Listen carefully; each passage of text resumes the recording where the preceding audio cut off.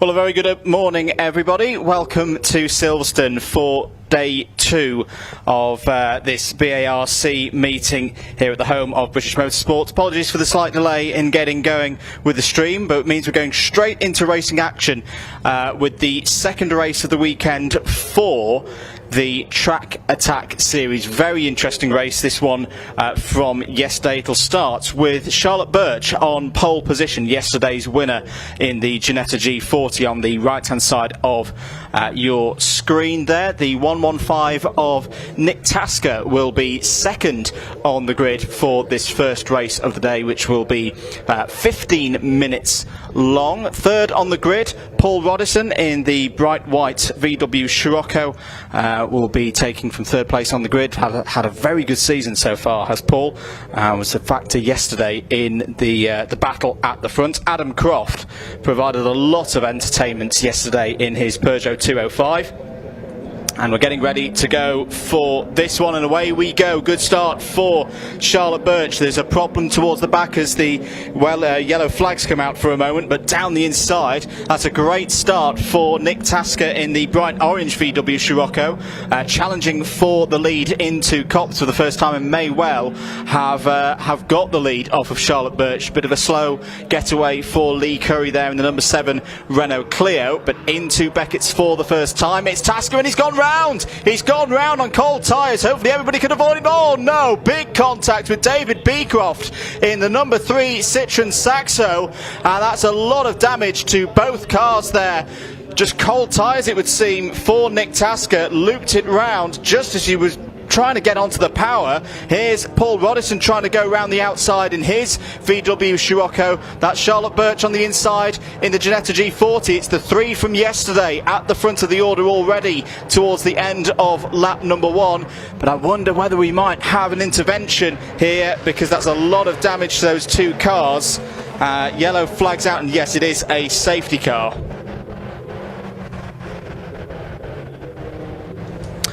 That will neutralise the race straight away at the end of lap number 1. A dramatic start to things here in Track Attack. Paul Roddison leads. Adam Croft in second place. Well, that's good to see. Drivers out of both vehicles. Nothing much that David Beecroft could have done about that. You can see why he was trying to hold it to the inside on a crucial first lap, but unfortunately for him, a spinning Nick Tasker was in his path and no time to react. So this will pause the race. Cars will continue to circulate until further instruction is given. So it's Roddison from Croft, Charlotte Birch in third place. Fourth is Mike Bowman in his Renault Clio, so that's a stronger start than yesterday for Mike Bowman, who lost a couple of positions on the first lap in the first race yesterday, but recovered back into the top 6. There are both drivers out of their cars. Won't be overjoyed with the situation, but they'll be able to repair the cars and hopefully get back out again later on in the day. There is another race scheduled for the Track Attack later on today. Looking further down the order, 5th place at the moment is Lee Bull, started on the 3rd row of the grid. 6th place is the first of the BMWs in this race. Good to see Stuart Cheeseman in the number 27 having a good start. I think he had difficulties yesterday, so at least under safety car at the moment, this gives him a good position to build from in the DB class. That's one of the German manufacturers' classification. One of the most interesting things about this Track Attack competition, it's very much a series for many churches of automotive manufacturer. You've got 5 main groups in this classification, starting with the Deutsche Masters Cup. That's for anything from Germany, so the 115 of Nick Tasker there, VW, as an example of that. Obviously won't go any further in this race. The Nippon Challenge for those running cars from Japan. Good example of that being the MX-5 running out there that we saw in a good position yesterday. Peugeot 206 GTI Production Cup there, in fact, is our MX-5 just passing through shot, piloted by the number 52 of Robert Walker. The Peugeot 206 GTI Production Cup has a lot of entries in it.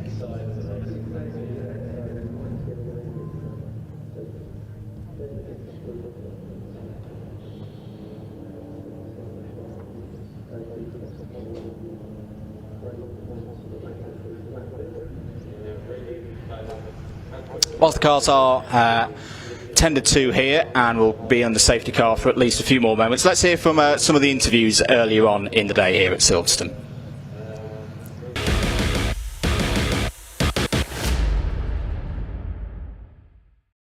Hello, yes, I'm joined now by Charlotte Birch, winner of Track Attack's race yesterday. Charlotte, how did yesterday go? Yeah, it was really good. Obviously, went out into qualifying, never raced in the series before, so I wasn't really sure what I was going to be up against. I know I had the two Scirocco's in the BMW. I was a little bit wary of them too, but yeah, put it on pole by quite some margin as well. Started the first race like way back in 15th, because it's a carryover race from Alton. Yeah, I wasn't really expecting the win, but I saw the Scirocco and the Peugeot fighting. I thought I'll have a bit of that, and then yeah, came away with the win. Oh, perfect. And can we expect a dramatic race like yesterday today? Yeah, hopefully. I mean, I'm still a little bit rusty with my starts. I haven't done Sunday starts for about 4 years, so I'm still getting back to grips with them. But if I can get a good start, hopefully it's just a lights flag victory. But if not, then yeah, we'll have a few fights along the way. Well, good luck for later. Hopefully we see you later. Hello, yes, joined now by Paul Rice, racing in the Track Attack. You raced yesterday, how did that go? Questionable, and I've got everybody waving behind me there, trying to put me off. Very kind of them. Yeah, questionable. I got a few problems with the car, and it's not drivers' excuses. I'll get that all day long off everybody around there. Hopefully do a bit better today. Got 2 races today. Finished 4th yesterday after a cracking race with Jake Richardson. He's driving his, I'm not going to swear, backside off. Done really well. Dead proud of them all, actually. They've all done really well this season. And hopefully looking forward to next season with a bigger grid. Yeah, and don't worry about these guys laughing over there. We'll try and get them for an interview next, and then you'll be laughing. But anyway, on to today's races. What are your hopes today? Hopefully going to try and get a 3rd if possible. If I can get to the front, I'll be happy as Larry. Just need to finish, really. I'm happy enough. If I finish, I finish. Well, good luck, and yeah, good luck. We'll see you later on today. Thank you.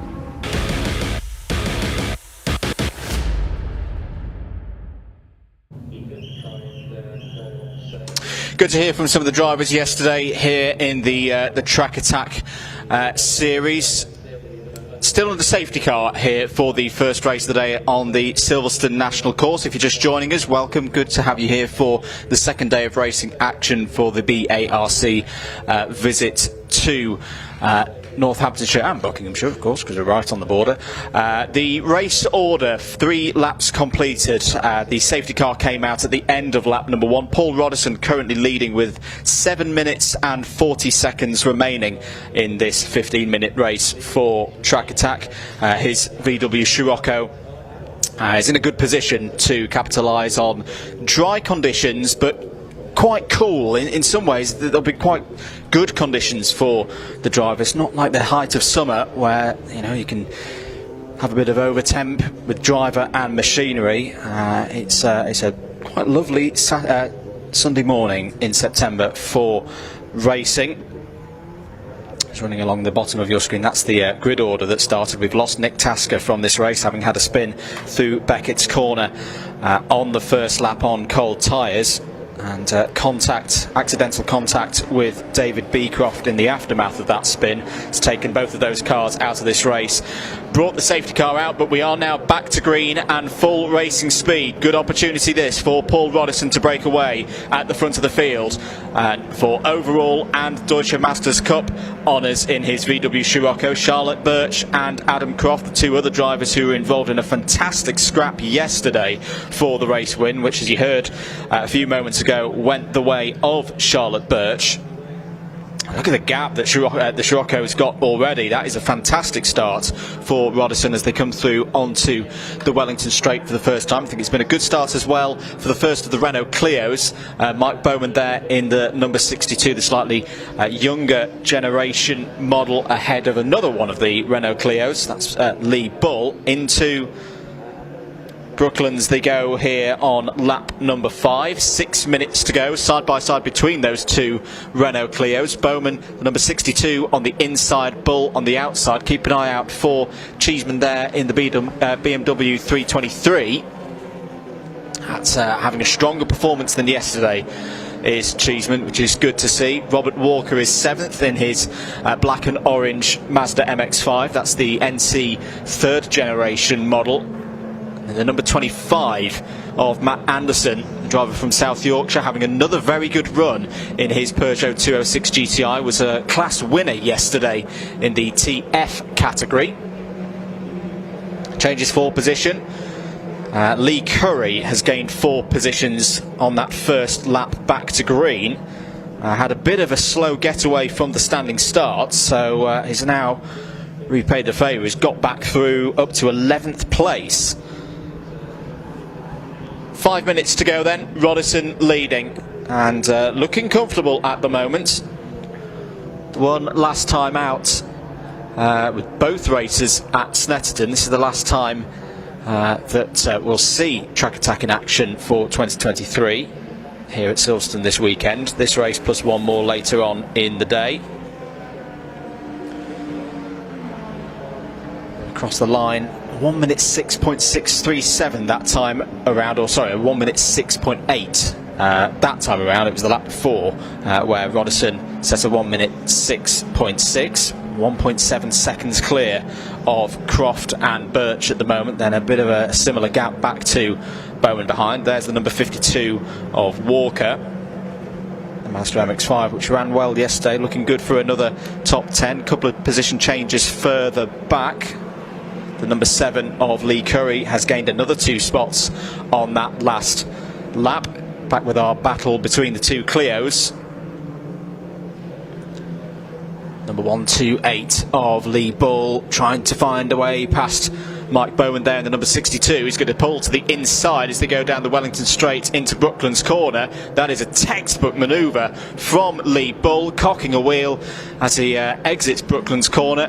And that will be good for 5th place overall, and more importantly, that'll be a gain for Bull in those competing in the Tricolor Trophy as well. Over the line, another 1 minute 6.8 from Roddison, holding his lead at 1.8 seconds at the moment over the number 73 of Adam Croft. Now the changes of position further down the order, but just to note as well how things are going in the Peugeot 206 GTI Production Cup. Still Anderson leading from the number 31 of Lewis Charlton.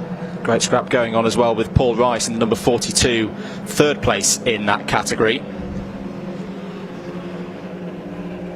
Stuart Cheeseman there in the number 27, driver from Sidmouth.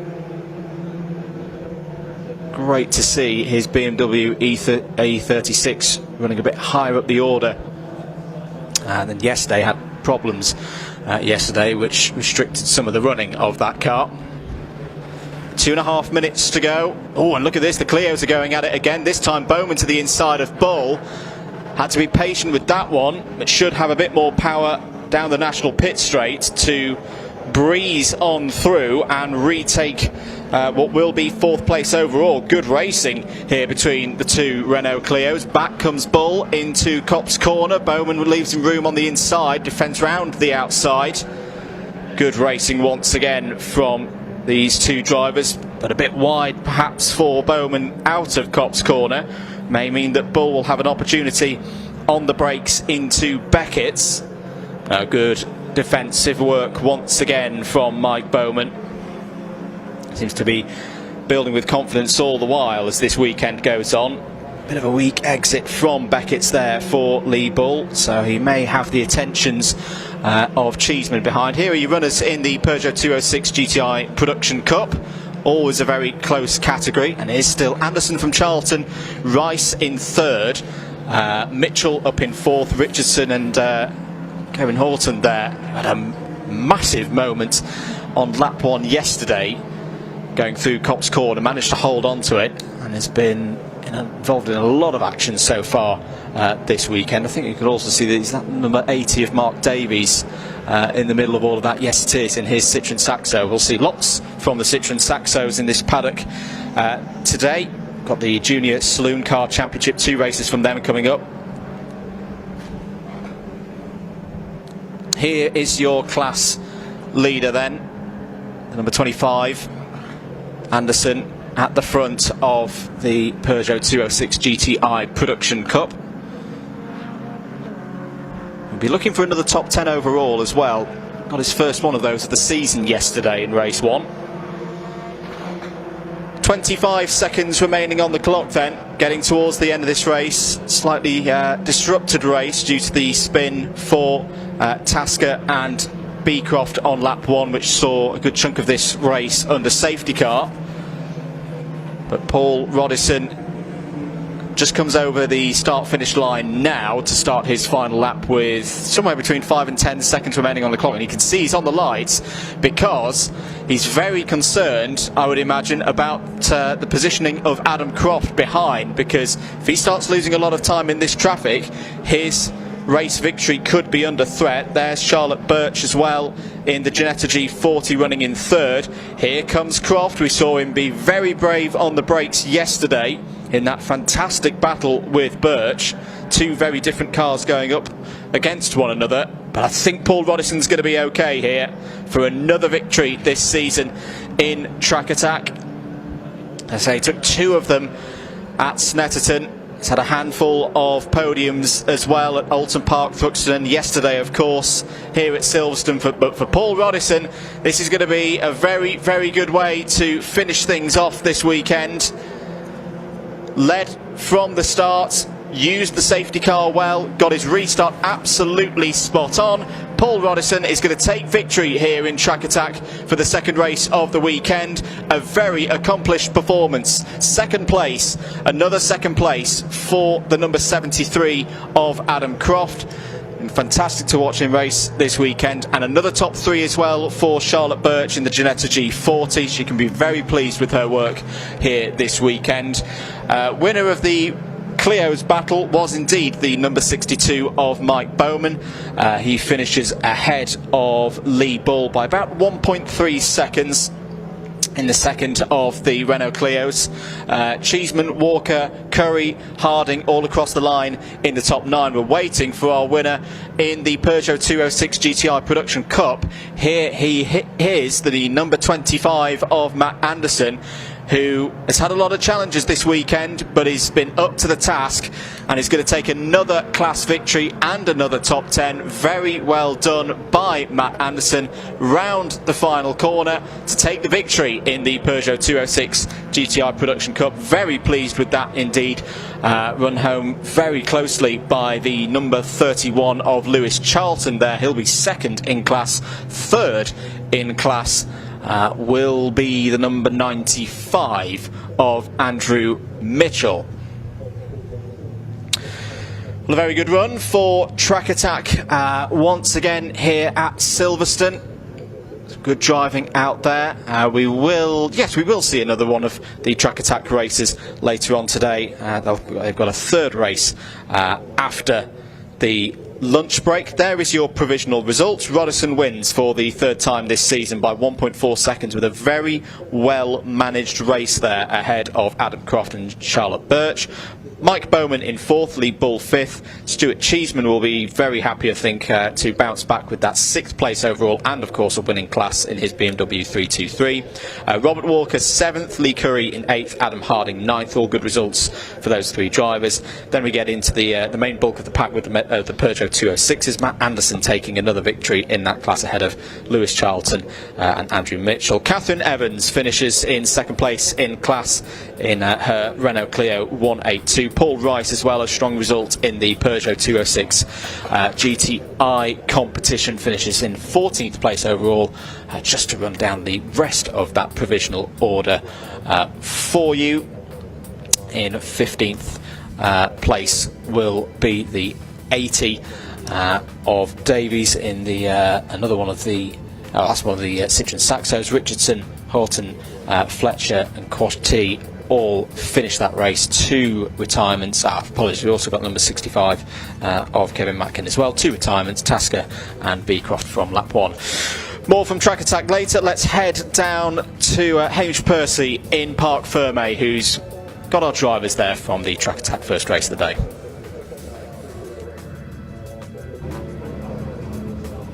Well, what a race that was. Another scintillating Track Attack race, and we're going to try and grab a word with Paul, the winner, and the other 2 podium finishers now. Paul, sorry to interrupt. Congratulations, P3 yesterday, P1 today. Yeah, yesterday we struggled with engine temperature, and as Adam was just saying, towards the end there I was struggling with engine temperature again, which takes the power out of it. The safety car helped me massively. So I knew I could keep the temperature down while we're behind the safety car, and then of course it all about a restart, and I got to get a good restart, which I sort of nailed it. And you know what, last couple of laps I'm thinking, come on, give me a last lap board or something, because I knew you were going to catch me towards the end. It was just creeping up towards the checkered flag, so yeah, couldn't come soon enough. Yeah, I heard Adam say you were slowing. Yeah, it's temperature. We know what we need to do now, but that'll be next season now before we can't do anything today, so I'd like another safety car, believe it or not. Well, congratulations. We're just going to try and catch a word now with Charlotte Birch, who we spoke to earlier on. Sorry to interrupt, Charlotte. Congratulations, P3. Yeah, it's not the result we're really going out there for. I had loads of wheel spin on the start, as I said earlier, starts on the best. Yeah, loads of wheel spin on the start. Obviously lost the lead into turn 1, obviously long safety car, and then yeah, the restart, I was in 3rd gear. I really think I should have been in 2nd, but yeah, there we go. We've got it again later on this afternoon, so see what happens. Yeah, well, good luck for later on, and we're just going to finally try and catch a word with Adam Croft in P2. Adam, can we just grab a quick word? Congratulations. Thank you, bridesmaid again. Yeah, exactly the same position. Yeah, not through want to try, though, but you know, it is what it is. The Scirocco, that's a quick bit of kit. He was suffering the same yesterday. When it starts to get warm, he slows up, and towards the end of the race I was beginning to reel him in. I caught a back marker wrong in the Luffield complex. He managed to get past before the complex. I had to sit behind, lost 2 or 3 car lengths, and that was basically me out of the fight then. But you know, we kept our footing right to the end, but just second was all we could do today. Yeah, well, good luck for later on, and yeah, 3 happy drivers there. We'll hand back to you in the commentary box, Andrew. Thank you very much, Hamish. Great to hear from our top 3 there in the paddock, and we'll be getting ready for the next race out on circuit, which will be the headline act this weekend, the Vertu Motors Mini Challenge Trophy. Let's hear from some of our drivers earlier on this weekend ahead of this next race.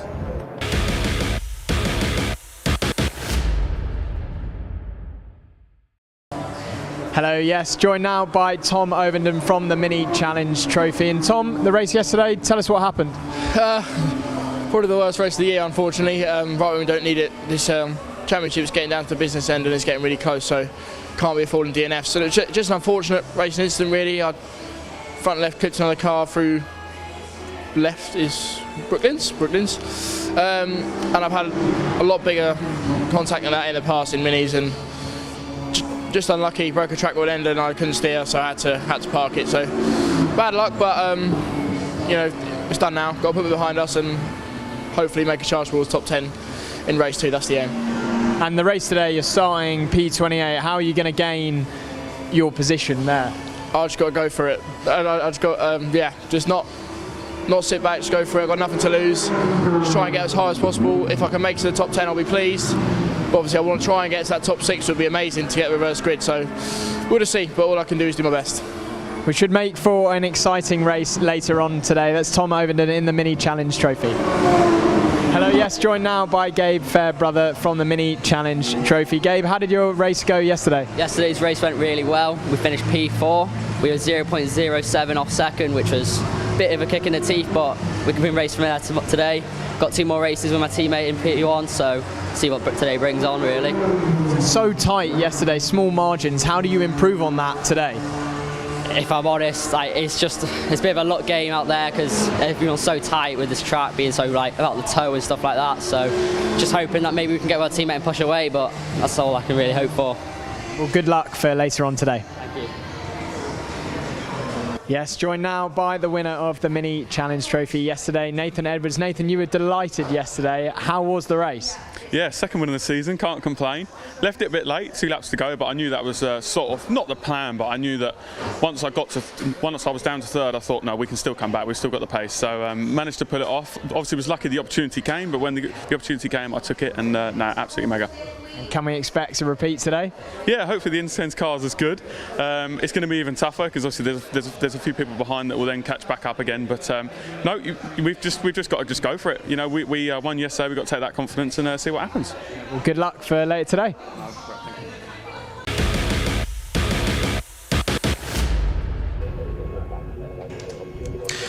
Good to hear from some of our drivers yesterday in the Virtu Motors Mini Challenge Trophy. Here's your grid for the second race for this series this weekend. Nathan Edwards starts on pole position, Sam Gordon alongside on the front row. Harry Hickton and Gabe Fairbrother will start from the second row of the grid. Great result for Gabe yesterday.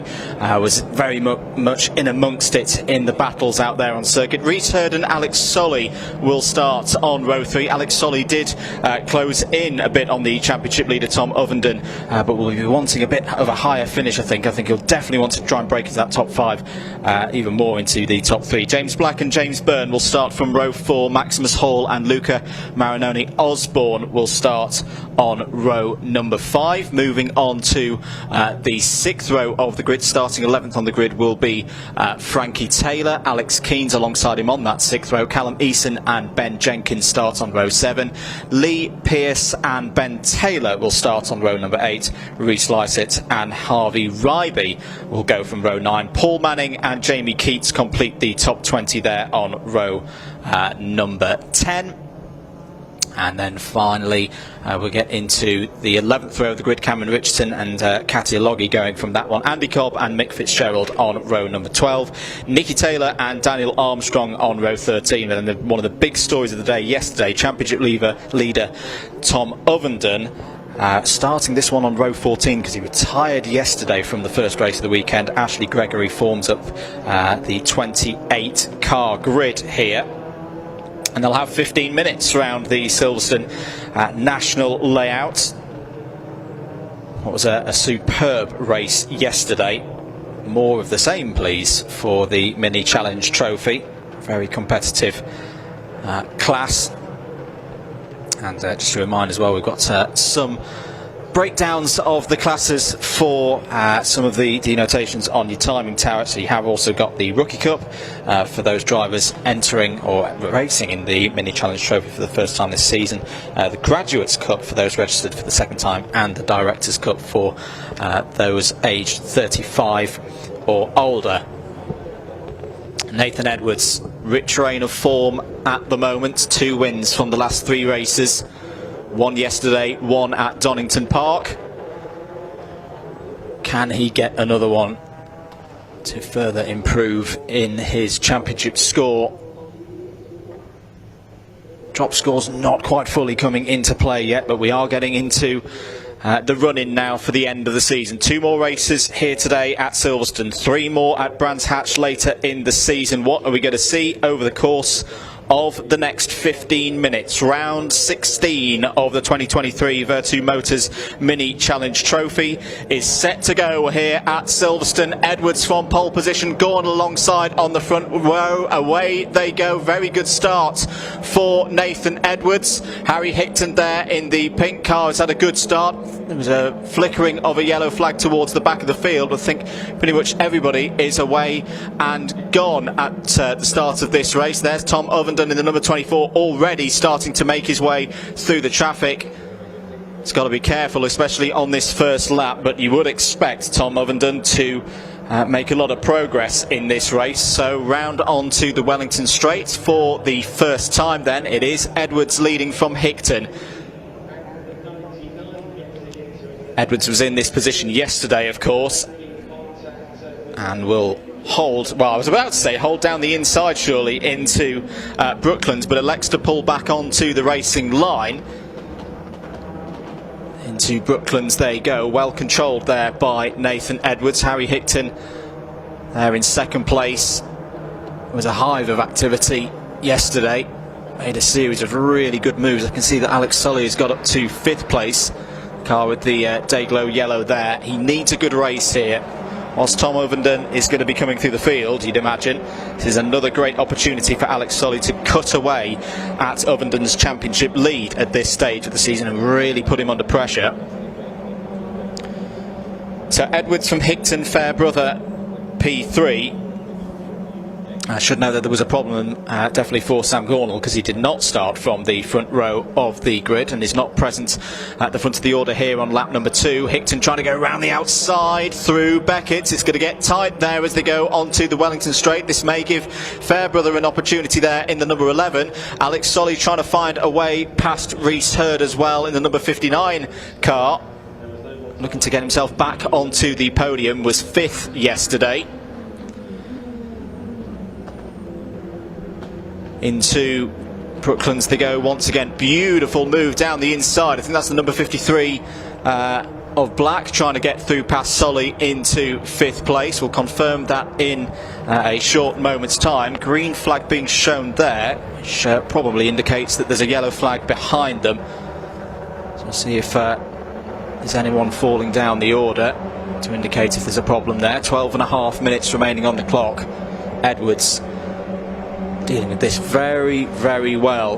Did lose the lead for a period yesterday, but was able to battle back through and retake it at the crucial moment by the last lap. How's Ovenden getting on? Well, he's up to 18th place now. There's still a good amount of time for him to gain more positions and therefore more championship points. There's one of the Napa Racing UK entries in there. That's a very well supported team in all of that. Looks to be Callum Eason in the number 26 at the back of this group. So it's a group of 9 at the front of the order. Hickton challenging for the lead, then Fairbrother on the outside as well. 3 wide as they go into Brooklands. Fairbrother trying to hang it round the outside there. He's getting all kinds of cocking there of his rear wheels and a bit out of shape, and he's now losing momentum as well. He's going to lose 3rd place as round the outside. That's Hurd going for a move. Fairbrother fights back on the exit of Luffield, but great racing, and in all of that Hickton has taken the lead of this race.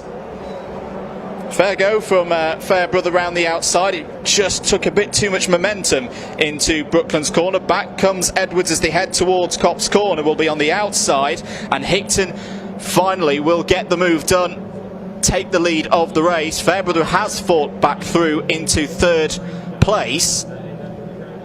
That was superb stuff from these young drivers, giving each other racing room. That's what we want to see. Now the roles are reversed. Hickton has the challenge of defending down the Wellington Straight. We've seen a lot of overtaking at the end of the Wellington Straight this weekend. Edwards will look to the outside. Needs to get up the inside when they go into Luffield, but that's well defended from Hickton coming back across.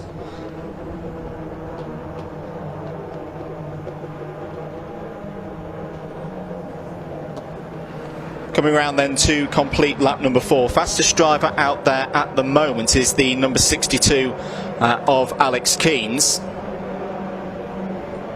So look out for Keynes, who was fast yesterday, had some really good single lap paces. Edwards challenging again round the outside into Copse. That was a very brave attempt from yesterday's race winner on Hickton.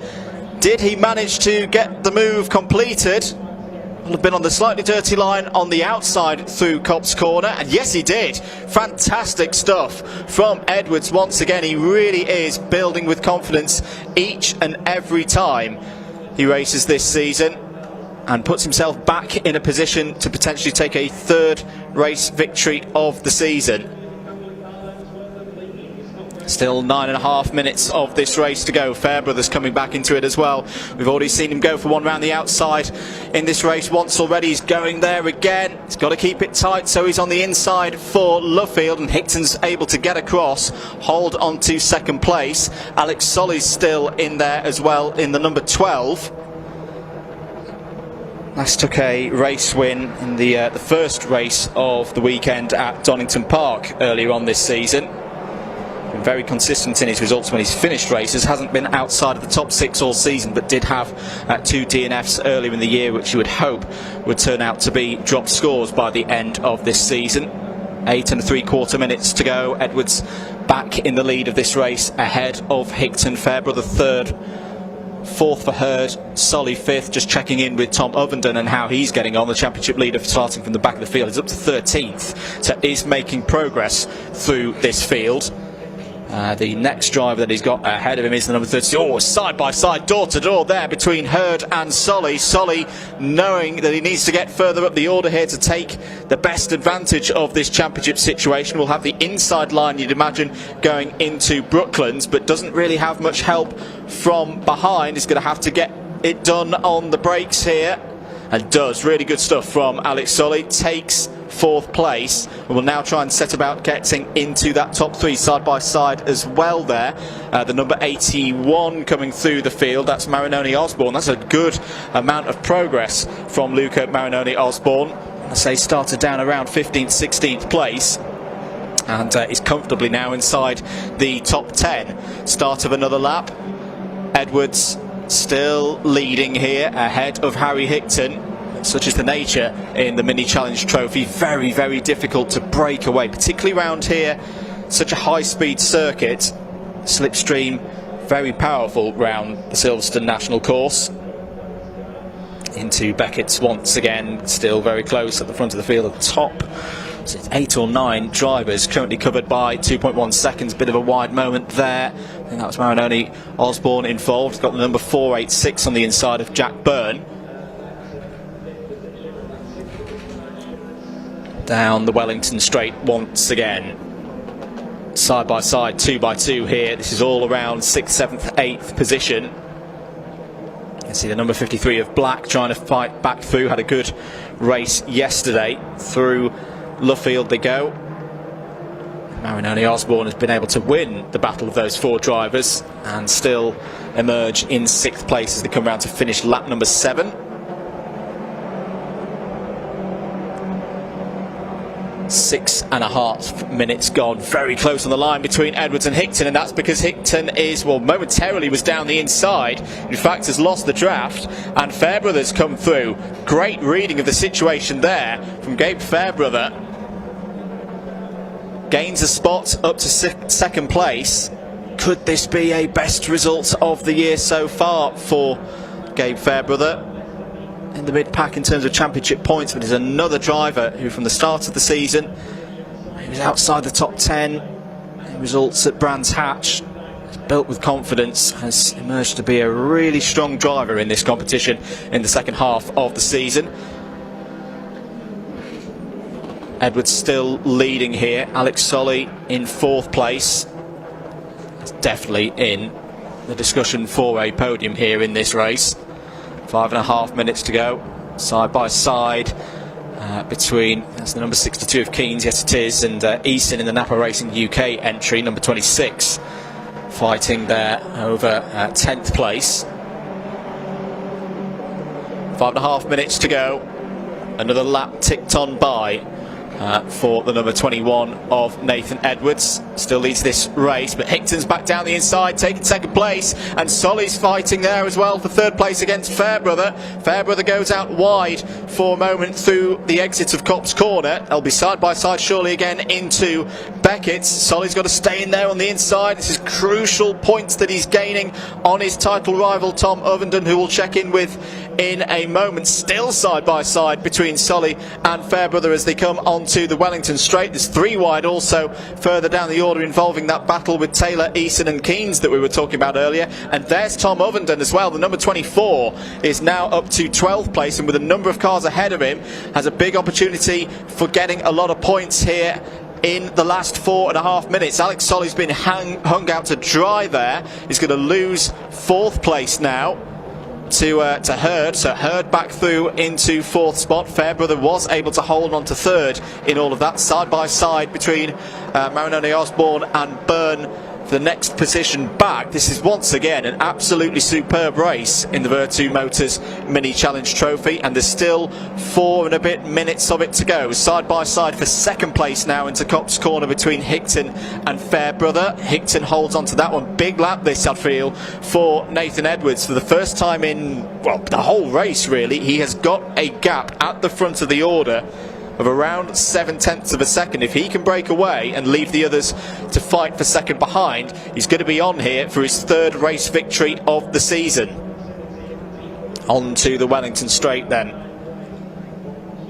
Hickton's going to have to work hard here to hold on to this 2nd place. The quartet behind need to get themselves organised, you'd think, to close in to Nathan Edwards. Nathan Edwards just needs to pick his lines, be precise with where he's positioning his car to hold on to the lead of this race. Gabe Fairbrother trying to look round the outside of Hurd there. Hurd's actually nipped down the inside and taken 3rd place. So great stuff there from Reese Hurd in the number 59. The white car, 2nd back in this train of 4. But still 3 minutes to go, and a lot can happen in those 3 minutes. New personal best from the race leader, 1 minute 11.34. As Hurd now going for 2nd place and taking 2nd place. Really is working his way through this order. Fairbrother's going to be down the inside and getting past Hickton for 3rd place. Solly's still in there as well. Trading positions back and forth. Solly's going to be down the inside of Hickton. Poor Harry Hickton, having done not much wrong really, he's going to fall from 2nd place down to 5th in a matter of corners. May have the attentions of Byrne behind as well, but back comes Hickton fighting down the inside. He's not giving up that 4th place easily against Solly. We'll have the inside into Brooklands. Here comes Byrne as well. Byrne checks to the inside, tries to make it 3 wide. It is 3 wide as they go into Brooklands. Space left on the inside by all drivers. Fantastic racing once again. Solly's going to be on the inside now for Luffield. 2 minutes to go. And all the while, this is bringing the likes of Keynes, Taylor, Black and Ovenden back into the battle. Over the line once again. That was another good lap from the race leader, car number 21, Nathan Edwards. Byrne looking to the inside now of Hickton into Copse Corner. Super close between the two of them. I think they're almost rubbing. They are rubbing on the exit of Copse Corner. Back comes Alex Solly as well, being helped from Marinoni Osborne behind in the number 81 as they head towards Beckett's once again. Solly has emerged from that battle in the position that he wants, moves him up to 4th place. Marinoni Osborne has gained 2 spots in all of that as well. And Harry Hickton, well, earlier in this race was fighting for the lead, is now having a bit of a job to stay even in the top 10 here, because it is all going on with only 60 seconds remaining on the clock. Hickton will fight back though. It's on the inside of Byrne as they go through Brooklands once again. Marinoni Osborne's run a bit wide there. He's going to lose at least 1 position. Hickton fights back through. The number 62 there of Keynes, that not talked too much about in this race, but is having another strong run. He's got very strong single lap pace, just hasn't been able to use it really in this 15-minute challenge in his Graves Motorsport run machine. There's just been so much going on around him. Down the inside, Hickton versus Marinoni Osborne once again. They're both bouncing over the curb on the exit of Copse Corner. 15 seconds remaining on the clock, so this may, well, it will be the final lap for Nathan Edwards. Well, so far in this race, it's been a lot calmer run than yesterday. It's been a professional run. As for 3rd place, Alex Solly is on the dirt there, trying to fight down the inside of Gabe Fairbrother as they head towards Brooklands Corner. down into Brooklands. Time has expired. Can Alex Solly fight his way into the top 3 here and take crucial points in the championship battle? Yes, he can. Round Luffield. What a run this has been for Nathan Edwards. We'll be very, very pleased with this performance. He's coming to the line here at Silverstone to take victory for the second race of the weekend. 2 from 2 for Nathan Edwards and Accelerate Motorsport. A job well done, and he can be very, very pleased with that super run as well for the number 59 of Reese Hurd. That middle phase of the race, very key for him fighting through into second place. And Alex Solly, having started from 6th on the grid, I think can be pretty happy with 3rd place. It's another gain of points on Tom Ovenden in the championship battle, and that's more like it from the driver's second in the points at the start of today. Another 4th place for Gabe Fairbrother. That top 3, I'm sure, is coming. A great flourish to finish as well for Alex Keens in the top 5. Key work from Tom Ovenden. In the end, it was 9th place for Ovenden, but also the fastest lap of the race, a 1 minute 10.99.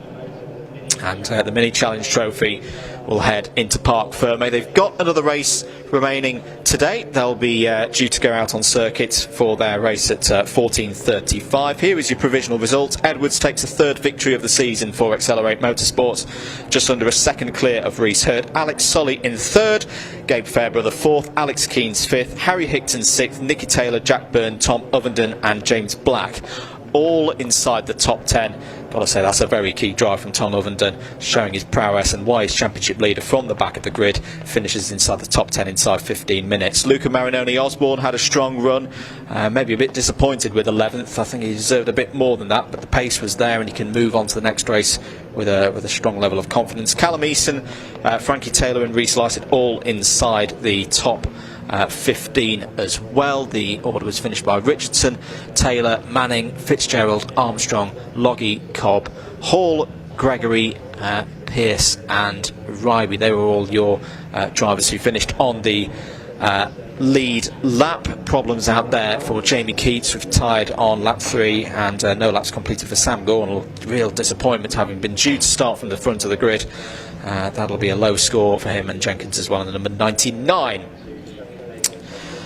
So as we say, we will see once again the Vertu Motors Mini Challenge Trophy later on today for their 3rd race of the weekend. Coming up next is the 2nd race of the weekend for the Junior Saloon Car Championship. Before we move on to that though, let's head down to Hamish Percy in Parc Fermé.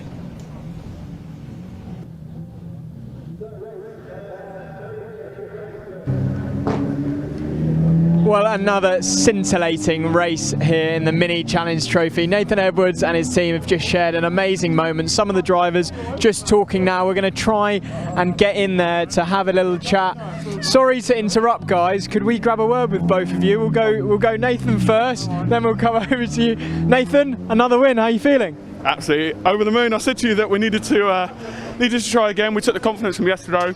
And just over the moon. The Internet car was absolutely on it. Thanks to my sponsors, WP Commercials, Sean Vickle Auctions, and Singerton Dental Implants. And yeah, the boys are keeping me on commercial here. But no, this is my family. They've done an awesome job. My driver coach Dan, and the whole team, Accelerate. You know, it gave me an absolute perfect car. To break the toe around here is absolutely mega. And to sort of almost take it easy for the last couple of laps, we didn't even need to push. So no, over the moon. And I know there's loads of people watching me at home, so big shout out to them. Yeah, who's the shout out going to be? Who you got to shout out anyone at home? I've got my girlfriend, she's probably watching at work or whatever, and her whole family and all my family as well. And I've got loads of family here as well that were supporting me from day dot when I was absolutely nowhere. So this is full credit to them and to all my sponsors as well. Yeah, well, congratulations, and go and share the moment with your family now. We'll let you go and give them a big hug as we'll try and grab an interview with the second. Sorry, can we just interrupt for a second? Congratulations, how are you feeling? Feeling good, happy with that. Didn't expect much after quali P9, but to come away with P2 and top rookie again, it's nice. Try and do it in race 3, but we'll go one better. Yeah, that must be brilliant going from P9 all the way up to P2. Talk me through the race. What was your strategy going into it? It was more just hope that everyone would battle enough that you could stay with them. Luckily, just got the moves at the right time. Unfortunately, when I got through on Harry, Nathan had already driven away and there wasn't a long enough left to catch him, so I just had to defend from Gabe. But yeah, it was a 9-10 car battle, so it was quite fun. But yeah. Well, congratulations, and go and enjoy. We're just going to throw to some highlights now. Thank you, Hamish. As I say, let's have a look at some of the highlights from that second race of the weekend for the Virtu Motors Mini Challenge, and it very much was the Nathan Edwards show from the front of the field. Battles everywhere. You look up and down the order. Once again, a top 10 order that could have ended in any which way across those 15 minutes. This was a big moment for Gabe Fairbrother. They've got to give him credit for trying to go around the outside, 3 wide through Brooklands. A bit of bobbing around there, lost himself a couple of positions, but he was able to fight back into that fight for the top 3. Luca Marinoni Osborne fought his way through the order and was into the top 5 in the middle phase of the race. Tom Ovenden as well had a big job to do from the back of the field. The championship leader retired yesterday, but fought his way into the top 10 in that race. But we'll see them again later on today. The Mini Challenge trophy for their third race of the weekend will be out again at around 14:35. Next, though, we move on to another group of young drivers. The Junior Saloon Car Championship, if I'm not mistaken, is due out next yet for race number 9. 15 minutes for them. Second race for the weekend, and yesterday was quite a show from Dara Flock, who got to the front of the order after a fantastic start from the second row of the grid and just took off, taking yet another victory in this championship. The championship leader having won, as I count up, 11 races so far this season. Can he make it 12 here in the next 15 minutes or so? Keep it locked here on the BARC TV channel to find out. So let's have a bit of a catch up with some of our drivers earlier in the weekend ahead of this next race for the Junior Saloon Car Championship.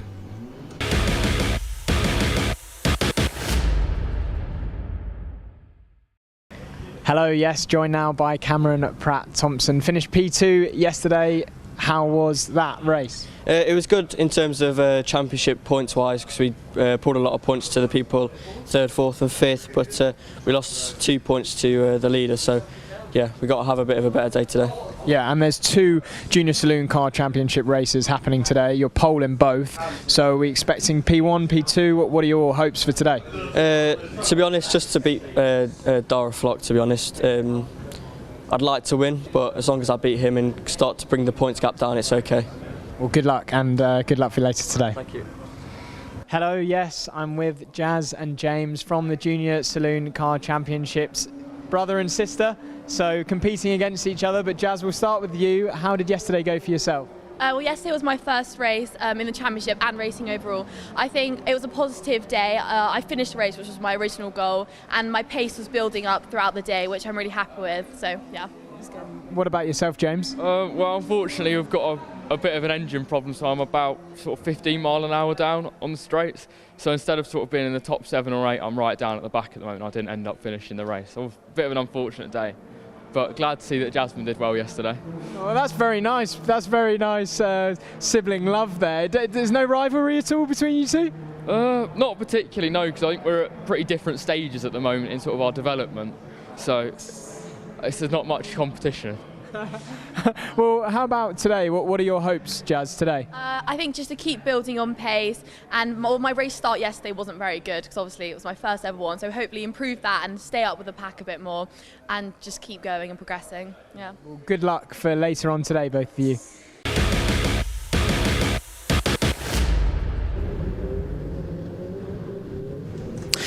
James and Jasmine Sherrington there, 2 drivers in the Junior Saloon Car Championship, and you can see a huge field of JSCC runners heading out on circuit for their next race. Here is your grid then for race 2 of the weekend in the Junior Saloon Car Championship, determined by drivers' second fastest lap times from yesterday's qualifying session.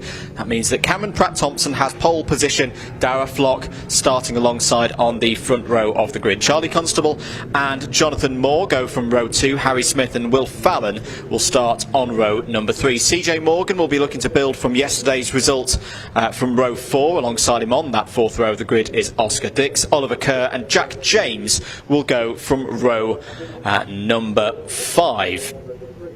Running further down the order then into the 6th row of the grid. Oliver Law and Kieran Roberts go from that one. Joel Daniels and Alexander Mostav start on the 7th row of the grid. Caleb McDuff and Wilf Butler go from row 8. Jude Cooper and Harvey Kersley on row 9. Josh Salvadori and Alfie Briggs will form out the 10th row of the grid, both of them inside the top 20. And it's a very big grid this for the Junior Saloon Car Championship. Continues on row 11 with Kyle Wells and Will Crudson.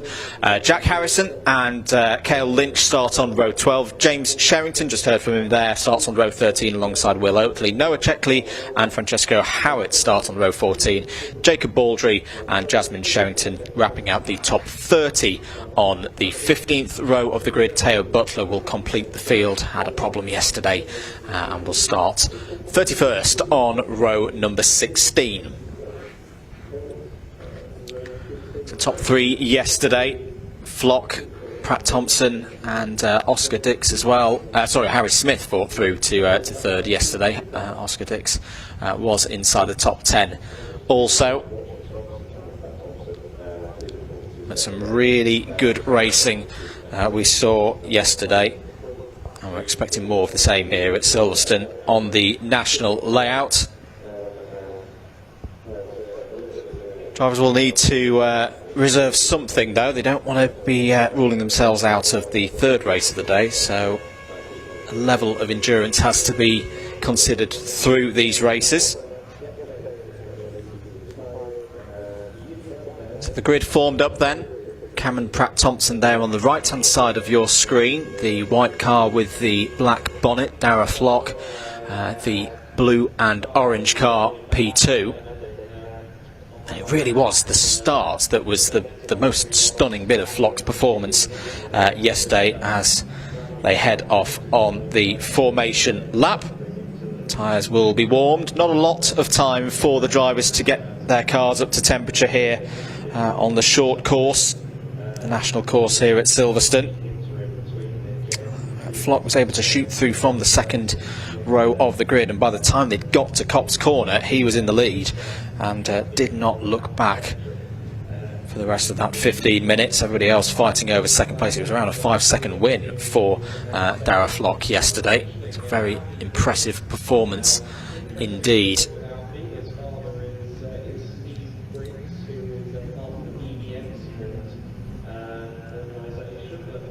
Keen to see how Jonathan Moore gets on as well. A very solid performance, 4th place yesterday. See him there in the black and yellow car, starting from 4th place in this race. Charlie Constable as well will be looking to build from his 5th place yesterday with a good position in this next race.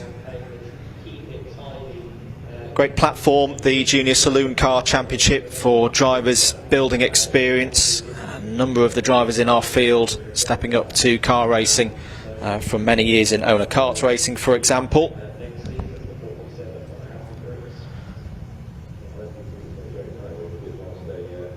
Onto the Wellington Straight here on the formation lap. Grid order running along the bottom of your screen there. As we've seen with the Mini Challenge Trophy as well, 15 minutes is an amount of time that you can make progress from the back of the field. These smaller cars will be able to use the full width of this Silverstone circuit to their benefit and gain a number of positions across the course of the next 15 minutes. So the grid will form up. Pole position once again, had it yesterday, Cameron Pratt Thompson, and put it to good use. And another solid result, was 2nd, is currently on a streak of 4 results in the top 3. That's only broken up with a 4th place at Croft. Otherwise you've got to go all the way back to Anglesey for the last time that Cameron Pratt Thompson was not in the top 3. You take that one result out. He needs wins. It very much into the last third of this season. Races to come at Donington Park and Brands Hatch, but he needs to start taking victories against Dara Flock if he's going to be able to catch Flock in the championship standings. Something tells me that this is going to be a bit of a battle between the 2 championship leaders. grid forming up then. Second half of it just getting into their grid slots around the far side of Woodcote Corner.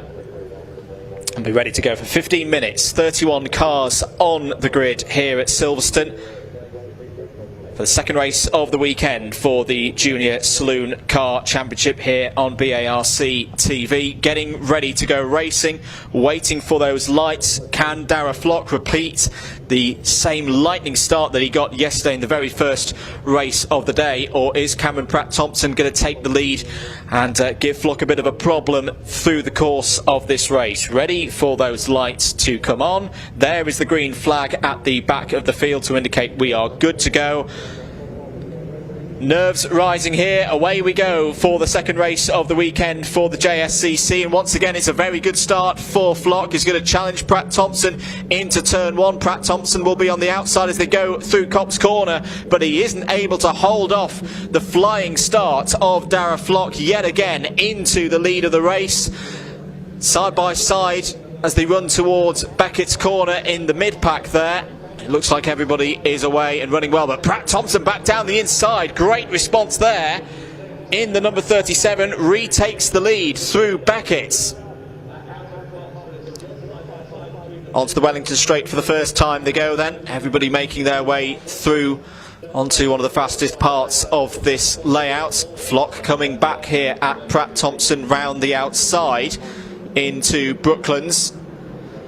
Once again, he's just going to have to hold it on the inside if he can to get the advantage through Lovefield, but that's beautifully done by Pratt-Thompson to take the initiative and take the lead. Good start as well in the number 12 there. Jonathan Moore down the inside looking for third place, and I think he's going to get third place.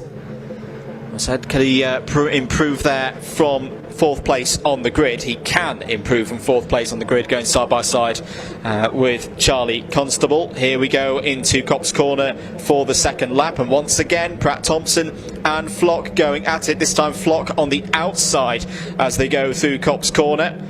That's really nicely done. Oh, there's a spin there. Was that that might have been the number 30 going off, and there's a roll as well. Just trying to identify which of the cars it was. So it was a black liveried car, and the number 30 of William Fallon was in that region, and yeah, hasn't come through sector 1, so I think it is the number 30 of William Fallon that has had that incident through Copse Corner. And red flag. Yeah, I was about to say that I thought there would be a red flag there for attention that's going to be needed to be delivered to William Fallon there in the number 30. So the race neutralised at the end of lap number 1. Cameron Pratt-Thompson leading. Flock P2, Moore P3, Constable P4, Smith, Fallon, Dix, Morgan, James and Kerm. Hearing in my ear that driver is out of the car, so that is the best of news. Testament to the rules and the safety of these Junior Saloon Car Championship vehicles. Citroen Saxos. That is absolutely why the rules and the regulations are in place, and so much time and dedication is put into preparing these cars. So I've just heard that in my ear that William Fallon is out of the car. That is the most important news of all, and the race will be hopefully restarted. So they completed one lap there. Silverstone Marshall's team hard at work trying to right that vehicle, and there we go. Well, there's going to be a bit of damage on that car, but credit to the gravel trap as well. That's caught the car and done its job, and by the looks of things I don't think there's actually been too much damage to the number 30. Let's have a look at that incident again. So this was side by side between Pratt-Thompson and Flock, and then just there, I don't think at the initial point of the number 30 leaving the circuit that there was contact with another car. And yeah, it's just slid off the road, pitched into the gravel, landed on its side. So most importantly, William Fallon out of the car, and hopefully the team back in the paddock will be able to get that car repaired and ready for the next race for the Junior Saloon Car Championship. I don't think they'll be able to get that one ready for the rest of this race, of course. I've seen a note on my screen, planned start time of 10:55, so there's 3 minutes away before the remaining time for this JSCC race will take place. That's of course pending the circuit being cleared. JCB tractor out to recover the number 30 of William Fallon from the gravel trap.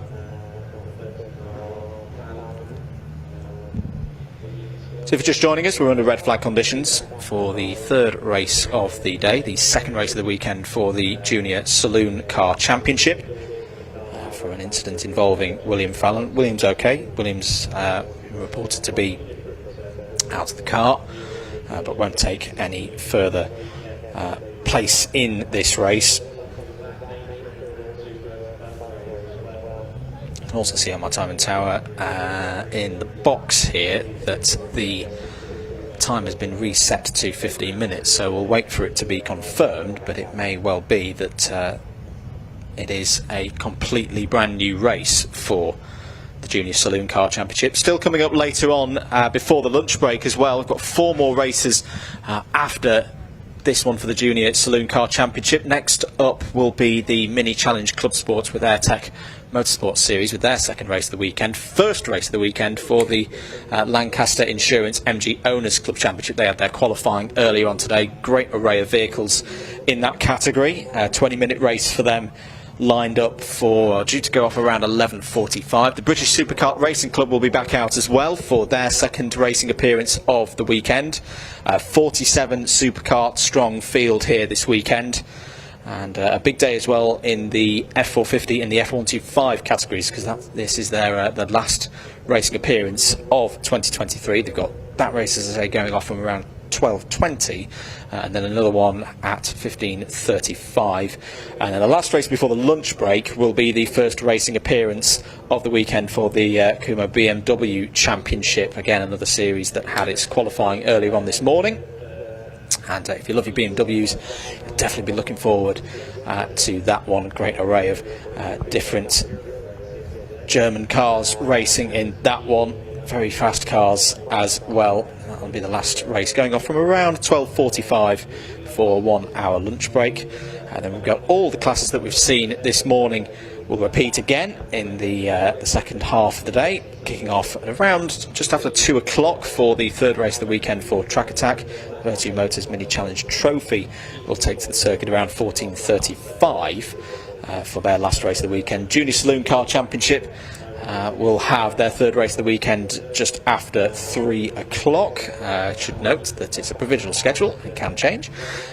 Then the British Superkart Racing Club will have their third race of the weekend at 15:35. 4 o'clock, 1600 hours for the Mini Challenge Club Sport with AirTech Motorsport, take it to the circuit one more time. And then the second race of the weekend for the Lancaster Insurance MG Owners Championship at just around 4:30, 5 o'clock for the second and last race of the weekend for the Kumho BMW Championship. Preparations of the circuit for the restart of this Junior Saloon Car Championship race, race 9 on the schedule here this weekend. Preparations continuing. Obviously we won't be going off at 10:55 because it's 10:55 now, and the marshals continue to work. But the delay to the second start of the Junior Saloon Car Championship won't be too far away. Great work once again from the Silverstone Marshals team and race control.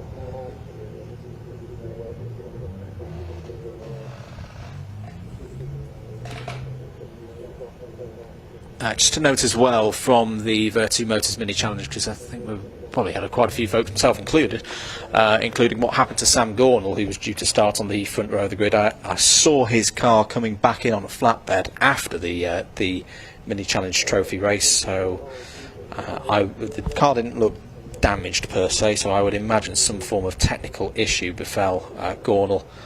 He did go out on the circuit, as I say, the car was brought back in on the trailer, on the flatbed, but that's the news that's flashed by us here in the TV compound through into the national pits. So for anyone wondering what was happening there with Sam Gornall in the Mini Challenge Trophy, flatbed on the move will cut through the pit exit, I imagine, of the national pits and back into the paddock. Fairly short hop through that region of the circuit with the number 30 of William Fallon. Team will get to work of repairing that car. As I say, I don't think there's going to actually be too much work for them, as the car was pitched by the gravel trap, but more importantly stop the car from proceeding any further towards the barriers. A couple of wing mirrors will need replacing, check over of the car for the chassis, and hopefully we'll see that car again, as I say, for the third race of the weekend for the Junior Saloon Car Championship just after 3 o'clock. Meanwhile, though, we will get the second race of the weekend for the Junior Saloon Car Championship back underway. And from the information here in the box, I think this will be a completely brand new race of 15 minutes. That's what is showing on timing here in the box. We will confirm that in a moment's time. Green flag formation lap has commenced. Cameron Pratt-Thompson due on pole position. If it is a brand new race, and I believe it is, ahead of Darragh Flock, Charlie Constable and Jonathan Moore on row 2. Harry Smith will be on his own probably on row 3, because the number 30 of Will Fallon will not take the restart here. CJ Morgan and Oscar Dix on row 4, Oliver Kerr and Jack James on row 5, Oliver Law and Kieran Roberts on row 6, Joel Daniels, and Alexander Mostav on row number 7. Keller McDuff and Wilf Butler on row 8, Jude Cooper and Harvey Kersley on row 9, Josh Salvadori and Alfie Briggs complete the top 20 there on row 10, Carl Wells and Will Crudson on row 11, Jack Harrison and Cale Lynch on row 12, James Sherrington and Will Oakley on row 13, Noah Checkley and Francesco Howard on row 14, Jacob Baldry and Jasmine Sherrington, who we heard from earlier, on row 15, and Teo Butler completing the grid, which will now be, unless there's been any other problems for drivers out there, 30 cars for this Junior Saloon Car Championship race, race 9 on your schedules. If you are following at the track or watching from home with the schedule in front of you, there you can see down in the holding area the Mini Challenge Clubsport with Airtech Motorsport field, with a great array of vehicles that will be out shortly for their 12-minute race. Great work by everybody here at Silverstone. I think the Junior Saloon Car Championship are going to get the vast majority of their time, at least, because we were running very promptly through the schedule. Mini Challenge Club Sport due on the provisional timetable to go from 11:20, and it's just turned 11 o'clock here at the circuit, so no concerns there with major delays. Swift work by marshals down there at Copse Corner to get us ready for this one again. So formation lap complete, and we go again. 2 starts so far this weekend for Darragh Flock have been brilliant. Is he going to be able to do it for a 3rd time here for the 2nd go at race number 9 of the weekend for the 2nd race for the Junior Saloon Car Championship? But can Cameron Pratt-Thompson convert this pole position into a lead? Look out for Jonathan Moore as well. Had a good first lap on the first attempt of this race, and be looking to repeat that again and gain up from 4th place on the grid. Ready to go racing. 15 minutes are on the clock here for the Junior Saloon Car Championship. Cameron Pratt-Thompson, the white car with the black bonnet on the right hand side of your screen, starts on pole position. Darragh Flock, the blue and orange car in the middle of your screen, starts P2. Charlie Constable, the car with the orange flash, starts P3. Jonathan Moore, P4. And then 26 other drivers ready to go racing here at Silverstone National. And revs rise, and away we go. Good start for Pratt Thompson on driver's left. He's going to be challenged by Darragh Flock once more. Another good start for Flock in the number 22. And so far it's was. I'm about to say it's going to be a carbon copy of the first start, but this time Cameron Pratt Thompson has held it round the outside, and they are very much side by side as they head towards Beckett's for the first time on this second attempt in this race. To the inside goes Flock. Good start as well for Moore. Has got the inside line on Constable as they go through. Beckett is up to P3. The rest of them filing through. A couple of the drivers kicking up dirt on the exit of Beckett. It's very, very busy in the mid-pack and to the rear of the field as they head on to the Wellington Straight. But another great start from Darragh Flock into the lead of this race, ahead of his title rival Cameron Pratt Thompson. Jonathan Moore, as we say, is already up to third place. Oh, bit of a mistake there from Flock. Takes too much speed through Brooklands corner, runs wide. We'll be very thankful for the tarmac runoff on driver's right that he's kept himself in this race, but he's lost the lead. Cameron Pratt Thompson in to P1 then at the end of the first lap.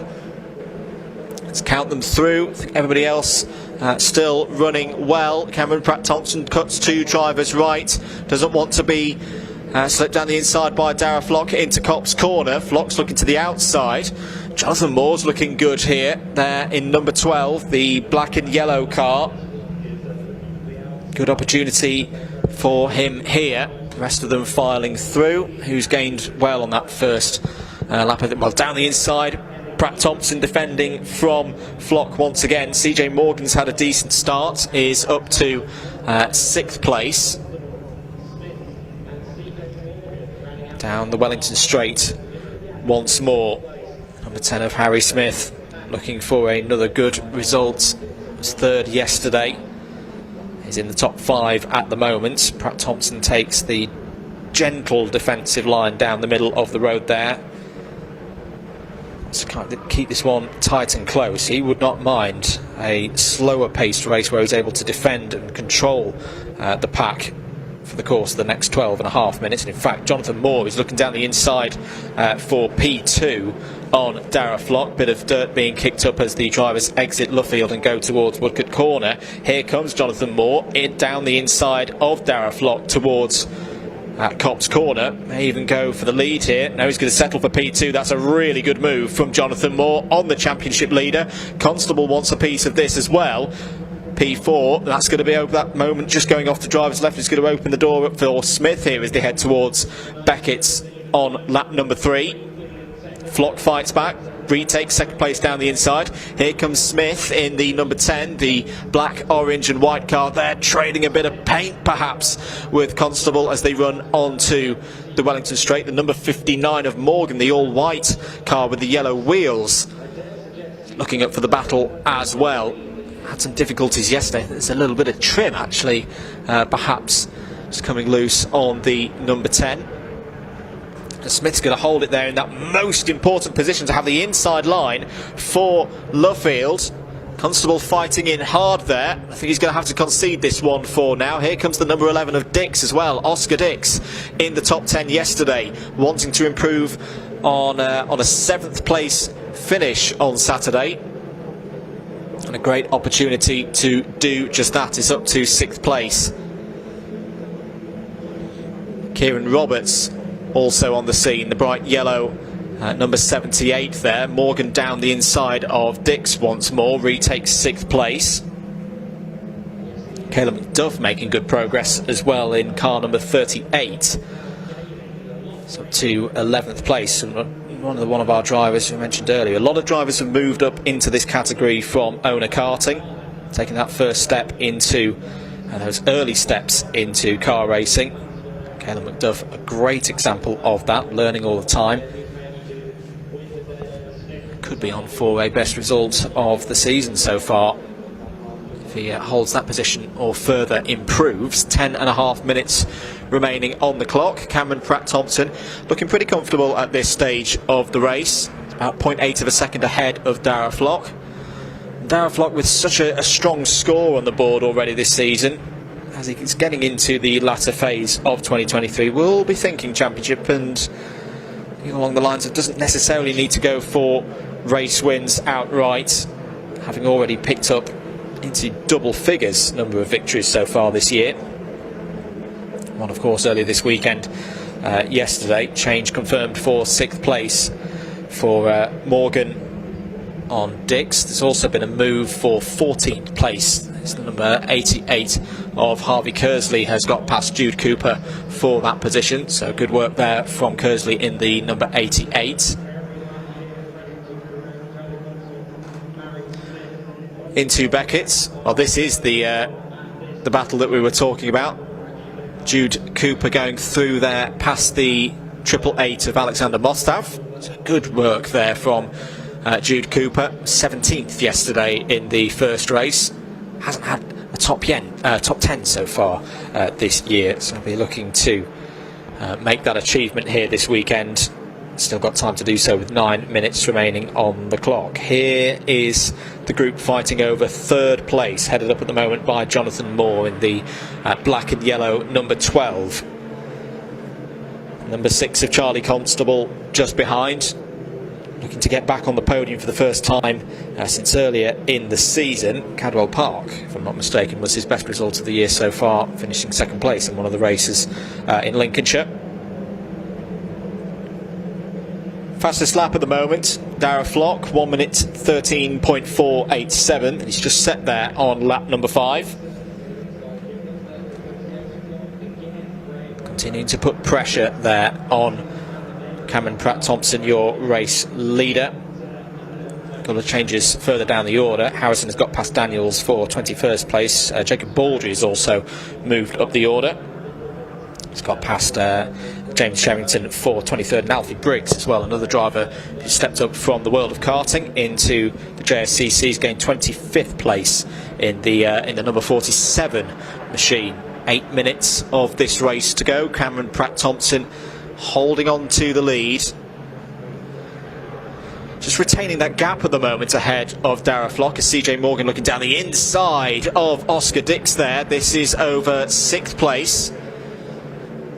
Imagine Oscar Dix had to go down the Wellington Straight and into Brooklands Corner, and now CJ Morgan is returning the favour. What this is meaning is that they're starting to drop off the back of the 5th place number 10 car there of Harry Smith, side by side, and here comes Morgan as well in the bright yellow number 59. Brilliant move from, Kieran Roberts. Kieran Roberts down the inside of the number 78, taking 2 positions momentarily. Ran wide though out of Cops Corner, and Morgan back down the inside to retake one of those positions. Brilliant racing as we come to expect here in the JSCC.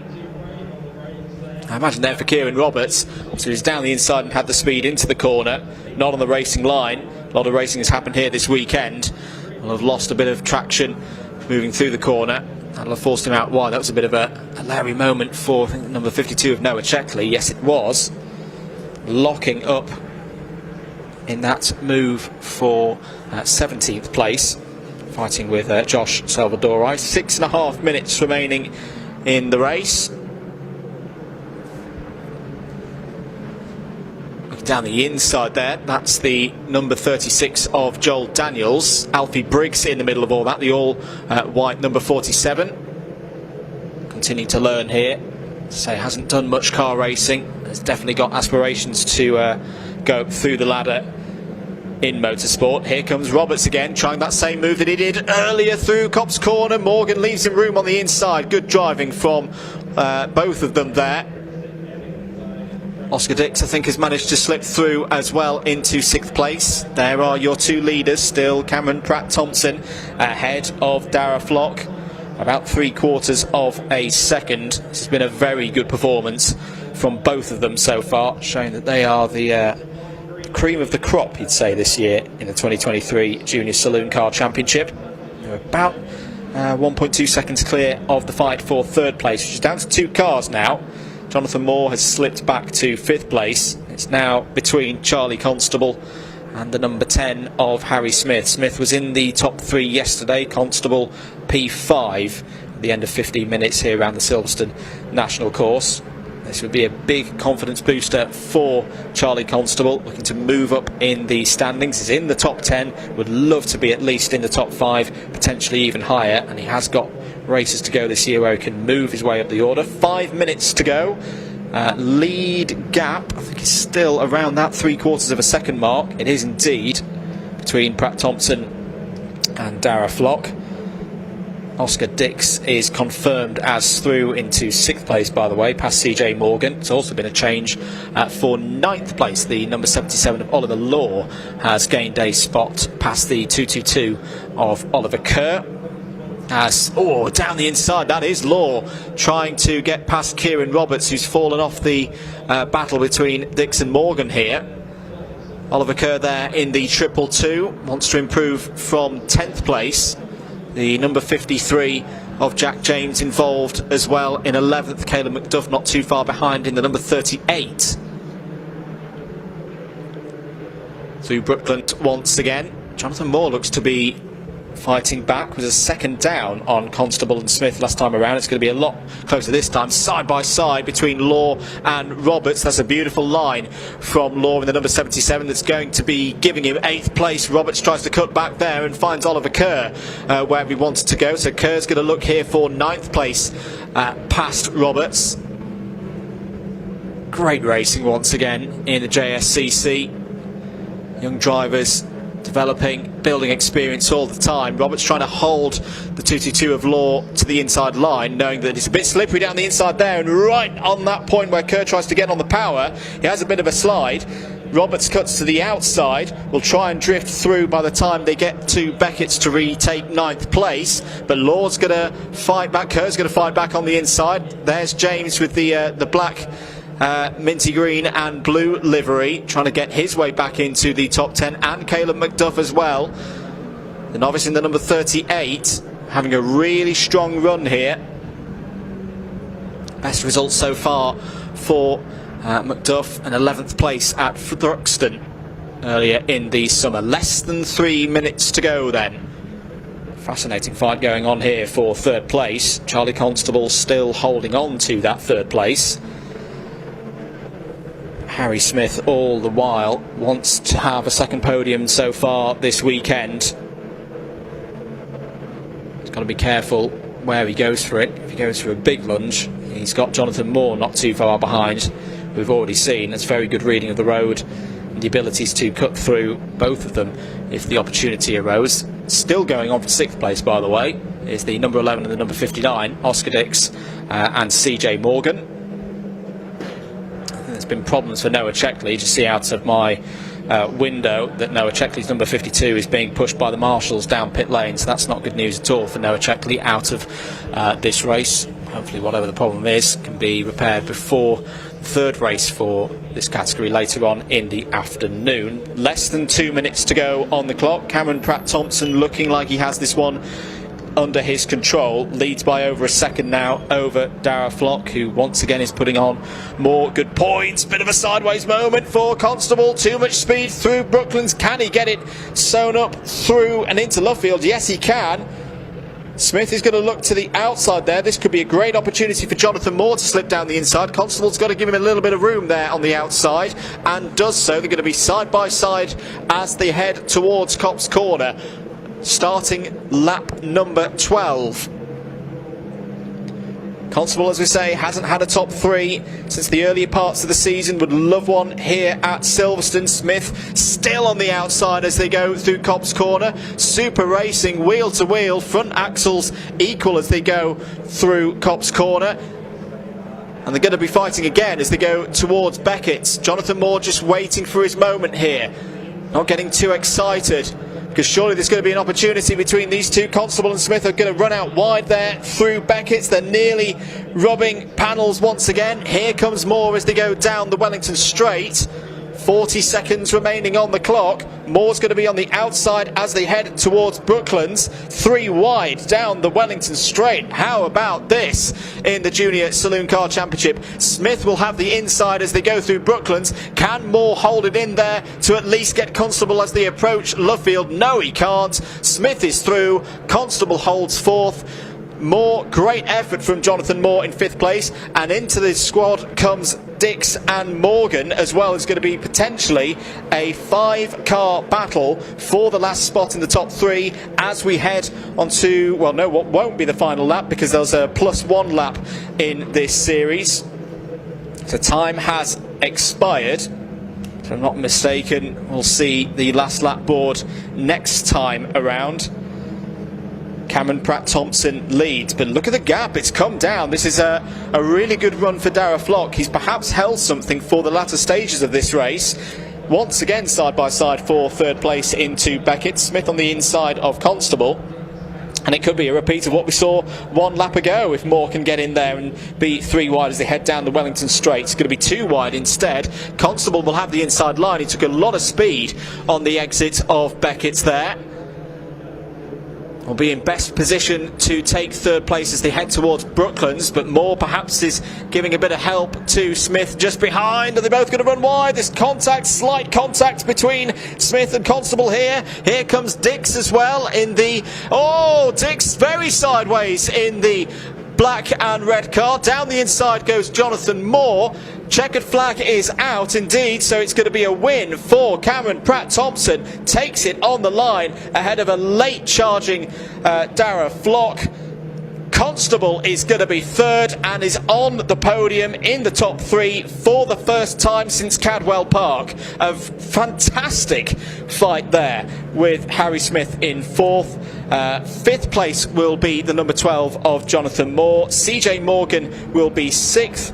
Oscar Dix in 7th. The number 77 of Oliver Law will be 8th. 9th will be the 222 of Oliver Kerr. Another top 10 for Oliver McCurr. Caleb McDuff in the top 10. That's really good to see. Caleb McDuff, best results of the year, best race so far in 2023 for Caleb McDuff. Can be very happy with that one. The number 53 of Jack James was in 11th.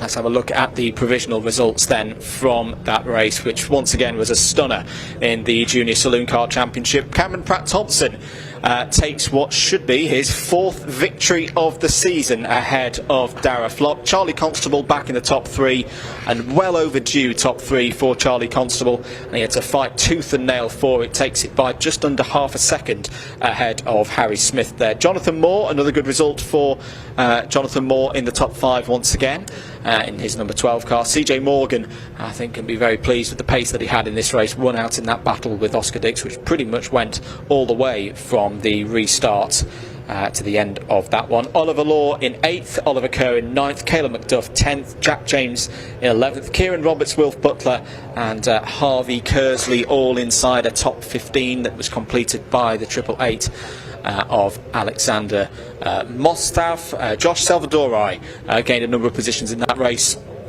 If I'm not mistaken, into 16th. Jude Cooper was 17th. The 448 of Carl Wells was in 18th place. Cale Lynch inside the top 20 in the 353 that's completed by Jack Harrison in the 317. And as I say, a very good race there from the JSCC. We'll see them again later on today. Let's head down to Hamish in Parc Fermé. I'm sure has some of the drivers from that stunning race.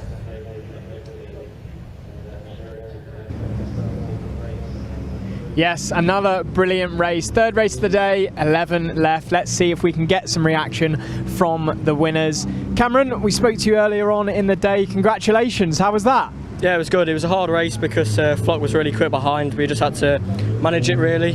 It was really close between pace, I think. Some laps he'd catch, some laps I'd pull away, but yeah, in the end managed to take the win, so happy with that. Yeah, and what can you take from that race going forward? That as long as you keep in the top 2 on the first couple of laps, you know, it's definitely going to be a top 2 easily. Well, congratulations, Cameron. Let's see if we can get some reaction from P3 Charlie. Charlie, do you mind if we grab a word with you quickly? Congratulations. How was that? Yeah, it was really fun, and it was really tough the whole race. I had loads of fast people all around me, and it was just, yeah, really difficult, but I'm super happy with the 3rd. Yeah, and you were having that battle in 3rd place with Harry. How did you manage to get on top?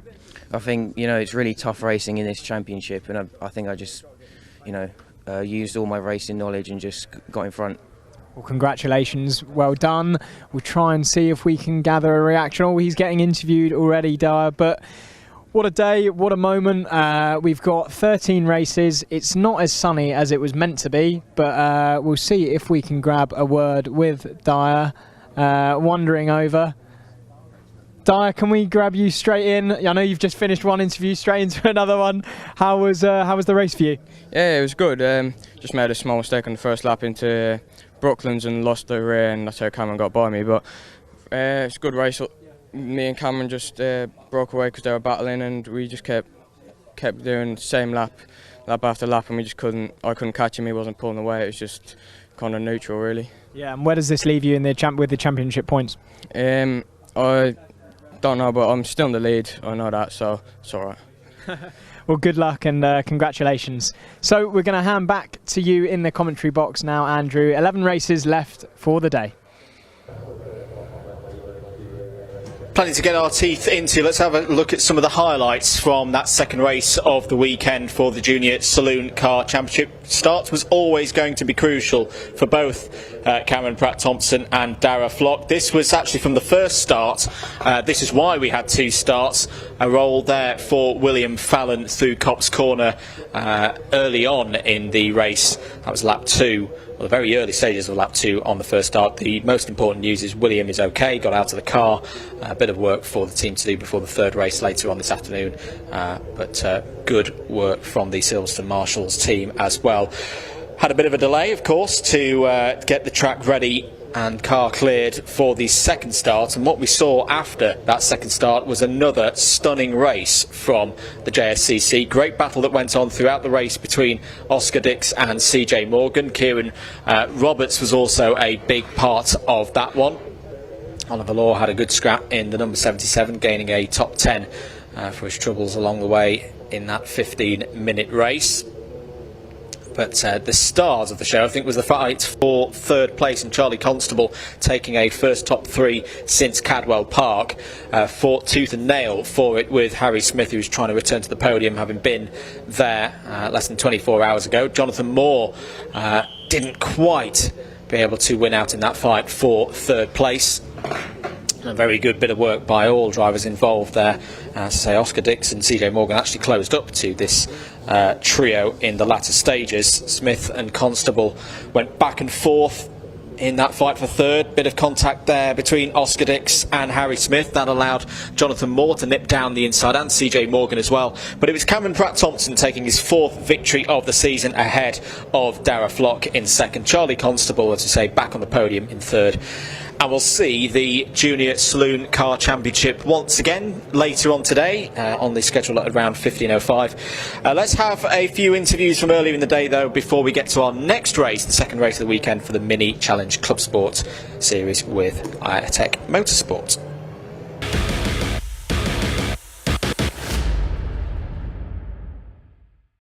Hello, yes, joined now by Stephen Berry. Finished P1 in the Mini Challenge Club Sport yesterday. Stephen, how was the race yesterday? Yeah, I enjoyed the race yesterday. I got through the traffic a lot faster than I thought I would. I had a few scruffy moments going through Copse, just trying to keep within track limits. And it was all really about nailing the line through Brooklands and Luffield to make the time up. But the traffic was relatively friendly, and I managed to find my way through. And what were the positives you took from yesterday that you're taking into the races today? I'm back in one piece, I think, is the main thing. You can never take anything for granted. I've been able to just sort of make sure that all my settings and everything are all about right. A few little tweaks this morning, just with temperature changes, that sort of thing, but just keep a clear head and go for it again. Yeah, well, good luck for later today. Hopefully we see you afterwards. Lovely. If I could just say a massive thank you to my sponsors, D&D Transport, BC Racing UK, JP Cages, Pexwell Garage Mini Mafia. Without them it's not possible. So just a huge thank you. Thank you very much. Well, there we go. We'll see Stephen racing later on today. Hello, yes, joined now by Ross Alexander. Ross, we spoke to you yesterday. How did the race go? Yeah, so it didn't go too bad. I mean, we had a couple of problems with the setup. We made a bit of a gamble on the setup, took a lot of the camber off the rear, and it didn't really work very well. So we lost a few positions. The pace towards the end wasn't too bad, but we've made a few changes for today. Hopefully that will allow us to move forward. If I can finish on the podium, I'd be pretty happy with that. But yeah, I mean, yesterday's race wasn't good, but the aim is to move forward today, forget about yesterday, and just do what we need to do. So what from yesterday, what can you take into today? Yeah, so just, I guess, there's a few other cars, I know where they're stronger than I am, so it's pretty much a case of knowing where they're stronger than I am, knowing where I'm stronger than them, just trying to make the most of the situation, what I've got, the car that I've got underneath me for this weekend, and then just going from there, just trying my best, and we'll just see what happens. Well, good luck for later on today.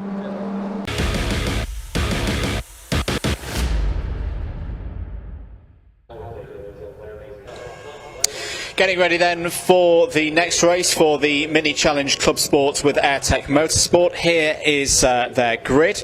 Running through the open category first, Stephen Berry has class pole position ahead of Charlie Newton-Darby, Sean Wortley and Lee Campbell. Moving into the S-Class, this is a mix of the R53 model, that's a supercharged model, and the R56 turbocharged model, running in order from yesterday. Zach Blackwell and Freddie Hewitt due to go off in that one from the row 5, because there's obviously a bit of a gap between the orders for the different classes. Jamie Ringer and Charles Heatley row 2, Rory Mellier and Alex Westerby row 3, Ross Alexander and Yana Karari on row number 8, Charlie Collins and Sammy Bowler on row number 9, Alan Lee and Emma Dawson on row number 10 there. Running on to page 3 of the grid, we'll also find the last row, which has got Stephen Webb on it from the S category, and then we've also got the Cooper Am category. Daniel Truman took a great win yesterday in that category. He's got the front row of the grid in class alongside Neil Clark, Andy Langley and Freya Belcon the 14th row overall, second row in class Lauren Taylor and Jason McInnes on the third row of the grid. And that's all she wrote for the grid there for the second race of the weekend for the Mini Club Sport series. 12 minutes on the clock. And to note from yesterday, watch out for those open category cars coming through the order in terms of the provisional results classification from yesterday. It was Ross Alexander ahead of Zach Blackwell, Stephen Berry, Charlie Newton-Darby and Alex Westerby. That was your top 5 overall. Good to see folks in the stands supporting the drivers here for a still relatively new series, the Mini Challenge Club Sport with Airtech Motorsport paddock, being built as a stepping stone and a proving ground for drivers who want to move through the ranks in Mini Challenge racing. I'm sure a number of these drivers will have their eye on the Mini Challenge trophy in the future by proving themselves here at this level. And that mix of classes as well, different speeds for the different cars. It's only 12 minutes and there'll be a lot of action, a lot of overtaking for the drivers to deal with. Got to keep their wits about them across the course of the time on the clock. So the open cars starting at the front of the order for this one. Stephen Berry there on the right hand side of your screen. Charlie Newton-Darby looking for a good race there in the number 12, looking for another race victory perhaps. Has been able to take class victories so far this season. The S-Class forming up as well, headed up by the likes of Ross Alexander and Zach Blackwell. Just waiting for the last of the Cooper Am class, the R50 variant, to take their places on the grid and get us ready for the next race here at Silverstone National, Mini Challenge Club Sport with Airtech Motorsport. Waiting for the instructions from our race starter. Green flag being prepared in the background, revs rising, away we go for 12 minutes here on the Silverstone National course. Very good start from the front of the grid for Stephen Berry, but is now being challenged in the second phase by Charlie Newton-Darby. That's a superb run for Charlie Newton-Darby, shifting up through the gears. At first it looked like Stephen Berry was going to have an easy run into Copse Corner, but Charlie Newton-Darby thought differently there, up the inside, takes the lead of the race as they head onto the Wellington Straight for the first time. That's a brilliant run through Beckett for Stephen Berry, and is going to be side by side with Charlie Newton-Darby. They can just get on with this. Yesterday they had to start a little bit further back in the order and work their way through the S-Class. This is going to be a very fast race, I imagine, for these two in terms of lap times. And from what we've seen in the early stages of this race, they're going to be wheel to wheel all the way. The rest of the cars coming through, this is the majority of the S-Class coming through. Remember, the R53s being the supercharged versions of these cars, the turbocharged R56s in there as well. Very evenly matched on pace. End of the first lap though, and it is Newton-Darby leading from Berry. They are clear by 2.8 seconds ahead of Blackwell in the 411, so Blackwell leading in the first of the S categories. The number 14 of Lee Campbell has had a good start as well, third of those in the open category. So on the timing graphics on the left hand side of your screen, the purple race positions are those for the opens. And look at this, round the outside, Berry going for the lead, a bit of an unorthodox run out of Beckett's there. Newton-Darby might not have been expecting that, and it now means that Berry's going to be on the inside for the next corner of Brooklands. Superb racing. Newton-Darby takes a slightly wider line. Was flying through the field yesterday, Newton-Darby, before an incident we didn't see on screen. Put him back a little bit in the order. He's now showing what he can do at the front of the field. Stephen Berry will lead at the end of lap number 2. Newton-Darby will have the benefit of a bit of a tow now as they head towards Copse Corner. No changes further back. Still Blackwell in third place overall, leading in category. The S category further down the order as well. Just to note that Dan Truman's had another Dan Truman-like start to lead in the Cooper AM category. He's ahead of Clark and Langley. Those are the cars noted in the positions of the light blue on your timing tower on the left hand side. Good run for Stephen Berry early here on lap number 3. He's got a bit of a gap over Charlie Newton-Darby at the front of the field. Also developing a bit of a gap is the 411 of Zach Blackwell there, the black and light green car moving through Brooklands now. Good scrap going on for 4th place overall, involving the likes of Mellier and Heatley and Alexander all in there as well. 8.5 minutes remaining on the clock. Berry really getting into a stride now. 1 minute 6.623 across the line. Took out around 0.6 of a second to build the gap over Newton-Darby up to nearly a second. Change for third place confirmed. Blackwell through past the falling, that's going to be Campbell. Yeah, so Campbell's fallen down to 5th place in all of that. Still holds his 3rd place in class. Is a good way clear of Sean Wortley, who's appearing for the first time this weekend in the Mini Challenge Club Sport. Gather him in the 999 car. A quick sight there of the 231 of Steve Webb, the S56 runners. That's the main difference you can see on the timing tower left hand side. The S56s, those being the turbocharged versions. There were the ones with the grey position notations. The yellows, those are the ones that are the R53s. They're the supercharged ones. But both running in the Cooper S category. End of lap number 4 then. The lead stretching out now for Berry, 1.3 seconds ahead of Newton-Darby. Blackwell in 3rd, similarly pulling over a gap over the 191 of Rory Mellier, who's had a good start as Rory Mellier, up to 2nd place in class in the 191, 4th place overall. He's around 0.4 of a second ahead of the number 14 of Lee Campbell. That is top 5 overall. Look a bit further back, but just as important, here is the scrap in the Cooper C class, the amateur class. Dan Truman is clear at the front of it. You saw him flash through there in the number 19. fights for second place here. Very close indeed between Clark and Langley in the 53 and the 42. 53 of Neil Clark, very appropriately liveried in the Union flag colours there. Always looks very good on a Mini Cooper. It's soaking up the pressure very, very well ahead of the number 42 of Andy Langley. Two leaders in a rhythm here. Good pace for both Berry and Newton Darby. Both of them in the mid 1:06s. Good response from Charlie Newton Darby.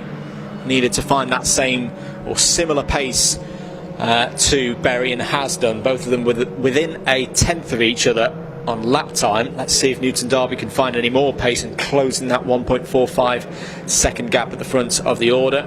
Clear at the front of S-Class, and first of those in the R56s. It's Zach Blackwell. He's had a great season so far, and has returned after no good results at Snetterton. It's looking on course for another victory once again. Here's a good fight going on involving the number 44 of Heatley. That's the first of the R53s, supercharged variant. Looking for a strong finish. It's had a number of strong results in category this year. This is a great opportunity to take a class victory in that subclass. The 320 of Ross Alexander has been quick throughout the weekend. Had a superb qualifying yesterday, and is currently looking at third place in class. Got past Heatley and Samantha Bowler running in this category. In fact, Samantha Bowler fighting back here as they go onto the Wellington Straight.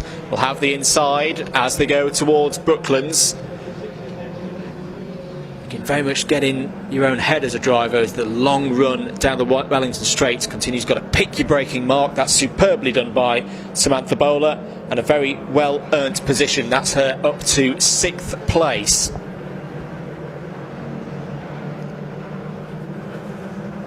Keep an eye out there for Alex Westerby in the black and green car.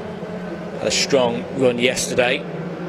Put in a number of great overtaking manoeuvres. Driver ahead being Heatley. That is a battle for a class lead as well. Those runners in the R53 category. Good to see 231 of Steve Webb also running strongly. Had a very good time last time out at Snetterton. Would love another class victory here. He's got some work to do there from 5th place in category at the moment. Less than 3.5 minutes to go. Berry leading by 1.8 seconds. Newton Darby in second. Blackwell third overall, but crucially leading in class. Running through into Luffield. Westerby and Webb working well together. We're looking to try and get past. Oh, something just fall off, and Westerby's very, very wide. What happened there for Alex Westerby?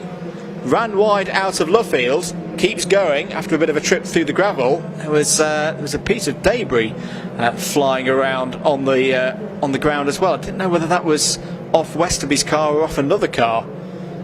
May have been the smallest of things that just put Westerby off, as Berry's having a bit of a wide moment as well in the 666 car there. This may offer an opportunity to Newton Darby to close in. Still a number of laps of this race to go. 2 minutes and 20 seconds remaining on the clock. More racing coming up before the lunch break, by the way, so do stick around here. I hope you're enjoying the coverage. The British Supercar Racing Club will be having their second race, and we'll also have the first races of the weekend for the Lancaster Insurance MG Owners Club and the Kumho BMW Championship. 2 minutes remaining on the watch. Back with the Cooper C-Class. Truman clear out front. Race leader now working his way through the traffic. This may be another opportunity for Newton Darby to gain time on Stephen Berry. Still holding second place there is Neil Clark in the number 53, ahead of Andy Langley in the 42. May also offer an opportunity for Andy Langley to find a way through if Neil Clark's process is disturbed by the faster vehicles out there. In fact, all 4 drivers have dealt with that nicely. Newton Derby did close in on that last lap. It's the gap at the front of the order is down to 0.8 of a second.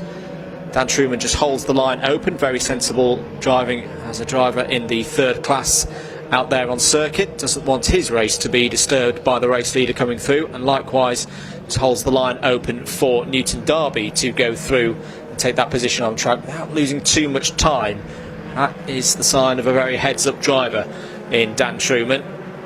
It's about 3.5 seconds over the rest of the field, I'd imagine. He will have lost a little bit of time with that, but not too much, especially with 40 seconds remaining on the clock. No changes further back for the order in the S-Class. Blackwell ahead of Mellier and Bowler, who's having a strong run. There's a very side-by-side moment there, I think, involving Alex Westerby. Looking a little bit further back here is the number 33 coming through the order. 10 seconds to go on the clock, so the checkered flag is going to be out soon. And this has been a pretty straightforward run for Berry in the 666 and Newton Derby in the 12. Here they are coming into Luffield to see the checkered flag, and it's going to be another great result for Stephen Berry. He's enjoying his time racing here in the Mini Challenge Clubsport with Airtech Motorsport, and he's going to take victory for the second race of the weekend here at Silverstone across the finish line to take the checkered flag. Really good run as well for Charlie Newton Derby. That's more like it. Clean run, not disturbed along the way, and second place for his efforts. 3rd place overall, and a win in class once again for the 411 of Zach Blackwell. Very good run as well for Rory Mellier in the 191 for 4th place overall. Samantha Bowler will complete the top 3 in that class order. Top 3 of those in the S53s. Good win for Heatley there. Charles Heatley in the number 44, Alex Westerby 2nd, and the number 10 of Charlie Collins along in 3rd place. And another win as well in the C category for the Cooper Ams. Dan Truman taking the win in the number 19. Neil Clark did hold on for 2nd place in his number 53, and the top 3 completed in that category by the number 42 of Andy Langley. As your provisional results, Berry by just under a second ahead of Charlie Newton Derby. Great scrap between them in the early phases, but the pace of the 666 just a bit too much for Charlie Newton Derby in the number 12 in that particular race. But they'll have another opportunity in the 3rd race later in the day. I'm sure we'll have another great scrap between those 2 drivers later on this afternoon. Zach Blackwell, Rory Mellier and Samantha Bowler all on the R56 turbocharged category in the S category. Charles Heatley, Alex Westerby, Charlie Collins, top 3 in the S53s. Good results as well for Steve Webb and Ross Alexander, all getting top 5s in their categories. And good to see Yannick Harari as well. Had some problems yesterday, recovers back through comfortably in the top 15 there of that provisional result. As you say, there will be another race for the Club Sport drivers at around 4 o'clock. But for now, let's head down to Hamish Percy in Parc Fermé for the some of the thoughts of the drivers there from that last race.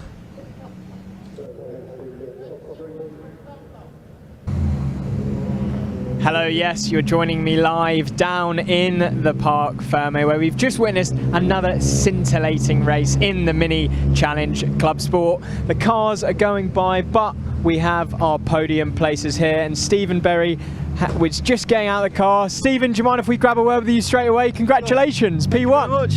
Thank you. Oh, what a race. Yeah, how do you feel? How was the race? I'm exhilarated. I really am. The first half of the race there, first couple of laps, me and Charlie having a bit of a battle there. He tried to just slow me down coming out of Copse a little bit, but I had to give him a slight reminder I was there. And then battling through Maggots and Beckett's, we were swapping sides, and it was really good. we kept it nice and clean, and I just managed to break away and keep going. And we spoke to you before, you were confident then, but you must be, yeah, absolutely delighted with your performance. Yeah, that was really good. I'm super thrilled with the finish. I always take one corner at a time, otherwise you could just step out of the mental side of it, and it ruins the whole day for you. But one corner at a time, one straight at a time, and I hope it all comes together. Yeah, well, congratulations. We're going to try and grab a word. Oh yeah. Big thank you while I can. My amazing sponsors that make this all happen: SDL Minofern, BC Racing, JP Cages, Pexel Garage Mini Mafia. Thank you very much.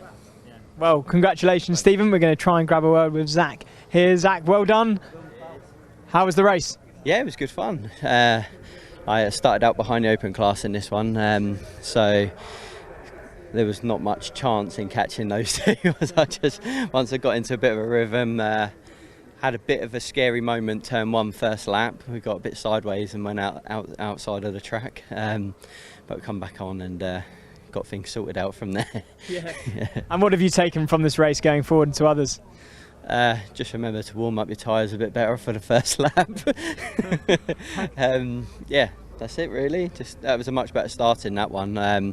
Got a better start than I did yesterday, so that helped a lot as well. It just meant we was a bit clearer going into turn 1.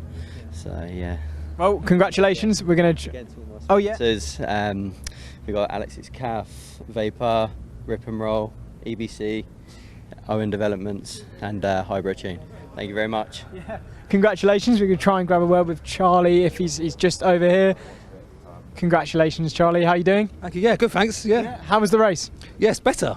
Yeah. Better, much better than yesterday. Yeah, all that madness. It was good. It was good. I mean, the car it needs a little bit of setup work because obviously for the hits yesterday that I took. But yeah, we were working late last night trying to sort it out.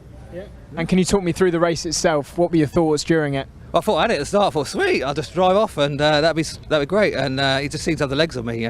We're pretty close. I mean, it's nip and tuck, but yeah, just through turn 1. He gave me a little tap and he knocked something off inside the car, which was a bit full on, trying to work out what the hell was going on. So. But yeah, after that, I was just trying to get my head down and focus and just try and latch onto the back of him, but he's just got too much power. Yeah. You know, these R56s, it's crazy power, aren't they? So, but yeah, it was good fun trying to keep up with him. You know. Yeah. Well, congratulations. Thank you very much. As you can see, 3 happy chappies there. We're going to hand back to you in the commentary box, Andrew. Thank you very much, Hamish. Happy chappies indeed. Always good to see. This was the start of the race. It was a great start for Newton Derby, particularly off the gridded start. Second phase gave him the lead, but Berry fought back there to take the lead into Brooklands as they got to the end of the Wellington Straight, and from probably lap 2 or 3 really started to stamp his authority and pull away. There's a great scrap going on in the S category behind, which Zach Blackwell was able to get to the front of and lead out for the rest of the race. Ross Alexander was involved in some good scraps as well in his 3.20 and be looking forward to the third race later on today. Alex Westerby had second place, but this strange moment, yeah, something did fall off the car of Westerby and maybe arrested his momentum a little bit. Let's get ready though for the next race. The Lancaster Insurance MG Owners Club are out next, and they'll be having their first race of the weekend, 20 minutes, and I think we can have a look perhaps at the grid. This was a grid that was determined by timed qualifying earlier on this morning, and Steve McDermott will have pole position in his MG ZR170 and will share the front row with Martin Wills in his number 44 car, who I think is racing multiple cars this weekend. So good on Martin there. Andrew Priest and Scott Mugnard will start on row number 2. Melinda Golhar and Phil Walker start on row 3. Jimmy Work will be next up on row 4 alongside Mark Baker. Stuart Plotnick and Simon Kendrick will complete the top 10 on the 5th row of the grid. And as we move on to the second page of the grid on the 6th row, We find Phil Dicker and Paul Wisby. Anthony Bate and Riley Price start on row 7. Sean Bugner and William Sharp start on row 8. David Amphlett and Neil McDonald on row 9. Chris Millard and Carl Bate complete the top 20. Row number 10. And then a few more cars on page 3. Nigel Walcott and Mark Riorsky on row 11. Gary Puxty and Robert Fisher on row 12. Christopher Flukes completes the 25 car field for the first race of the weekend for the Lancaster Insurance MG Owners Club Championship. 4 categories to watch out for here. You've got the classics, mix of MG BGTs and MG midgets as well from yesteryear in the classic category. You've got the 2 Class B runners of Bate and Price, both running MG ZR 160s and Maestro Fs. Class F as well. A number of VVC MGFs in there, and the fastest class of all the Class Z categories with the MG ZR 170s and 160s at the front of the order. Plenty to get our teeth into for 20 minutes here at Silverstone National on this BARC weekend. Great to have you with us. And yeah, these cars make a great sound as well. Watch their qualifying session from trackside earlier on. Very much looking forward to this one.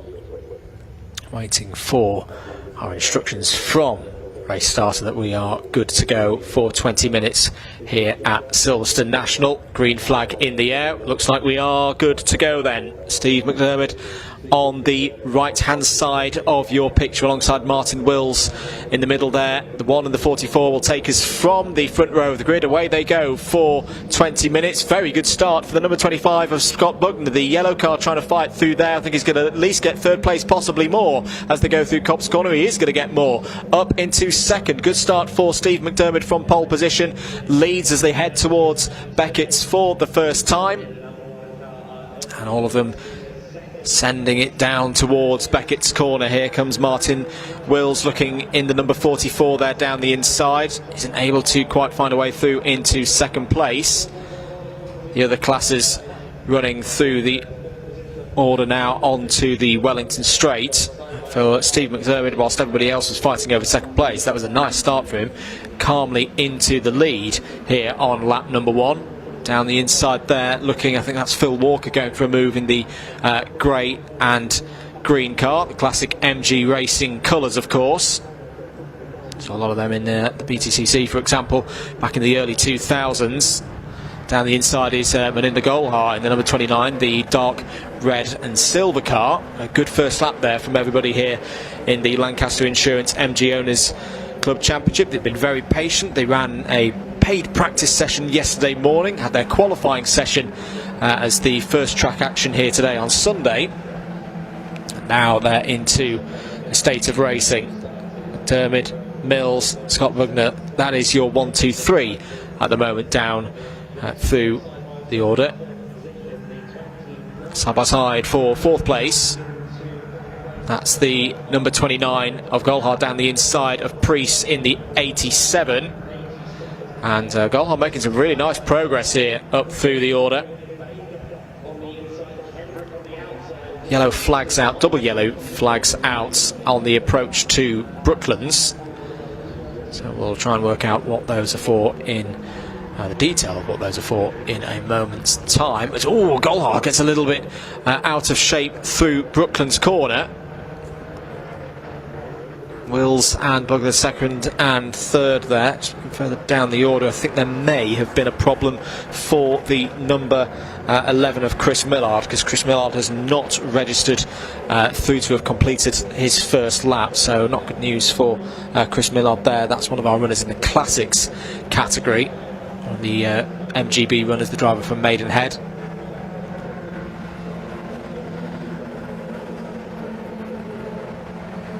Look here at the MGFs.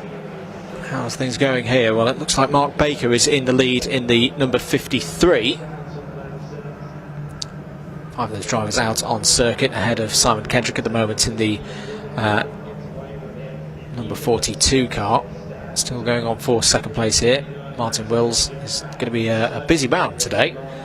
He's actually already done 2 qualifying sessions earlier on today. He's racing this first race, I understand, here in the Z category for the MG ZR 160s and the 170s, and then we'll be switching later on in the day into I believe into one of the classic cars for race 2, which we'll see later on this afternoon, to the extent that he actually ran as an out of session qualifying with the Kumho BMWs earlier on this morning.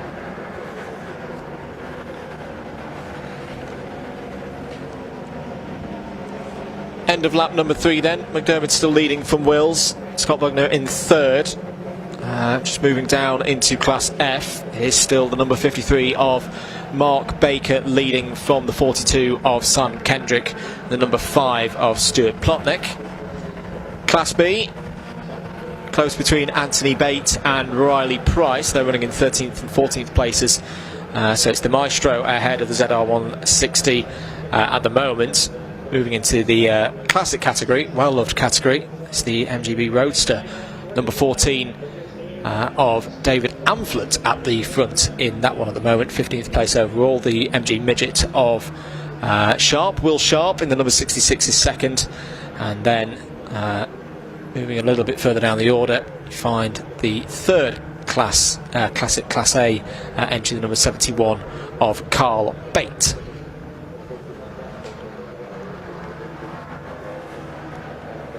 There's the number 8 of Paul Wisby, currently in 4th place in category. Beautiful little MGF VVC that Paul's running. He's had some good results so far this season. A couple of class top 3s earlier on in the year. It's actually the first time that we've seen Paul racing, I believe, since Snetterton. So good to see the driver from Stowmarket back out on circuit here at the home of British Motorsport.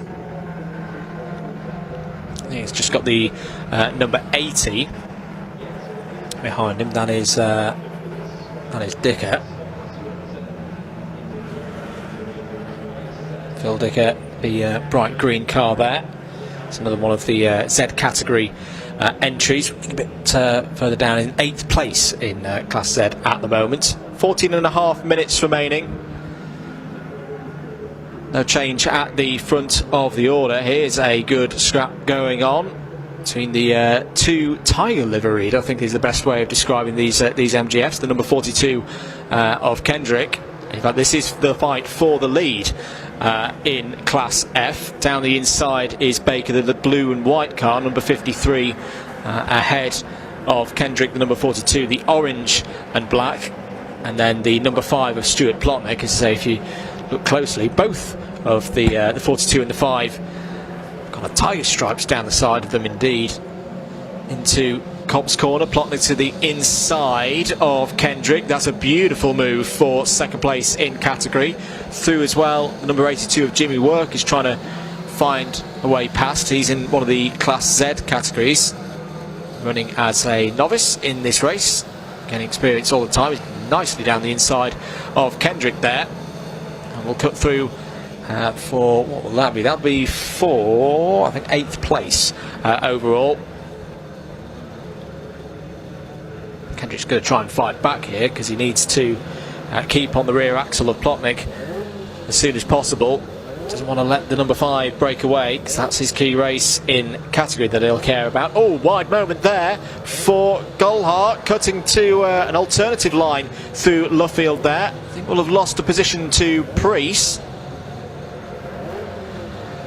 We did, of course, used to have some rally stages here at Silverstone some years ago. I wasn't expecting to see any from an MG ZR today, but we did. It was well held by Meninda Golhart. The number 83 of Phil Walker will be looking to gain a position here. Class leader coming through, which is Mark Baker in Class F.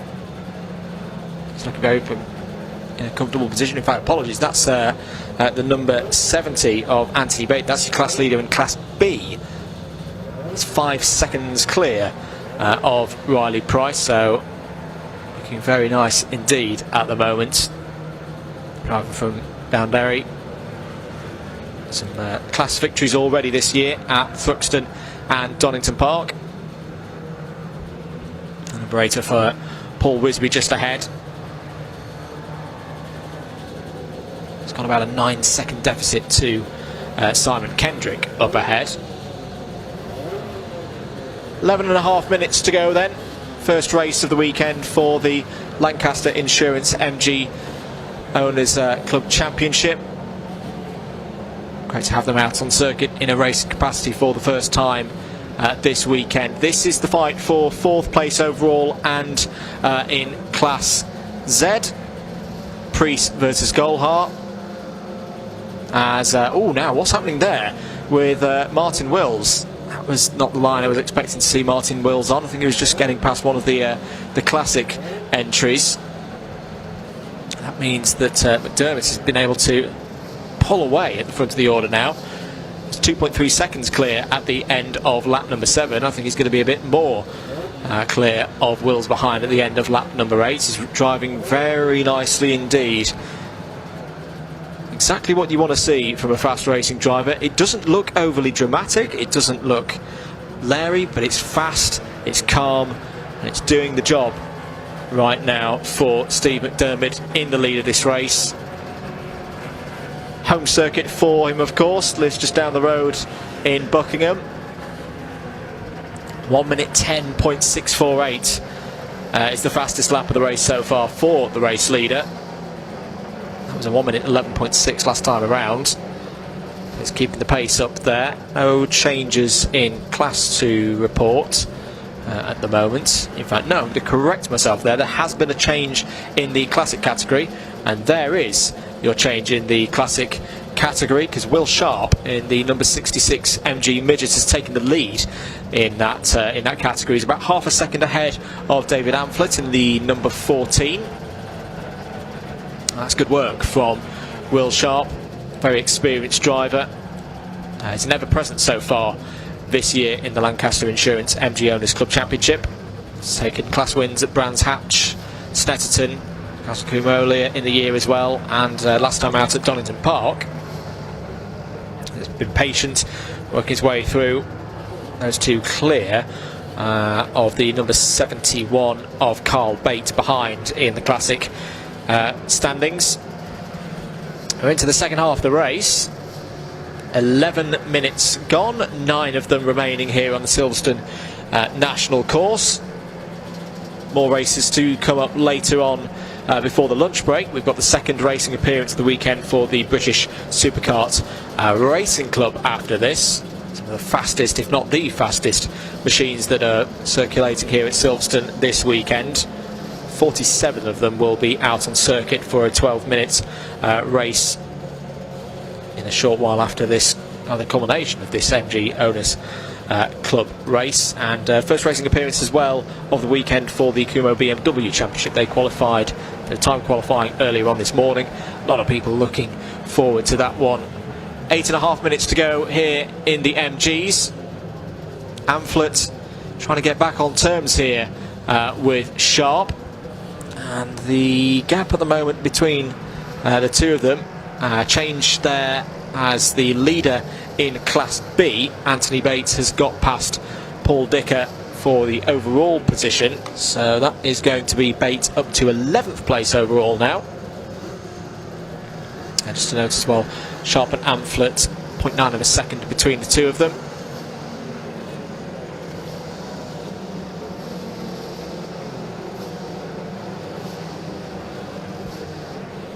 Anthony Bate driving really well here in the Maestro, beautifully prepared. Again, just looking very calm at the wheel. It's about 5.5 seconds clear in category over Riley Price. Those are the two cars in Class B, denoted by the purple positions on your the left-hand side of your screen. You can see Chris Flukes there as well in the number 9, one of the MGB GTs out on circuit. How is Chris getting on at the moment? He's currently in 23rd place, 8th place in the Classic category. 7 minutes and 10 seconds to go. A few more of the classics. This is, I think, the fight over 5th place in class, with Riorski at the front of it, Puxty and Fisher just behind, the 86, the 50 and the 172. I'm going to change there, in fact, apologies. No, that's Riorski getting past Walcott, the number 6. Here comes the 86 and the 6, and now having to deal with some of the Class Z category cars coming through as well. Opportunity perhaps for Puxty to get down the inside of Walcott as they go down towards Beckett's corner this time. It was the number 25, I think, of Scott Bugler coming through. It just disrupted things a little bit for the classic runners, but that's part of multi-class racing at times. Got to manage your own race and those around you to an extent. Good run for Puxty onto the Wellington Straight. This is a good lap from Puxty. It's already found a way past Walcott on this tour of the circuit. Is now going to be having a think about going down the inside of Riorski into Brooklands. A bit too far back this time around. Taking a late apex there is Riorski, which is perfectly what you want to open up the next corner, being Luffield.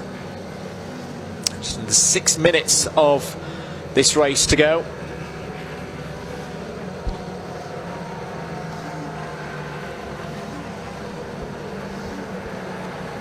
.4 seconds the lead now for McDermott ahead of Wills. Further 5 seconds back is Scott Bugner. Change for 4th place, by the way. Golhar has got back past Priest. We saw some problems for Golhar earlier. It's got back on circuit and back up to pace. There is your class leader in Class F, Mark Baker. Driver from Ipswich. Maybe put him a foot in my mouth here. That's a very Ipswich Town livery as well on the number 53. That shade of blue and the white as well. I wonder if he's a fan, but he's having a very good race here. He's clear by 5 seconds. Back to Plotnick there in the number 5 for that position in the category. Here's back with your fight for 4th place. Golhar and Priest. Red and black number 29 has found a way back past the number 87 in the yellow and black livery. Number 50 of Puxty has lost out to Walcott, so Walcott's got back through in the fight for 5th place in the classic category at the moment.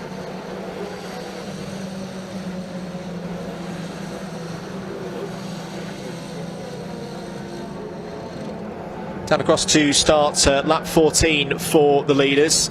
The categories off the lead now. There is the number 5 of Plotnick, currently in 2nd place in Class F. Well clear of Kendrick there in the number 42. What is the gap between those two drivers? It's about 8 seconds at the moment between Plotnick and Kendrick. So particularly that move by Plotnick on, what was it, around lap 3 or lap 4, really was the key point for Stuart Plotnick. He's been able to pull away from Simon Kendrick. It's looking pretty good for that 2nd place with 3.5 minutes to go.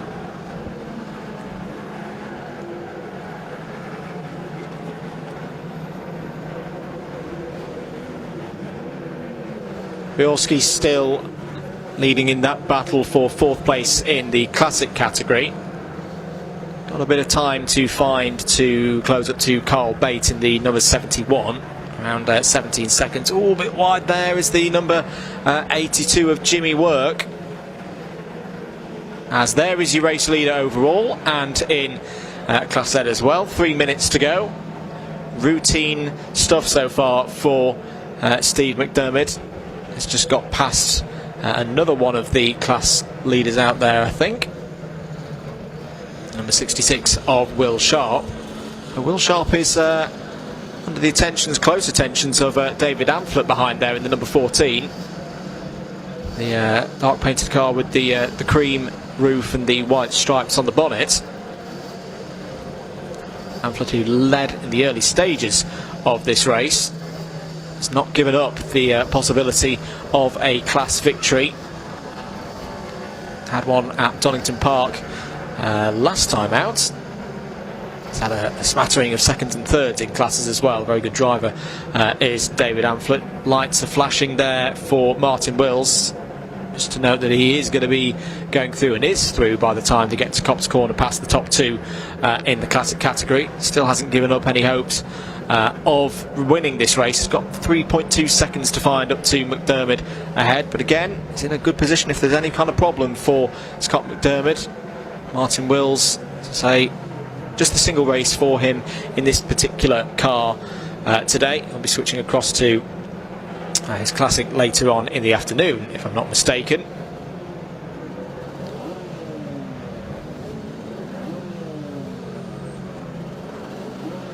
One and a half minutes to go. Sharp still ahead of Amphlett, 1 and 2 here in the classic class. And well clear of Carl Bates behind by some 8.8 seconds.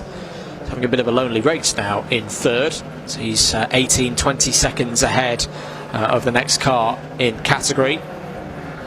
1 minute to go. Lap times currently are around 1 minute 11, 1 minute 12 for the leaders, so this may well be final lap for the leaders as they come over to start lap number 17.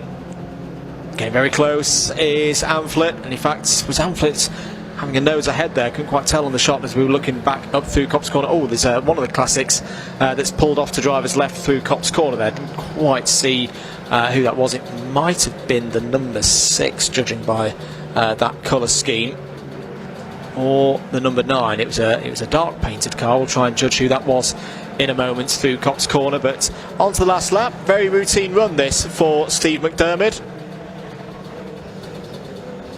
15 seconds to go. I imagine that they would run out across the course of the remaining corners for Scott McDermott, and well, he got the good start, led away. There was a scrap for second place which gave him a gap over the rest of the field, and he didn't look back from there. Very good drive for Steve McDermott. Out to the final corner.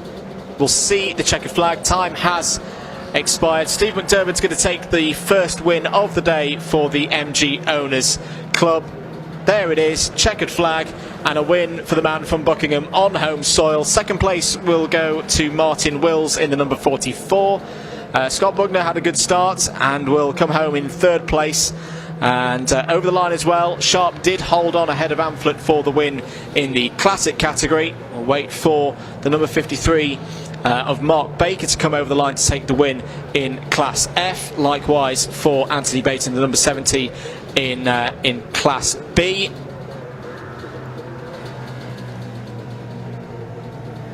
Now indeed, over the line is the number 53 of Baker. Good drive from Mark Baker. The man from Ipswich will be very, very pleased with that effort. One last class winner to come over the line, the blue and white number 70 of Anthony Bates.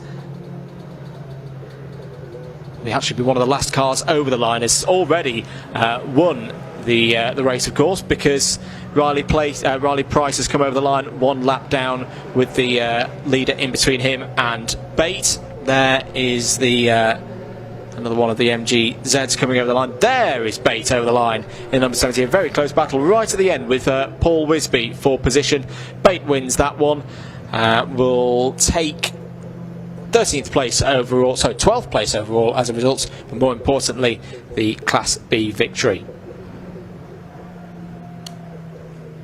Let's have a look at the provisional results then from the first race today for the Lancaster Insurance MG Owners Club Championship. Steve McDermott takes a fairly routine win in his MG ZR 170 by 3.3 seconds ahead of Martin Wills.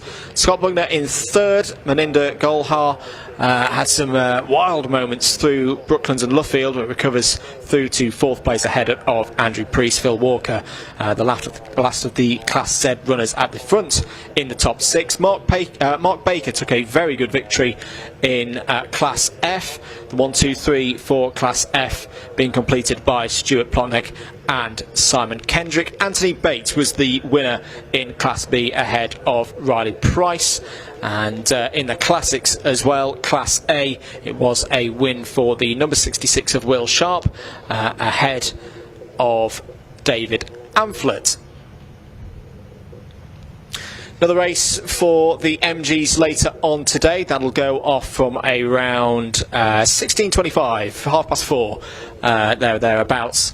And for now, we'll head down to Parc Fermé and down to Hamish there in the pits, who's got some of the drivers from that last race.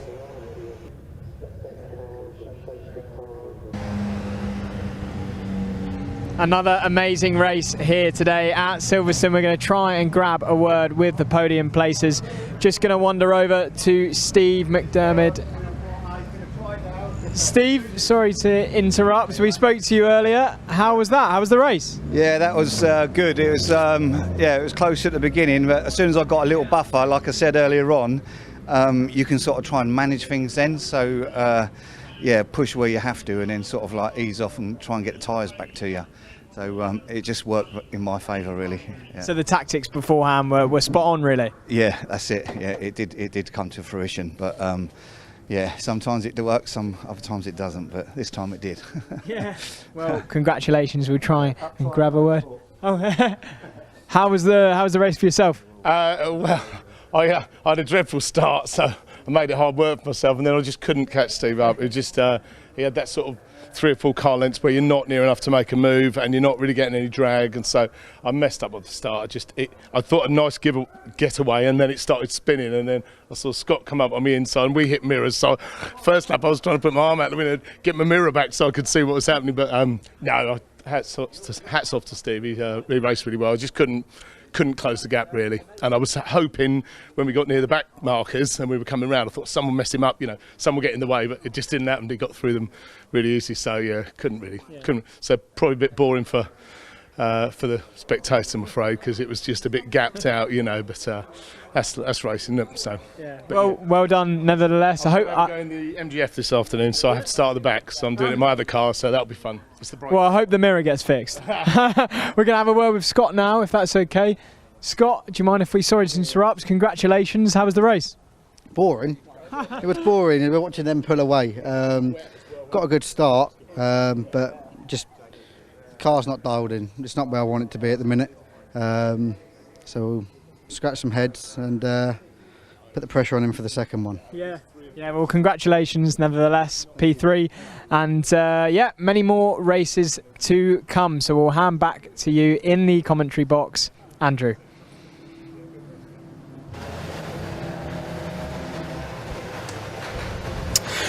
Thank you very much, Hamish. Time for a change of pace now out on circuit as the British Superkarts Racing Club take to the circuit for the second race of their Super Weekend here at Silverstone. Here is your grid. Liam Morley has pole position, Jack Tritton alongside on the front row.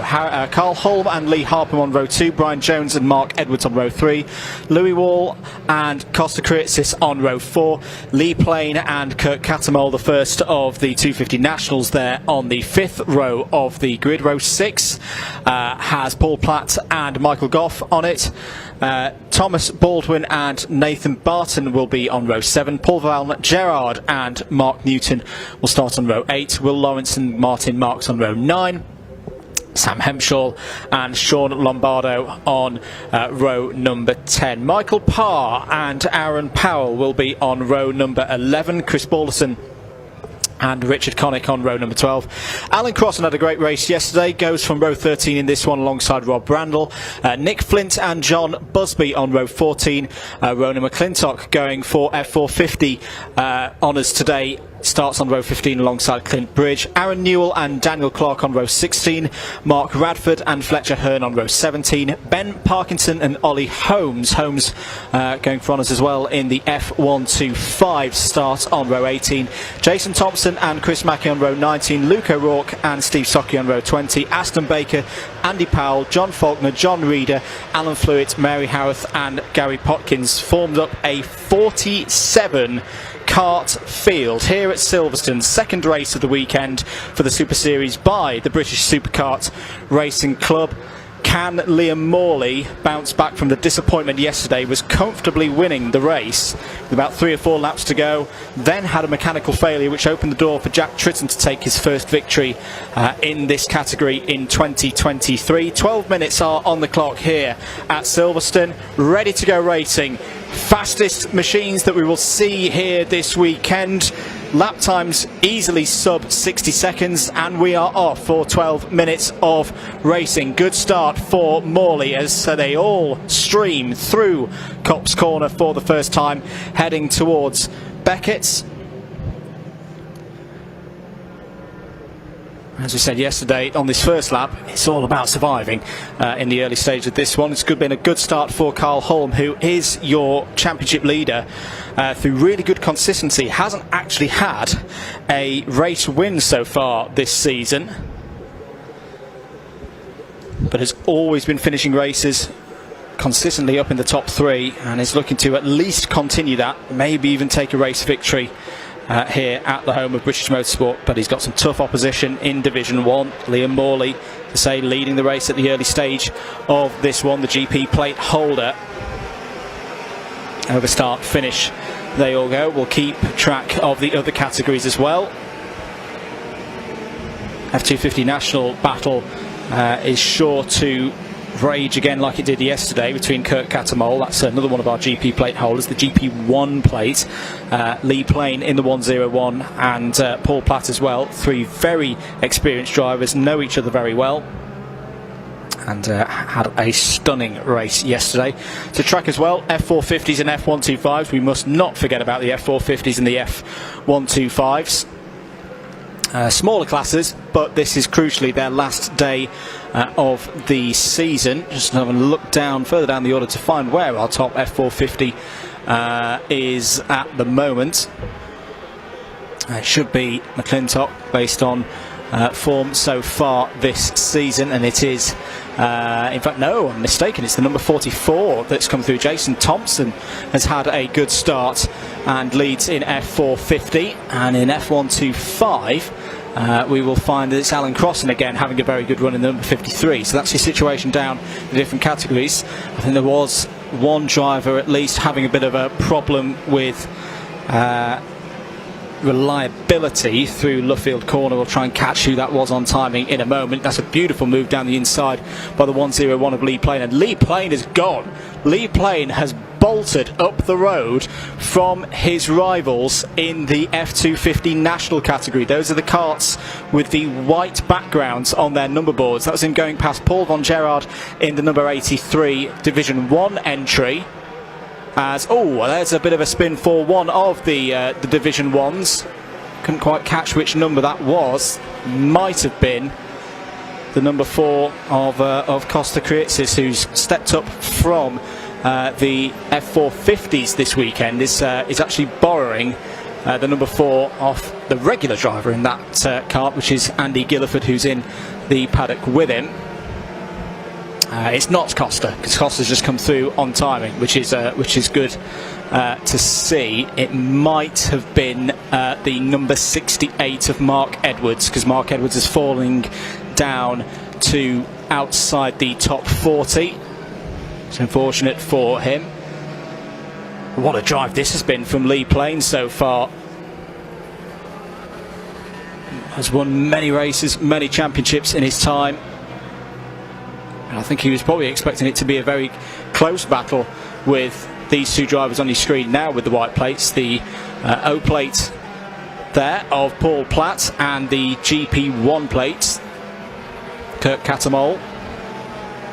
He's gone about 1.3 seconds over them, which in supercar terms is a huge amount of time. 8 minutes to go. Liam Morley still leading overall and in Division 1 ahead of Jack Tritton. There is the number 35 of Sam Hempshall going through your shot there in the top 5 at the moment of the F250 national category. Still raging on this battle for second place in that category. Double waved yellows as the drivers come onto the Wellington straight. Clean and green by the time they get into the second half of the straight, so I imagine that there's a kart perhaps broken down out of our sight there. Yeah, I think there's been problems for Balderson in one of the F250 nationals in the 144, so Chris Balderson not seeming to be circulating anymore, unfortunately. Checking in with the other categories, you can see that Alan Crossan had a great run yesterday in his F125, the F125 Open category. He's doing so again, dominating in that one. He's about 2.5 seconds clear of his nearest rival in class, which is going to be the 140 of Aaron Newell. F125 category, by the way, sorry, the F450 that we will check in with. It's still the number 44 of Jason Thompson leading in that one, and I am just looking at, I don't think we've got one of our key runners in F450 running. I can't see, unless I need to go and get my eyes checked again, the number 26 running out there. So there's been some form of drama for Ronan McClintock. That is a real shame for Ronan McClintock. It's been kind of the story of his season that when things have run well, he's been very much at the sharp end in F450, but has had a lot of DNFs and problems that have prevented him starting. There's a slow kart down the Wellington straight there. Couldn't quite make out which number that was. So there's always, it's a feast for the eyes, is the superkarts. Something going on everywhere you look. There is the 143 of Chris Balderson. So Chris Balderson is running again in the F250 Nationals. That's good to see. Definitely had some problems earlier on, but has got back up to a relatively high level of speed. There is your race leader, Liam Morley, who is looking good, 1.5 seconds clear of Jack Tritton, but I wonder if playing on his mind is what happened yesterday. Technical problem that snatched the race win away from him, and it happened later in the race than this. I'm sure the team and everyone working on the GP kart had been poring over what happened to the kart last night and getting it repaired to be in fine fettle for this race. 5 minutes to go, and it's looking good. However, Jack Tritton has just dropped the fastest lap of the race so far, 54.768 seconds for Jack Tritton. He's taken to superkart racing quite fantastically. Down the inside there's Costa Kritsis, known by many people in the karting world, of course, as the Greek god of speed. Lovely chap. I've had the pleasure of sharing the track with him many times. There's one of those where I say, I haven't raced Costa because he's way too quick for me. That's why I'm stood in the commentary box and he's out on circuit. But stepping up to the Division 1s, had some good times in the F450s. Is battling here with the number 22 of Ben Parkinson. That is over 8th place overall. But the number 4 normally driven by Andy Gilliford, and Andy is in the paddock this weekend supporting Costa in this effort. He's running very, very well indeed. They are being closed in on by the still ongoing battle for second place in the F250 national category. Paul Platt and Kirk Catamol fighting over it. But I've got to say, I think that the performance I'm most impressed with in this race is Lee Plains, because Lee Plain has taken the performance to another level in this race for the F250 Nationals. He is nearly 3 seconds clear, if not more than 3 seconds clear now, of his competition. And if you were with us yesterday for the race that the British Superkart Racing Club had, you will no doubt remember that it could have been either one of the three of them who took the race win yesterday. It was a very, very close run thing indeed. So this is a bit of a pleasant surprise, I think, in a way, for anyone following Lee Plain, that he is this far ahead. Having been second yesterday, it was Kirk Catamol who took the win in F250 National. Less than 3 minutes to go then. 2.8 seconds is the lead now for Liam Morley, who has now set the fastest lap of the race, a 54.381, moving past Richard Kinnock there. Richard Connick, apologies, in another one of the F250 Nationals. There's got a bit of a gap that he can manage now. In fact, he's actually growing that gap. Jack Tritton is starting to fall off the pace of Liam Morley. Not that Jack Tritton's pace is slow. It's not slow at all. A 54.768 is his fastest. but this is very good from Liam Morley. 2 minutes to go on the clock, so a couple of laps for him to go. There is Jack Tritton, beautifully prepared, number 87. He's clear of the number 1 of Lee Harpham by, I think, around 5 seconds right now. Well, Liam Morley has gone further than he did yesterday. Will be keeping it calm. Greatly experienced driver, wants to take his first win. Won back at Donington Park and at Anglesey as well. Wants to take his first win of this weekend, having come so close yesterday.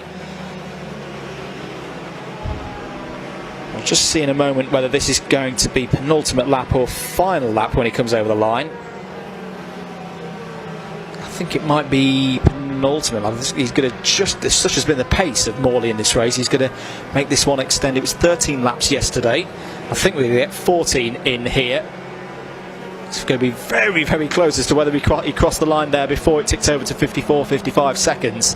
We'll see in due course. Either way, I don't think Liam Morley's going to worry too much. And I wonder, in fact, because he's got 4.7 seconds as an advantage, he might even just be able to back off here, set something like a 55, 56, maybe even nudge it into the 57s, and end the race here on lap 13. If he's feeling brave enough, of course. It can be a bit of a risky game doing that kind of thing. But 25 seconds to go. Liam Morley on his way to race victory. Jack Tritton still pushing on, because he'll remember yesterday, of course, that there were problems for Morley, and he was able to strike through and take that race win. And see if we get checkered flag on this time around. It's going to be very close to 0 seconds. And no, he got over the line, so we will go for another lap then. We'll go 1 lap longer than we did yesterday to 14 laps.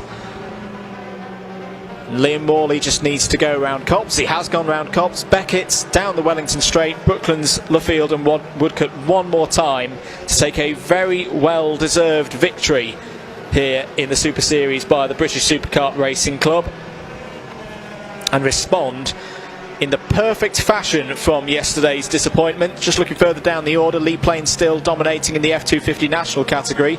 Alan Crossan likewise in the F125s. And Jason Thompson, I think, is still running well in the F450. Yes, he is. So Liam Morley round the final couple of corners, through Luffield, across through Woodcote as well, and he's going to take victory after 14 laps of the Silverstone national course here in the second race of the weekend for the Super Series by the British Superkart Racing Club. 10 out of 10 performance from the GP plate holder. He takes the race victory in 30 championship points ahead of Jack Tritton. Another very good result for Jack Tritton in the number 87. Third for Lee Harpham. Wait for Lee Plain to come over the line for a very good victory.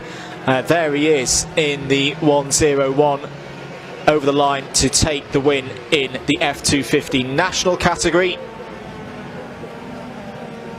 And it's still very close between Platt and Catamol. If yesterday taught us anything, don't count that one out to the end. It's going to be Platt over the line, taking second ahead of Catamol in F250 National. Great win again for Alan Crossan in the number 53, top F125 across the line. Second place, more good points for Ollie Holmes, who's doing really nicely in F125 this season. And the 140 of Aaron Newell will complete the 123 there, and just to tune in with the F450s as well to confirm their result. In 29th place overall, Jason Thompson takes the race victory in the F450, and I think I'm right in saying that that is his first race victory in class of the year, so well done to the driver from Burton-on-Trent.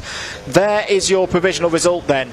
Back on top, GP plate holder Liam Morley takes the win that arguably he should have got yesterday if not for the mechanical issue. 5.8 seconds was his winning margin over Jack Tritton. Another place on the podium for the ever impressive Tritton. First of the MS carts over the line there ahead of Lee Harpham in third. Brian Jones, Carl Holm and Louis Waller all in the top 6, all of the overall and Division 1 runners. Lee Plain, brilliant results wins in F250 National, 7th place overall. Ben Parkinson was 8th overall. Costa Kriatsis in 9th. Paul Platt completes the top 10 and wins out the battle for 2nd place in F250 with Kurt Catamol. Paul van Gerard and Thomas Baldwin, along with Nathan Barton, all inside a top 15 that's completed by the number 74 of Will Lawrence. And again, just to note, for the F125 category, their top 3 provisionally at least looks like this. Alan Crossan from the 139 of Rob Randall. Apologies, not Rob Randall, because Rob Randall's an F250 runner. Holmes and Newell, Ollie Holmes, and the 140 of Aaron Newell, your 123 in F125 and in F450. Jason Thompson ahead of the number 40 of Alan Fluids, was 2nd in category, and good to see Mary Howarth as well, finishing on the podium again in the F450 category. Well, there will be more from the British Superkart Racing Club later on today. Their 3rd race goes off for another 12 minutes from 15:35, just after 3:30 in the afternoon here at Silverstone. One more race to go before we have the break for lunch, which will be the Kumho BMW Championship, their first race of the weekend. It'll be a 20-minute race for the Kumho BMW Championship. Very much looking forward to that one. They had their timed qualifying earlier on today.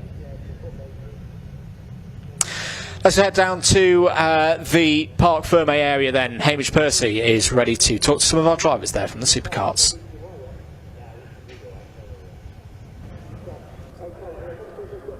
Yes, thank you. We've just witnessed a brilliant British Superkart Racing Club. We're going to try and grab a word with the podium places here.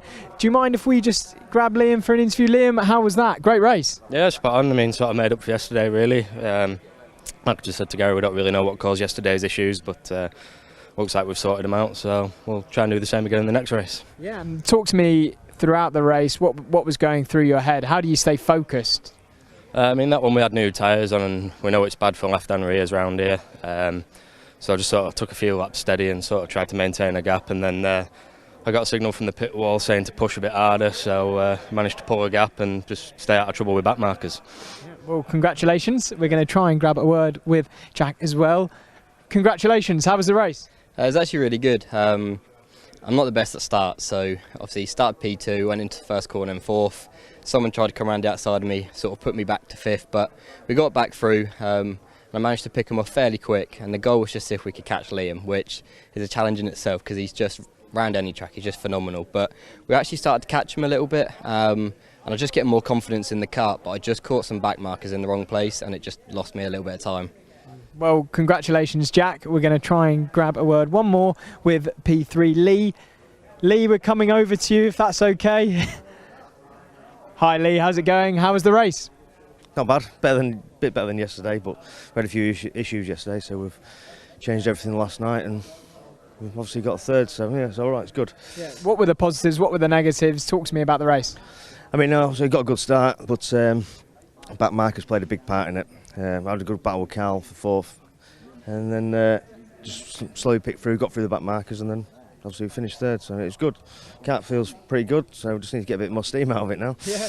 Well, congratulations, Lee. There we go then. Our podium places there for the British Superkart Racing Club. Back to you in the commentary box, Andrew.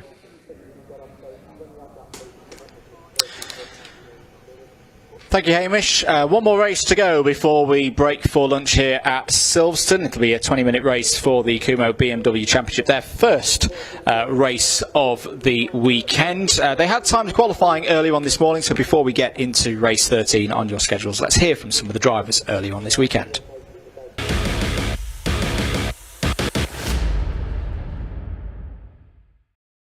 Hello, yes, I'm down here with Giuseppe, who's racing in the BMW Championship. He's just been very kind to us as well, offered us some sausages from his barbecue from earlier on, but we're not here to talk about that. We're here to talk about the racing. And how did qualifying go earlier?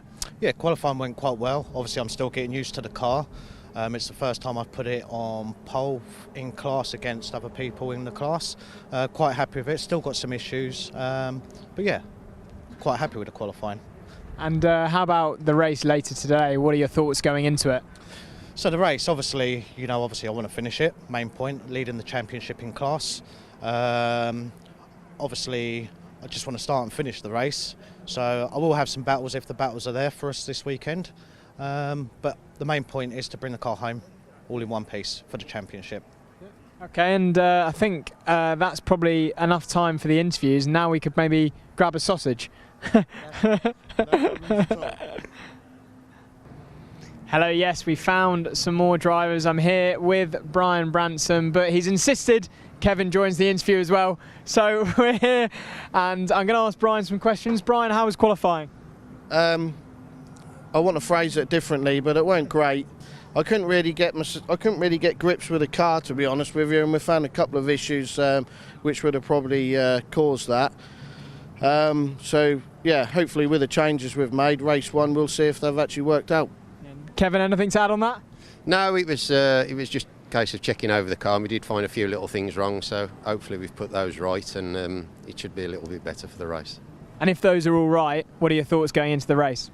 I don't know, Jason seems to have a really good pace today. He's kind of almost second off him. A lot of it is down to setup, so and yeah, anything can happen in the race, so kind of everything changes when it comes to the lights going out, so yeah, it's hard to tell really. I had a couple of P1s at Donington last time out with these guys, but yeah, I don't know yet, it's hard to say. Yeah. Anything to add? No, I think he's been a bit hard on himself there. It was only 0.7 of a second off actually, so... It's too modest, he's too modest. Yes, and it's not a lot, and in a race it's slightly different as well, and it's probably easier to follow than it is to lead, so I'm hoping that he'll tail him and then take him when he gets the opportunity. Well, good luck for the race, we'll wait and see.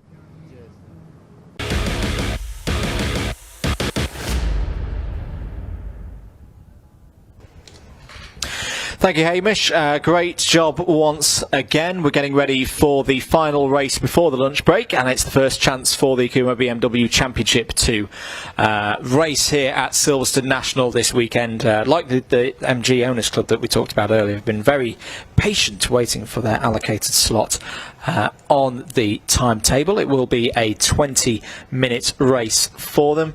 Number of classes to keep track of across the course of this one. All the classes determined mainly by the kind of engines that each of these cars run. Class A being ones with engines such as the S62 and the 65, a level of modification allowed to an S54 as well.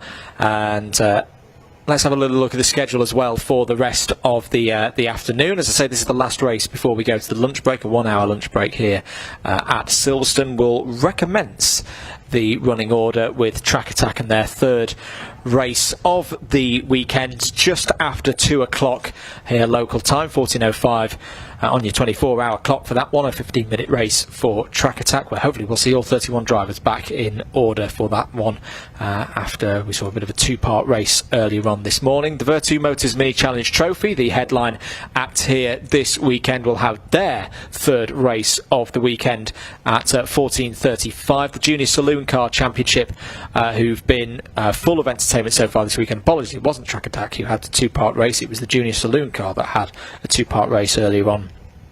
Today, their third race will go off from 15:05. British Supercarts, we've just seen them out on circuits. They'll be back at 15:35 for their final race of the weekend, before we then see the Mini Challenge Clubsport with their Tech Motorsport Series back on track at around 4 o'clock here in the afternoon. And then the two championships having their races just today, didn't race yesterday. Second race of the weekend for the Lancaster Insurance MG Owners Club Championship at 16:25. And then the second race of the weekend as well for the Kumho BMW Championship to go off from 5 o'clock, 1700 on your 24-hour clock. As I say, number of classes to keep track of across the course of this next race. Class A being the highest performing of those classes. Class B being a level of modification back, so you've got to run a standard S54 engine in your BMW of choice. Slicks are allowed as well. We should say that's another area of definition between these classes, so a wider range of tyres that can be used in Class A, B and C. Once you get to Class D, you enter the levels of classes that have non-M-Power engines as their base, slightly lower minimum weight as well, but not allowed to run slick tyres. And I don't think we've got any Class E's running today. No, we don't. So none of the minis that sometimes run in this category out on circuit today. We also should mention we have one invitational class entry out there as well. Paul Woods, number 85, isn't eligible for championship points in this one, but will be out on circuits racing, I'd imagine, for the overall win. The Paul Woods, number 85, was looking pretty quick earlier on in the timed qualifying session at around 9:15 this morning. Cars heading out on circuit from the holding area to initially form up the grid ahead of the formation lap.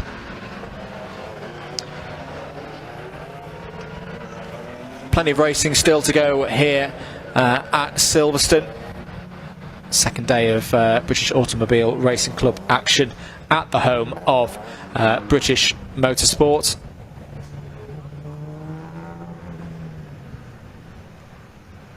At least have a little verbal run through the grid for this race. Race 13 on the schedules.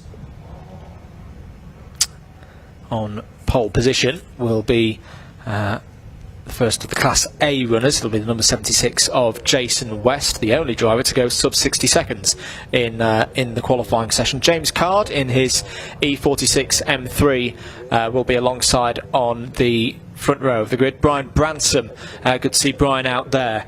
You won't miss him in his bright orange number 26 machine. Starts on row 2 alongside Ian Crisp in the number 10. Jazz Sapra will be on row 3 alongside John Cockerton. John Cockerton being the first of the Class B runners, so his 1 minute 1.91 giving him class pole position ahead of Tommy Grout in the 129. Fans of early 2000s Formula 1 will like the livery on the 129 of Tommy Grout there. Paul Wood, as I say, the invitational class entrance in the number 85 forms up the second half of row number 4. Kevin Denwood, third in Class B, will be on row 5 overall alongside Giuseppe Calari, who we talked to earlier. Giuseppe has pole position in Class C, I believe, moving into the second half of the order. Class Kuika and Trevor Ford will be on row 6. And then you've also got Chris Walton and Stuart Amphlett on row number 7, making it a 14-car field here in the Kumho BMW Championship. Races at Brands Hatch, Snetterton, Castlecombe, Thruxton and Donington Park so far this year. The grid forming up. Great to have you here with us on BARC TV. Hope you're enjoying the coverage at home. Hope you're ready for this one last race before we have the lunch break here at Silverstone. Who to goes to note that we'll be having the green flag lap in a short while. There is your first sight of the number 76 of Jason West on the right hand side of your screen. The black car with the orange details on them will lead us round on the formation lap alongside the number 32 silver BMW with a few orange details on the side of it. Won't get it from the head-on shot. There in the centre of your shot on row 2 is the number 26 of Brian Branson. I said you wouldn't miss him. Bright orange machine, the compact version of the M3, looking good here from the start. Away we go for the formation lap.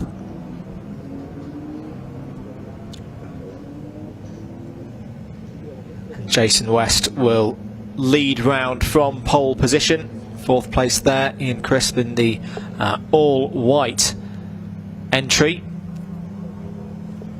Should note as well that we've noted towards the back of the field the number 74 of Chris Walton. That's a shared car today, but unlike we've seen in some of the other races, thinking back to of course the OT Publishing Coupe Cup yesterday, That's 2 drivers sharing the number 74 across the 2 races. So Chris Walton will take it in this first race, and my understanding is that the second race will be taken by Max Walton. So for those following the progress of the number 74, that's what's happening there from row number 7. Going through your shot is Trevor Ford in the number 25. Starts this race from the 6th row of the grid. We'll be looking forward to a good race with Klaas Kuijke sharing that row number 6, and also both of them running in Class C. Some good results so far this year for Kuijke, but Kilari looking good so far this weekend in Class C. He's a row ahead there on row 5.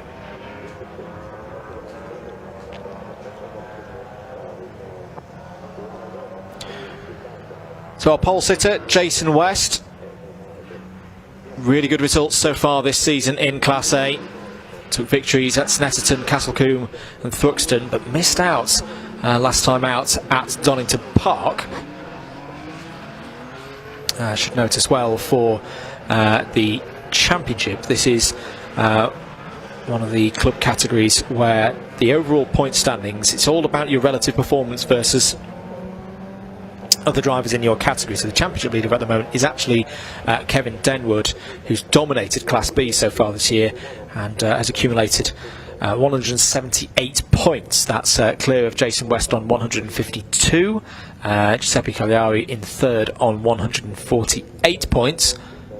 Trying to keep track of all those situations as the day goes on. This isn't the final race meeting of the year for the Kumho BMW Championship, but it is a very important one. We are just about ready to go for 20 minutes here on the national layout. And there's a couple of cars just needing to be repositioned in the midfield there. So this will hold the start, I believe, for a moment. The number 74 of Chris Walton there, I think, just repositioning itself correctly ahead of the start of this race. Keep an eye out for the green flag at the back of the field to denote that we are ready for racing here in the Kumho BMW Championship. First race of the weekend for this category at Silverstone. And away we go for 20 minutes. Good start for the pole sitter Jason West. Will surely lead into turn 1. Leads by quite a way over James Card. Brian Branson was going for it round the outside from the 2nd row of the grid, and is in fact going to be challenging James Card as they run towards Beckett's for 2nd place. He's got 2nd place. Brilliant start for Brian Branson. Great performances last time out at Donington Park. Looking to continue things here at Silverstone with 4 races of this championship to go, 2 today and then 2 at Pembury later in the year. But right now, Jason West, car number 76, leading at the front of the order. Brian Branson close by though in 2nd place, and he's looking quick here in the early stages of this race. There could be a bit of a challenge for the lead perhaps as we come round to finish lap number 1. It really was a super start for Brian Branson from the 2nd row of the grid.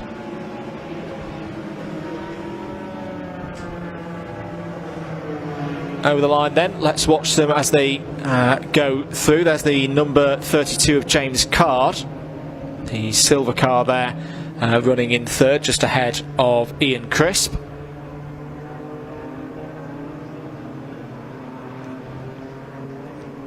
Onto the Wellington Straight. You can see it's also been a good start in Class B for the car number 129, Tommy Grout, who, as I say, is being a BMW. It's a car I've seen race many times. It's almost running an early 2000s BMW Williams-esque livery from that old Formula 1 project. There it is.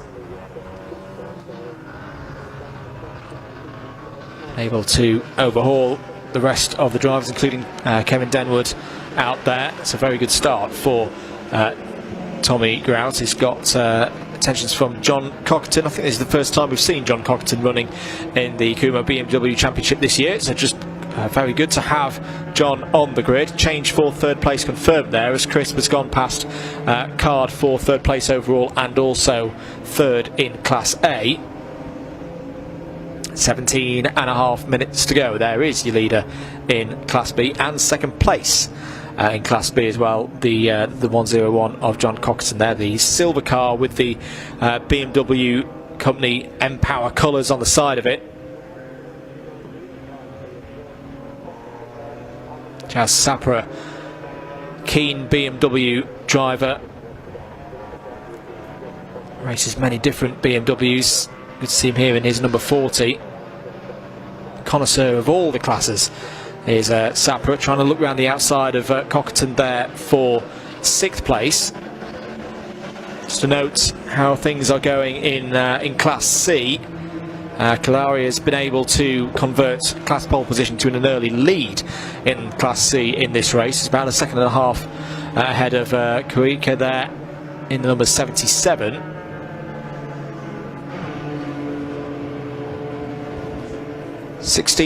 .5 minutes to go then. Now, if you do hear one vehicle much louder than the others, that will be the number 85 of Paul Wood, I believe.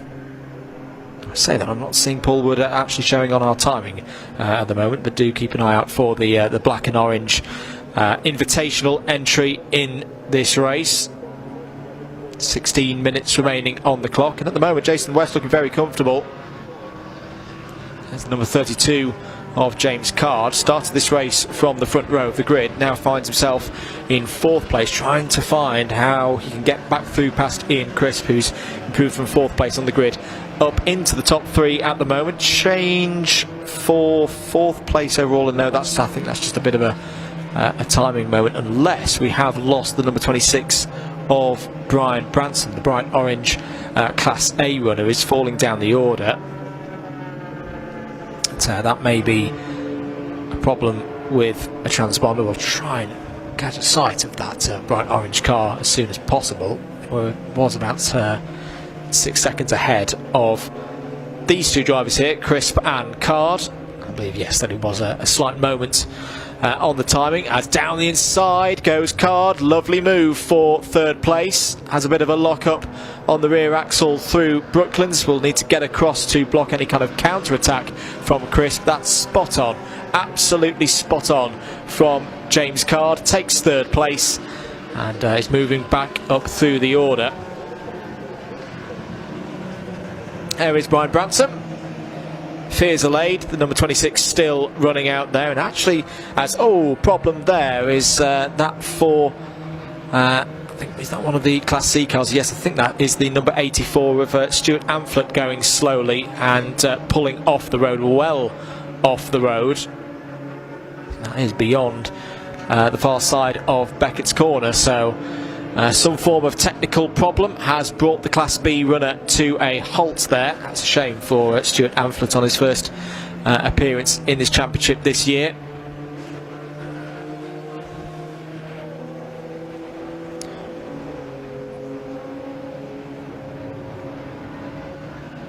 Looks like James Card is pulling away now from Ian Crisp. Now he's got back into 3rd place. Here is the 129 of Tommy Grout, currently holding off the number 40 of Jazz Sapra, who's up the inside on the exit of Luffield corner. Well, Jazz Sapra, always good fun to watch, will always go for an opportunity to overtake. Just held that tighter line through Luffield to get down the inside of Tommy Grout, and Tommy Grout did well enough to just hold to driver's left and allow some space for the number 40. New personal best has just been put in, by the way, by the Class C leader. Kalari still ahead of Kuika, and it does look actually like Grout held ahead of Sapra there. That is bringing the 101 of John Cockton back into the discussion, not just for what is 5th place overall, but also the lead in Class B. Sapra defending to the inside. That'll be a good sight for Tommy Grout, because that's allowing him to just break away a tiny bit. away from the number 40, but more crucially the 101. That is his main rival in this race, with them both being in the second category. New personal bests have just gone in from Card and Crisp up ahead, so they're getting quicker in third and fourth places. 7.8 seconds is the gap currently between Branson in second and Card in third. Approaching the midway stage of this race then. Still leading in Class C, there is Giuseppe Calari. It's run from pole position, and clearly the barbecue and the sausages this morning have given him the power to get to the front of this order. Took some good results at Thruxton earlier in the year. Running fantastically at the moment. The gap back to class behind is about 2.4 seconds right now. It's a comfortable lead, can just keep running at that strong pace. Doesn't need to think about defending or anything like that. Almost run this race like a time trial if you can for the remaining time on the clock. The BMW M3 Compact from Surrey doing the business right now here at Silverstone. Back with the fight for 5th place overall. It's still Tommy Grout ahead of Jazz Sapper. Jazz Sapper taking a very wide line. All contact down from Copse Corner towards Beckett's there between Sapper and Grout. Grout had a bit of a weak exit off of Copse Corner, and Sapper getting very close, almost too close to Tommy Grout there. Well, Sapper will now try and set about getting down the road, use that expected performance of the Class A car to leave Grout and Cockerton to fight for what will be 6th place overall for the lead in Class B. Back with our leaders in Class A and also overall. Brian Branson putting Jason West under a good amount of pressure at the moment. Has the fastest lap right now, 59.742. They're a bit off the pace though actually right now, these two drivers. I think they're back into the 60 point somethings in terms of lap time. We're at the halfway stage now, 10.5 minutes of this 20-minute race remaining around the Silverstone National course. Jason West pushing hard. You saw the rear axle stepping out for a tiny moment there on the exit of the Beckett's complex into Brooklands now here on lap number 10. Branson looking very quick on corner entry, good under braking. That's a good indicator if he's wanting to find a way through and into the lead of this race. 10 minutes to go, we are at halfway. So on that basis, 10 laps completed, we should be seeing a 20-lap race here for these drivers. There is James Card, who has dropped Ian Crisp now.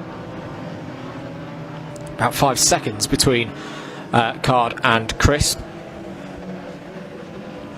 John Cockerton having a good few laps here as well, as closed right up to the rear bumper of Tommy Grout. This is for 6th place overall, but more importantly the lead in Class B right now. Both of these drivers haven't run so far this year in the Kumho BMW Championship. Good line from Tommy Grout around the outside there. Didn't defend too hard. Maybe struggling a tiny bit with traction there as he came out of Copse Corner. You saw the rear end just move slightly underneath him.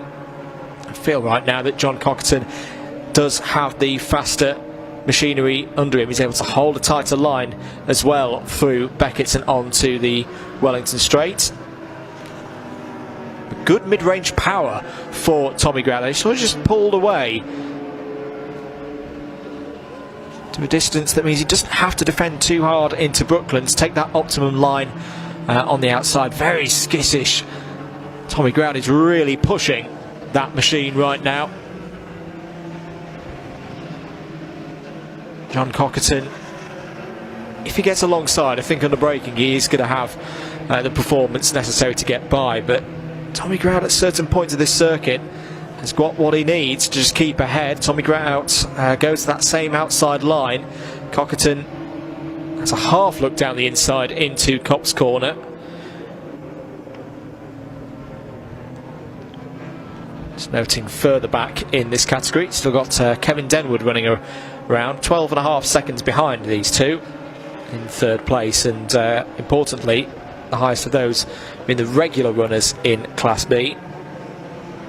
We're picking up some more points with this kind of result, and you never know if Grout and Cockerton were to have some moments of their own out there, another win for Denwood might be on the cards. It's just got to keep going, keep pressing on and taking care of the car with 7.5 minutes remaining in this race. Still West from Branson at the front of the order. Card and Crisp third and fourth. Jazz Sapra completing the top 5 overall and in Class A. Grout holding on ahead of Cockerton, but here are your race leaders. But I think Brian Branson had a go there into Beckett's. Jason West has just been able to hold off for now. Now we're going to enter a different phase of this race because traffic is going to be a factor for the race leaders. Just joining us, we've had one retirement from this race so far. The number 84 of Stuart Amphlett pulled off the road about 7 laps ago. Apart from that, we've still got 13 runners out there. It is the number 77. Now what has happened to the number 82? Because Kalari is now behind Klaas Kuka. That lead was around 2.5 seconds for Kalari earlier in this race. He's now going to lose a bit more time as the race leaders go through and past. So Klaas Kuka in the number 77. Gifted an opportunity here to potentially take yet another Class C victory this year in the Kumho BMW Championship. Jason West soaking up this pressure at the moment. 6.25 minutes to go. Brian Branson is good on the brakes, really good on the brakes there into Brooklands. He's got to find a route down the inside, you would think, of Jason West, because similar to what we've seen in Class B, the power that Jason West has got at the wheel of his BMW serving him very nicely at the moment. They just go past Klaas Kuka there. That is your new Class C leader in the number 77. No opportunity yet. Jason West continuing to hold the line. I think he'll take some defensive lines into the initial part of the corners, just cover that inside line. It's not Brian Branson going for any deep on the brakes move. Needs to be careful though, that doesn't compromise him too much on the exit of corners. Heading along the Wellington Straight once again. Not going to be an opportunity for Brian Branson to go through this time, but let's see again how much he closes during the braking phase through Brooklands there. If he can be a little bit closer, I feel, on the entrance to Brooklands and then be right on the tail as we exit here through Luffield, he could have a chance into Copse. And saying that, he could have a chance right now, because that was a good run. Tight line from Branson as they came through Woodcut as well. They've got the number 29 ahead of the 25, apologies. But no, not close enough this time for Branson to try something down into Copse Corner. That's the number 25 of Ford. Just pulling to one side and letting the race leaders go through. It's out of here onto the Wellington Straight. This is when Jason West, the last few laps, has just been able to break away.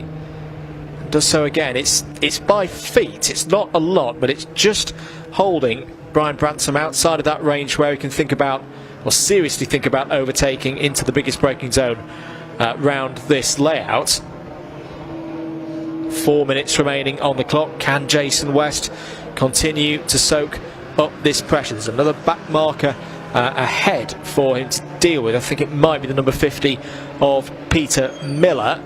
It is the number 50 of Peter Miller, one of the runners in Class B. Down the inside goes Jason West. His responsibility as the faster car in the faster class to overtake safely, and does so. The good news for him is that Brian Branson also had to run a slightly compromised line through Copse Corner, and Branson has lost a metre or two as they head through Beckett's this time around.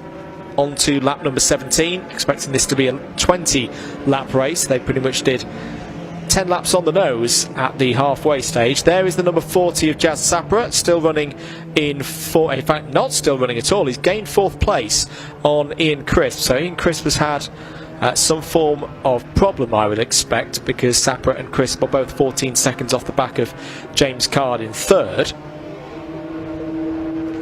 An improvement there for Sapra, so having got past the Class B runners and past Tommy Grout earlier in this race. He's now able to gain a few more positions within his own category. Less than 3 minutes to go. 59.890 is the fastest lap for West in his car. 59.7 for Branson is the fastest of anyone so far in this race.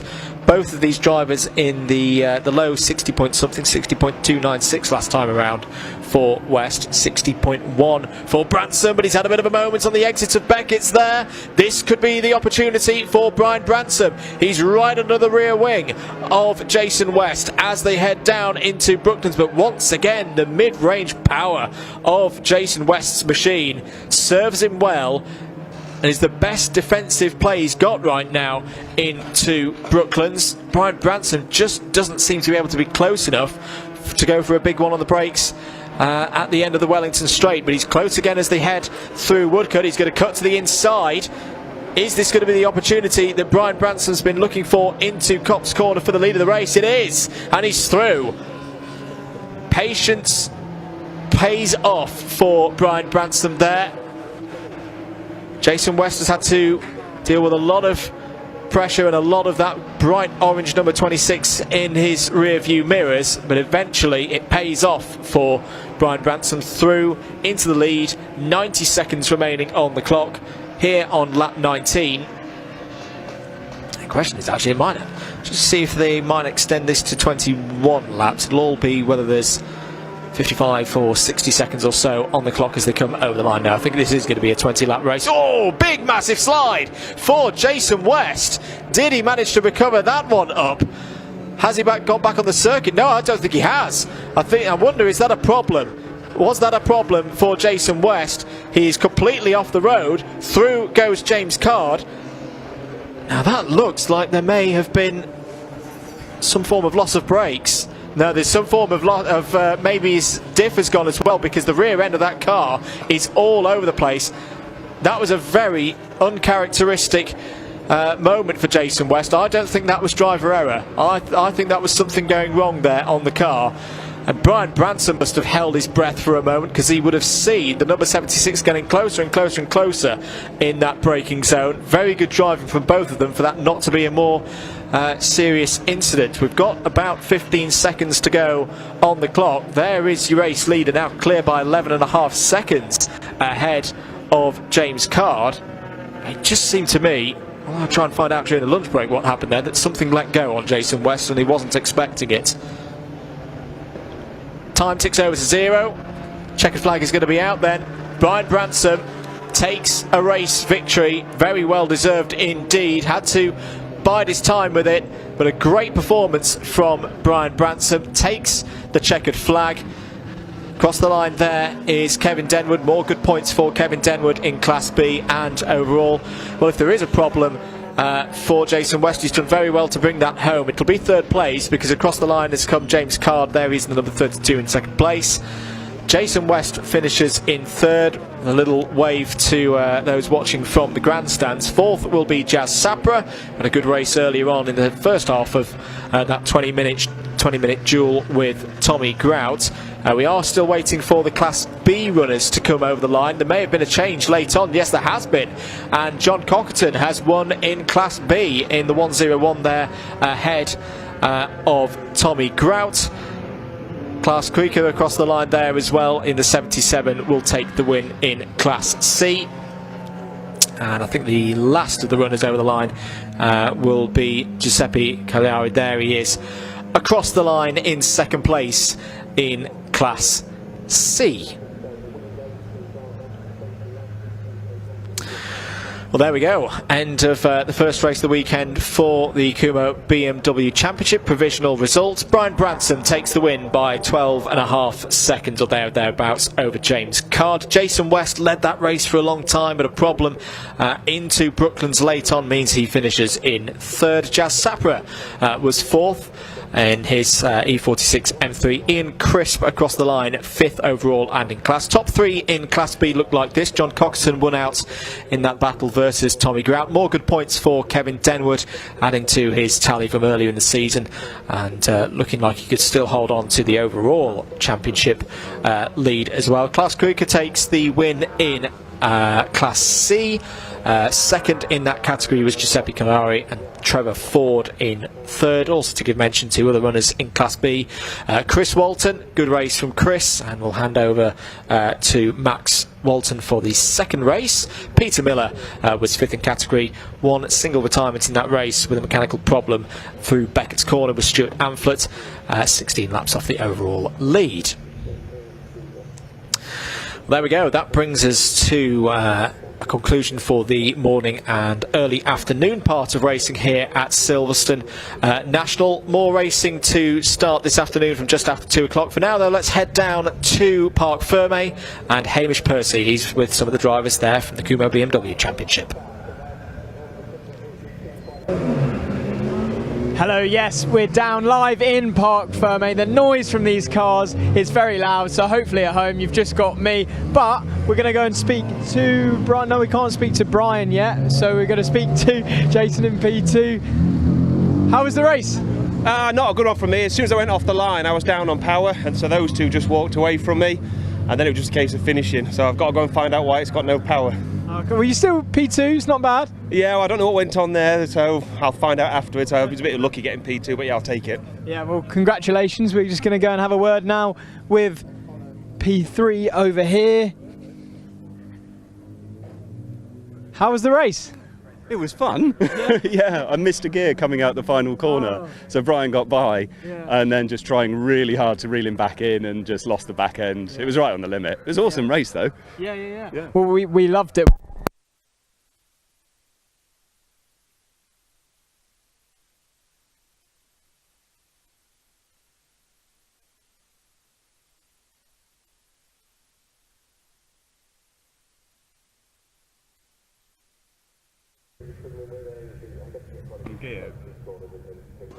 Apologies for the technical troubles down in Parc Fermé there for Hamish. Was just hearing from Jason West, so it wasn't a problem with the car. It was him just pushing to the absolute limit and beyond. But seemed happy with the race there, and had a good time out on circuit. So we'll try, I think, and get Hamish back if possible.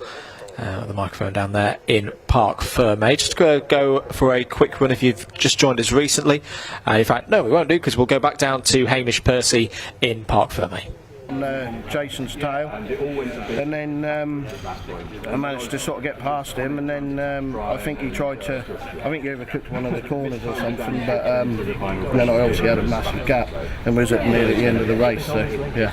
Yeah, well, just you in the interview today. You don't want to bring in, your friend Ken. I need to throw here. Ken, you must be happy with the race result. All down to Kevin's tuition. All down to Kevin's tuition. No, it's brilliant. I mean, he did exactly what I wanted him to do, which is quite unusual. But yeah, because it's always easier to follow than it is to lead, like I said earlier. Yeah, and I wanted him to just push him, tail him, and then push him into a mistake, and that's exactly what happened. So, brilliant result. Yeah, well, congratulations, and that's it. We've got a little lunch break now. 6 races afterwards, but we'll hand back to you in the commentary box.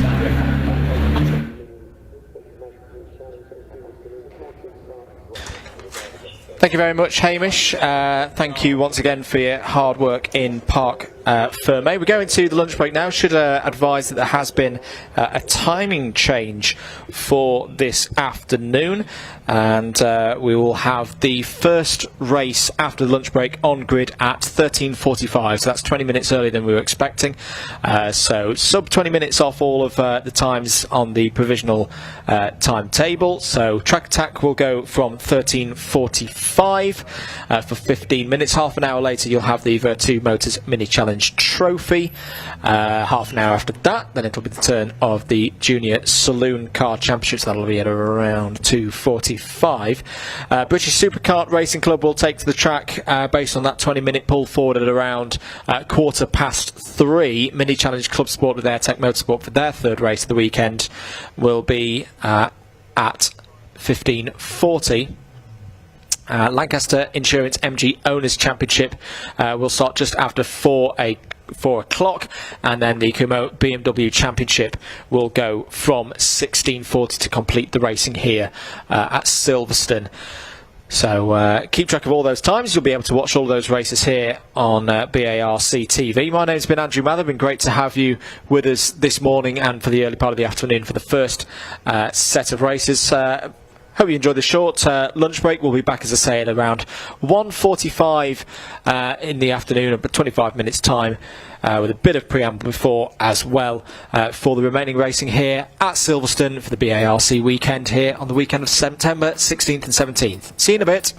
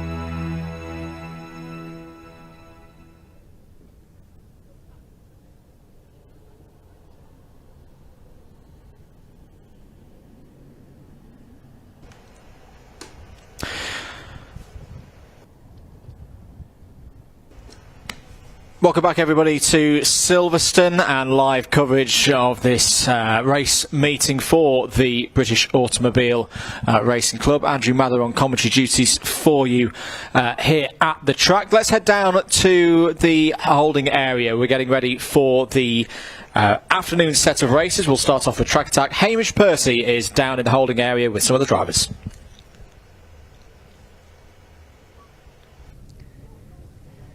Hello, yes, after a very short lunch break, we're back and we're in the assembly area now live, and we're just going to try and have a chat with a couple of the drivers of the Track Attack. Coming to Charlotte, you first, you're in your car, you're ready, how are you feeling? Yeah, pretty confident. I think I know what I need to do on the start now, so hopefully I can put it into practice and calm down on the wheel spin a little bit on the start. Yeah, hopefully we still haven't got that orange Scirocco next to us anymore, so it takes a bit of pressure off, but yeah, hopefully we can nail that start. Have a bit of a better result than the last one. Yeah. And I've got my producer in my ear actually asking where you can get a car like this. Do you know? Well, just from Ginetta really. These were quite big a couple of years ago, G40 Cup. It's a H-pattern gearbox. You can get the GT5, which is sequential, slightly different, slightly more power. But there's a lot of them about. There's a series, it's now a mixed grid, the G55s and the GT5s. So yeah, there's quite a lot of them about. You need more of them in Track Attack. Okay. Hopefully he's listening and he can go from that. Good luck. So we're going to walk down, try and catch some of the others. We're going to come to Paul just quickly if he'll let me in. Can we get a quick word, Paul, if that's okay? How are you feeling for the race? I'm hoping for rain or a safety car because I think we're going to struggle with engine temperature. Oh, the temperature was you said has been a problem for the other two races, but you had the safety car earlier, which you said helped out, right? Yeah, the safety car just made it. Otherwise, without that, the last 3 or 4 laps, I'm going to struggle. But you know, we'll just do our best. Yeah, well, let's wait and see. Good luck. Good luck. Right, we'll try and grab a word with one more. Just going to wander down. The temperature, it was supposed to be sunny, but as you can see from my hair, it's going everywhere, but it's a lot of wind. Can we grab a word quickly just before the race? How are you feeling before? Yeah, looking forward to it. Last race of the weekend. It should be good. I'm glad it's still dry. Yeah. Oh, well, actually, we had a couple of the drivers earlier over there wanting rain. Yeah, no, it's the rear-wheel drive. So it doesn't suit me in the wet, to be honest, especially not on the semi-slick tyres. So the longer it stays dry, the better for me. Yeah, as I say, I'm in shorts, so yeah, I want it to be dry too. But anyway, yeah, that's all we've got a time for, I think. So we're going to hand back to commentary now. There you go, Andrew. Thank you, Hamish. Yeah, getting ready for this third appearance in a race capacity this weekend for Track Attack. 15 minutes for them.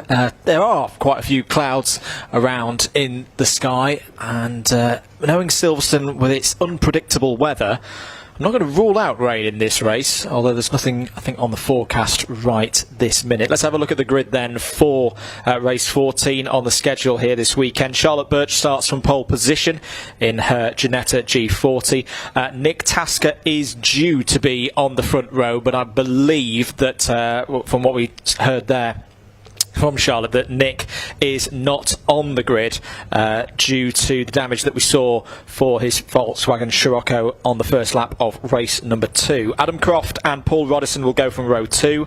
Mike Bowman and Lee Bull in a pair of Renault Clios will be on row 3. Robert Walker, who we heard from there with Hamish, will start on row 4 in his Mazda MX-5 NC alongside Stuart Cheeseman in the BMW 323. Lee Curry in the third of the Renault Clios had a really good race earlier on this morning. We'll start this one from row 5 alongside potentially David Beecroft. That was the other car that was involved in the incident down at Beckett's earlier on this morning, so a question over whether we will see that car back out on circuit. Row number 6, Andrew Neal goes in his Peugeot 106 alongside Adam Harding in the 333 Citroen Saxo. First of the Peugeot 206 GTI Production Cup cars go from row 7. Andrew Mitchell alongside Matt Anderson, who's been fantastic so far this weekend. Jake Richardson and Lewis Charlton go from row number 8 in another pair of Peugeot 206 GTIs. Paul Evans in his Renault Clio 182 goes from row 9 alongside Kevin Horton in the 5th of the Peugeot 206s. Paul Rice and Stephen Fletcher form out the 10th row of the grid. That is your top 20. Great grid here in Track Attack. Will continue on the 11th row of the grid with Kevin Matkin and Alexandra Quash T in the Citroen Saxo. Mark Davies due to complete the 23 car field here in Track Attack there on row number 12. As we say, 15 minutes. Breezy here at Silverstone, but regular visitors to Silverstone will know that it's always breezy here on the former RAF airfield. Let's have a look at the schedule remaining for the day. Now, we should note that we're forward of time here.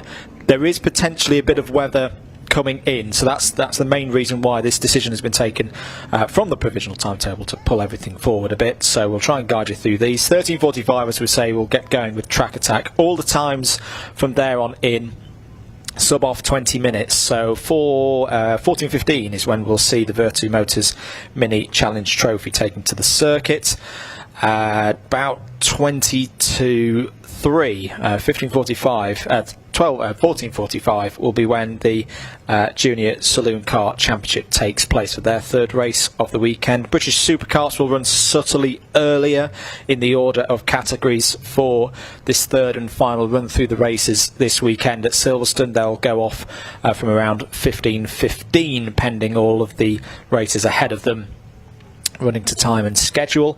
15:40 we will see the Mini Challenge Clubsport with Airtech Motorsport series out on track for their third race of the weekend, and just after 4 o'clock 16:05 second race of the weekend for the Lancaster Insurance MG Owners Club Championship, and last but not least at around 4:45 we should be seeing the Kumho BMW Championship. That is your latest indicated order, and as reminded in my own, we could finish even earlier today. So stick with us here on the BARC YouTube channel for the rest of the day. Keying things off, as I say, with Track Attack shortly, and they've had 2 fantastic races so far this weekend. I think one of the things I love about this championship is the sheer eclectic mix of different cars. As we heard from Rob Walker there on the grid, you've got rear-wheel drive cars, you've got front-wheel drive cars, you've got relatively modern cars in terms of age from the mid-2000s, you've got older cars, for example Croft's Peugeot 205 that's raced. They all race in very different manners, but all very similarly paced. And even around the shorter version of the Silverstone circuit here, the national layout, the different cars have strengths and weaknesses in parts of the course that are different to one another. So very much looking forward to this third and final race of the weekend for Track Attack. You see the drivers have had the instruction to head out to the grid right on cue at 13:45. Of course, grid up, have formation lap, and then we'll get things underway. Hope you're enjoying the coverage. Stay with us here for the rest of the afternoon, and you can take us with you if you want as well. And if you've missed any of the coverage across the course of the day so far, you can watch today's stream and yesterday's stream back, of course, on the BARC YouTube channel. Quick reminder of the grid then. Charlotte Birch will have pole position. Hamish talked to her in the dummy grid earlier on. We were hoping to see the 115, the bright orange VW Scirocco of Nick Tasker alongside on the front row, but the information that's been fed to us in the box is that won't be the case. Adam Croft and Paul Roddison have both been involved in some fantastic scraps today. Roddison concerned about engine temperatures though. Said in race 2, having taken the win in race 2, that safety car brought out due to the incident between Tasker and Beecroft was quite a key factor in him winning that race, because it meant that the engine temperatures didn't get as high as he saw in race number 1 yesterday afternoon.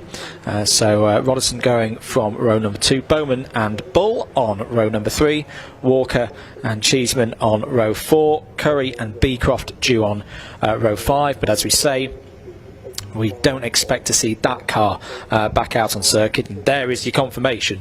No bright orange Scirocco on the front row of the grid. The bright white Scirocco that you see is Paul Roddison's that's actually on row number 2. It might actually be a bit of a strange feeling for Charlotte Birch in a way that she's on her own on the first row of the grid. No one beside her, but I'm sure she'll put that out of her mind and look to get as good a start as possible. Row 6, just to remind, Andrew Neil and Adam Harding due off that one. Andrew Mitchell and Matt Anderson on row 7. Jake Richardson and Lewis Charlton on row 8. Paul Evans and Kevin Howson on row number 9. Paul Rice and Stephen Fletcher go from row number 10. Kevin Matkin, Alexandra Lequash T and Mark Davies completing what will now be 21 car field. Sirens sounding for the drivers, indicating that the green flag formation lap will start now, and Charlotte Birch will take the field round for this formation lap. Struggled to get off the line in the second race of the weekend for Track Attack. That's probably her biggest worry right now. Look out for Adam Croft as well. We've been talking across the weekend of just the nature of that particular vehicle, how it's very light, it's got good power to weight. We helped well a bit of front wheel drive as well. Could be quite a fast car off the line here once we've completed this formation lap. There is Rob Walker in the grey and orange Mazda MX-5. He's not hoping for any precipitation in the next 15 minutes or so. Likewise, Charlotte Birch, being another rear-wheel drive car, will want things to just stay as they are. Dry, bit windy, temperate conditions though, not too hot. As you see the Vertu Motors Mini Challenge Trophy cars lining up, getting ready. They will be the class after, they'll be the championship after this race for Track Attack. Everyone looking good though on this formation lap. No problems to report for any of our runners out there on track. 5 categories, main categories here in Track Attack if you're new to it. The Deutsche Masters Cup for those racing cars from Germany. The Nippon Challenge for those from Japan. The Peugeot 206 GTI Production Cup. Their runners going across screen now. They're mostly in the second half of the field. The Britannia Marquise Cup. Charlotte Birch being a good example in that, in her Ginetta. Last but not least, the Tricolor Trophy, those for French manufacturers outside of those cars that already race in the 206 GTI Production Cup, of course. So the grid forming up now, having completed the formation lap. Charlotte Birch on pole position, on her own on the front row. No Nick Tasker and the bright orange VW Scirocco in this race. That means there's an open view for Paul Roddison from grid 4 all the way down to Copse Corner. Can he take advantage of that one? A couple of cars towards the back of the grid, just forming up properly into their grid positions, and then we will be good to go for 15 minutes around the Silverstone National Circuit for the last race of the weekend for the 2023 Track Attack Series. Waiting for the green flag at the back of the field, indicating we're good to go. And away we go indeed. Charlotte Birch gets a really good start, better than she did in race number 2, and has a very good chance of leading. Indeed, she does lead into turn 1 for the first time, side by side between Croft and Roddison. Yet again, they spent a lot of this weekend side by side in a racing capacity. They'll battle for second place as they go down to Beckett's for the first time. Roddison on the inside, Croft trying to keep the line tight and take advantage as they go onto the Wellington Straight. This is where his Peugeot is particularly strong. The rest of them filing through Beckett's. Good start. No incidents like we saw in the second race. And Charlotte Birch is on her way in the lead in this race. Rodderson trying to fight back here. Oh, both of them laid on the brakes there. Closed into Charlotte Birch by a huge amount through Brooklands. Croft on the outside trying to take second place. Now we're going to go into another one of those parts of the circuit where he's got a bit of a mechanical advantage with the strong acceleration nature of that machine. And at the end of the first lap, it is Birch ahead of Croft. We saw these two have a superb battle yesterday in the latter stages of race number 1 and traded lead back and forth. Adam Croft threw everything, particularly into the braking zones. On paper, you would imagine that the Ginetta G40 is a bit stronger into the braking zones. Adam Croft was making up for that yesterday. Just sheer determination. Didn't win out in that battle. It was a very patient drive from Charlotte Birch. Are we going to see a repeat of it again? It is the top 3 away from the rest of the field. Birch, Croft and Rodderson. Both of them again very good on the brakes into Brooklands, but Croft has run a bit wide there. Rodderson will have the outside line as they go through Luffield here at the end of lap number 2. They stay as they were heading in, but this is a good run for Croft out through Woodcote Corner, heading towards Copse for the start of lap number 3.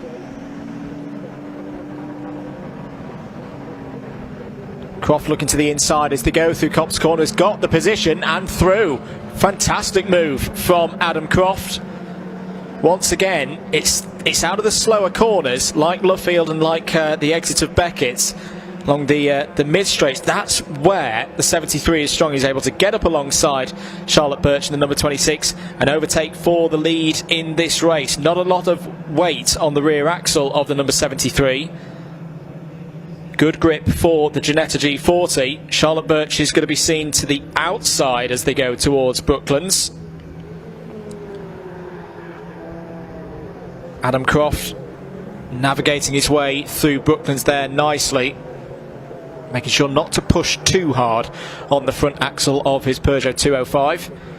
Paul Rodderson's still very much in the mix as well, but as we've noted across the course of the weekend so far, there are concerns with that VW Scirocco and engine temperatures potentially suffering from a derate later in the race if the car gets too warm. Birch now down the inside. This is where she got the move done yesterday in race number 1 to take victory. Not this time. Battle going on like we saw in race number 2. This is the 2 different generations of Renault Clio between Lee Bull and Mike Bowman, and it's now a trio of Clios. They've been joined by Lee Curry, who worked his way from the back of the field brilliantly in race number 2 and is now going to be having a go at trying to get up into the top 5 overall. Down the Wellington straight, Birch looking to the inside. Croft with that wide line initially through Brooklands, gets on the power. Short wheelbase of the Peugeot being a really good feature to have for Croft through that tighter part of the course, and then this is where he really stretches his legs, getting on the power. Fantastic acceleration for the Peugeot 205.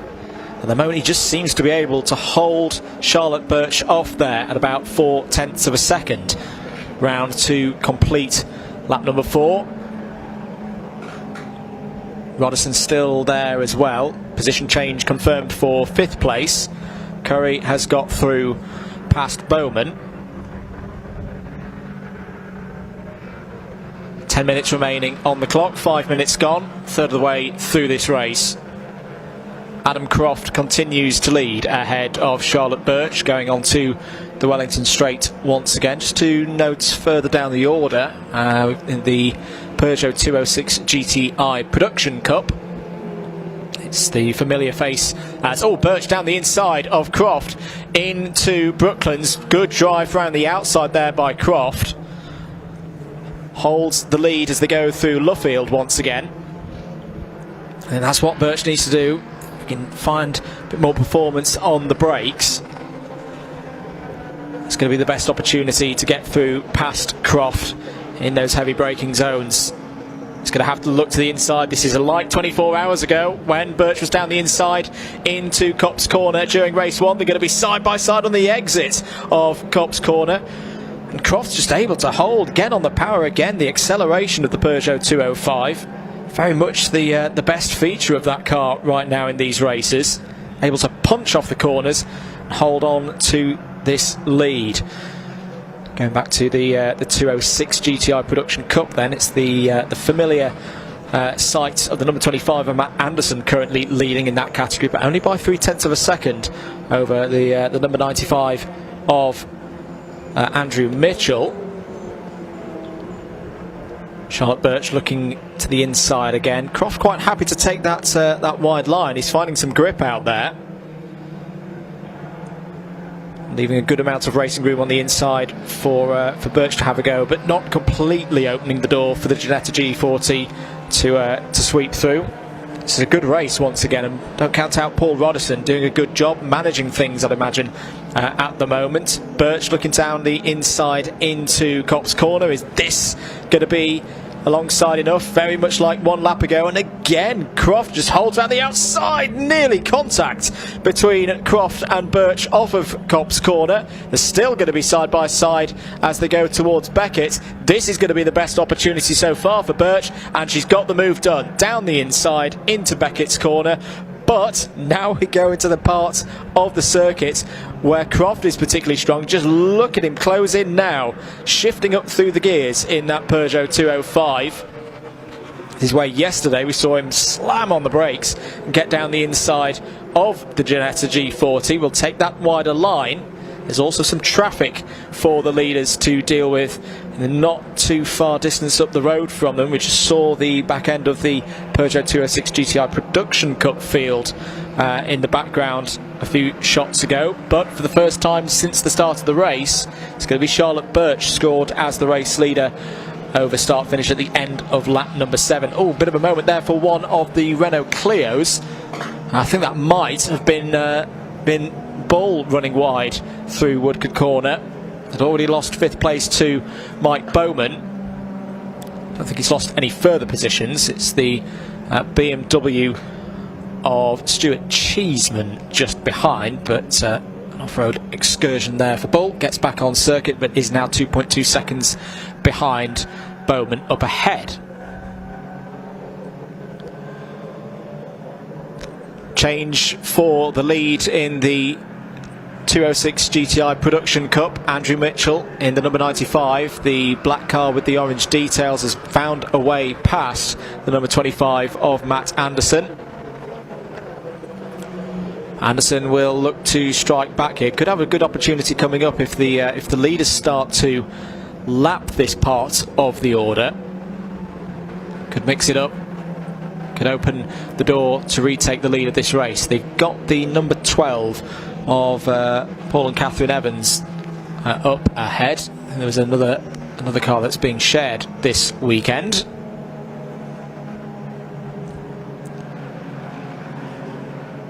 But Mitchell doing a really good job at the moment, holding off the driver who's been at the front of the order in 2 of the races so far this weekend. It's looked very good indeed. Has Matt Anderson, driver from South Yorkshire, looking to score as many top 10s overall as well. Some great runs so far this year, particularly at Pembrey earlier in the season. Here come the leaders through the traffic. Now this is probably the best opportunity for Charlotte Birch to break away. I would expect the Ginetta G40 to be able to deal with this traffic and pull away through the traffic a bit quicker than the Peugeot, but whilst he may not have the mechanical ability, he's making up for it in driving ability. This is superb from Adam Croft, and having said that he might get dropped through that traffic, he's actually even closer to Charlotte Birch than before they went into that group of Peugeot 206 GTIs. Don't think he's going to be able to get down the inside. He's going to have a go though down the inside into Copse Corner. No, thinks better of it. Returns back in line. He saw the lights flashing for Paul Roddison. He has lost a bit of time through that traffic, about 2.5 seconds in arrears now to Croft and Birch up ahead.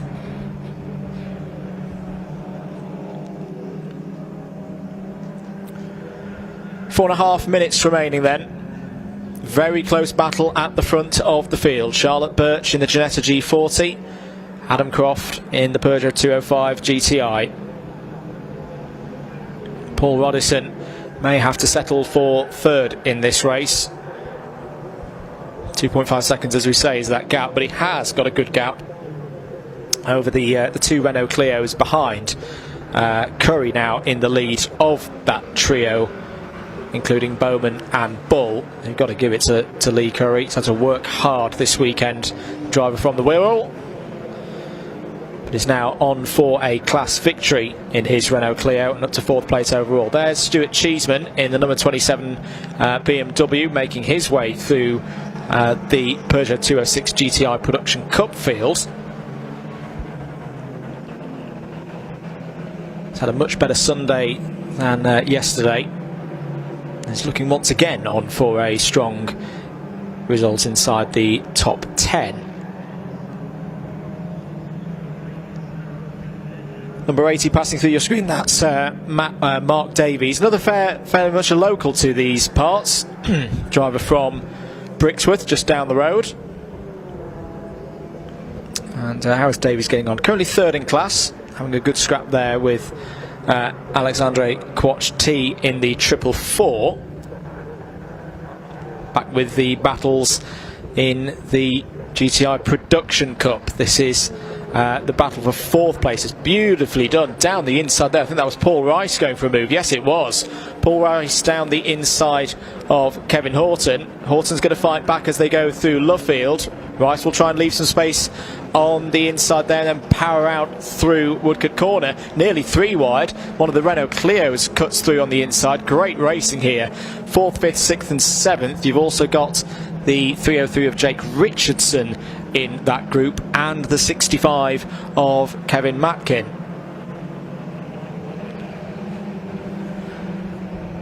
Two minutes to go. Mike Bowman going through his shot there in the number 62, the white and orange Renault Clio. It's had a good weekend, still side by side by the way, between Houghton and Rice. Lead Bull now 5 seconds behind Bowman. Meanwhile, at the front of the order, what we haven't noted is that Charlotte Birch has been putting in some great lap times and I think has broken the resistance or the attacks from Croft behind, because now has a 2-second lead over Adam Croft. 1 minute 6.882 last time around for Charlotte Birch, and she keeps putting those 106.8s in. It also has the fastest lap of the race so far, a 106.802. Meanwhile, Croft, still pace is good from Croft, 1 minute 7.1. It's just tenths of a second which are adding up into seconds now. This is looking good for Charlotte Birch to take another victory. It's had a superb weekend. Very much echo her sentiments from earlier. I would love to see more Ginetta G40s in the track attack. Bolster the numbers in the Britannia Marquis Cup. Pretty sure she'll get over the line and get another lap in here, so this will go to 14.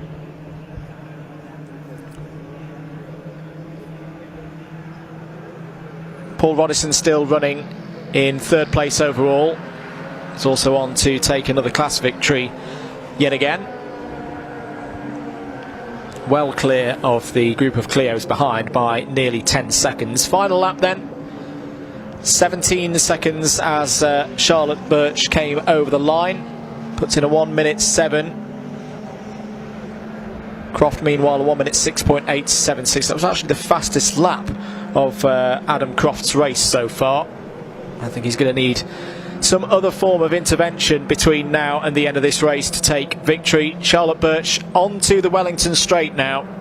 There's been a change in the 206 GTI Production Cup, just to mention. Anderson has got past Mitchell for the lead in that race. We're going to stay with Charlotte Birch though. Can be really pleased with the work that she's done this weekend.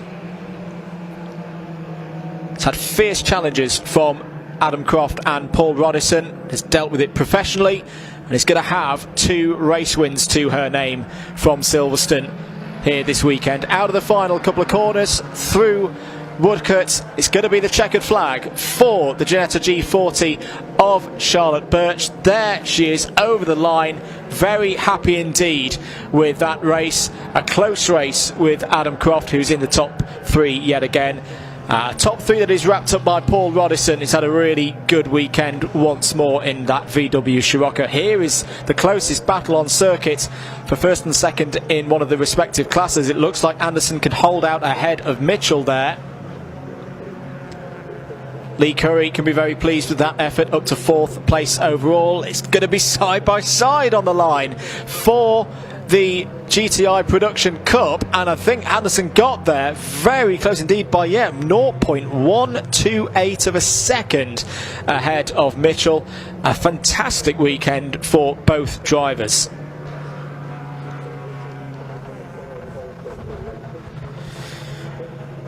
The drivers coming over the line to complete their races. That's the last time that we'll see the Track Attack entrance out on circuit, and if I'm not mistaken, that is their culmination, the culmination of their season as well. Very much hope that we see more cars on the grid, and the same cars on the grid, that all the cars that we've got on this Track Attack field back on the grid for next year. And if you've watched and want to get involved, very much check them out online. A great series to be a part of. Provisional results on your screens then. Charlotte Birch takes her second win of the weekend, 2.2 seconds clear of Adam Croft in second. Paul Rodison was third. All of those drivers are class winners in their own right as well. Lee Curry was the first of the Renault Clios home. Has done probably the most overtaking of anyone in the paddock so far this weekend. Worked his way from the back of the field in race number 2, of course. Mike Bowman completes the top 5 overall. Lee Bull had a slight moment out of Luffield and comes home at 6th overall. Stuart Cheeseman inside the top 10 again as well. Likewise with Robert Walker, the Mazda MX-5 home in 8th place. Adam Harding in his Citroen Saxo was the last of those drivers on the lead lap in 9th. Paul Evans completes the top 10. Very close finish between Matt Anderson and Andrew Mitchell. Anderson winning out again in the Peugeot 206 GTI Production Cup. Lewis Charlton completes the podium in that category there in the number 31 in 13th place overall. Well, the cars heading into pit lane then, and hope they all have good journeys home. Let's head down to Hamish Percy in Parc Fermé, who's going to be grabbing the thoughts of some of our drivers. Well, what's another, and that's another scintillating race in the Track Attack, and we're going to hear from a couple of the podium places now. We'll let Charlotte get her picture next to the podium. We're going to come over next to Adam. Adam, can we grab a quick word if that's okay? Yeah. How was the race? Tiring. Yeah, I thought we were going to do it today. New tyres, I thought that was the answer, but yeah, Charlotte got by again. I had a little bit of contact with one of the back markers. Sort of a bit over ambitious on the brakes, outbrake myself. He was on the outside, and that sort of put me out of it really. Charlotte pulled a couple of car lengths, and the gap stayed about the same from there on in. And we've got a little bit of damage to the car, so we've lost the contents of the radiator. So the last lap, everything was off the scale, but it got to the end, so happy days. Well, congratulations, and we're going to catch a word now. Paul, how's the water temperature? High, very high. Hence the reason why we're taking a bit of power out, and I couldn't live with them. So yeah, we know what we've got to do, but yeah, we've brought it home. We're third, so that's a good result. Yeah, you managed another podium, so you must be happy with that. Yeah, but I like to be further up it. No, good result. Car's in one piece. We know what we've got to do. We'll come back stronger next year. Yeah, well, good luck for next year. And now we're going to try and grab a word with Charlotte, who's getting interviewed already, but we can talk about how amazing that race was. Same podium every time. Charlotte, can we grab a quick word quickly? We've spoken to you about 4 times today already. This will be the last one, I promise. How was the race? Yeah, it was really good. Had a much better start than race 2. Used the traffic to my advantage a little bit with Adam, and I had him behind me. He was catching me quite a lot into Brooklands. He was all over me a little bit, so I just had to use the slower cars just to sort of build that gap. Once we made it, I think I had 2.5 second gap, something like that. Once I found that, I just sort of backed off and just sat at a comfortable pace just to bring it back, because I didn't think he was going to catch me in the last few minutes. Yeah, well, we were just watching from trackside here, and the gap just kept on extending lap after lap. What were your thoughts during the race? At the time when I had sort of the Scirocco in front of me, Adam in front, the Scirocco behind me, Adam in front of me, I was sort of, you're in that awkward phase, you're looking in your mirrors and you're trying to get in front of Adam in front. So yeah, there's a lot going on then, but sort of when I found my breathing space, I was like, okay, just maintain this pace and just bring it back. Well, congratulations, P1, you must be happy.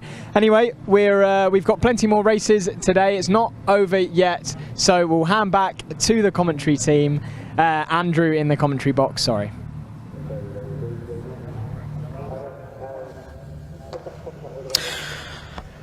No worries, Hamish, back in the box here for the next race. Third race of the weekend for the Virtu Motors Mini Challenge Trophy, and the cars forming up, and we'll have the formation lap shortly, and we may have a chance for some interviews as well, depending on time for the rest of the broadcast. I think let's have a look at the grid for this next race. 15 minutes due for the Virtu Motors Mini Challenge Trophy for their 17th round of the season. Nathan Edwards has had a superb weekend, and he's on pole position for this one. No, apologies, he's not, because it's a slightly different order for this one. So Gabe Fairbrother will be on pole position, Alex Solly alongside on the front row of the grid, Reese Hurd and Nathan Edwards, because of course there's a partial reverse grid on this one, so the top 4 from race 2 have been reversed there. Alex Keynes and Harry Hickton will be on row 3, Nicky Taylor and Jack Byrne on row 4. Tom Ovenden, what a weekend for Tom Ovenden. Still is the championship leader, retired from race 1, started from the back of race 2 and worked his way up to 9th. What can he do there from row 5? We'll see in the next 15 minutes. James Black joins him on the 5th row of the grid. All of these drivers running in order of where they finished race number 2. Row number 6 will be Reese Hurd.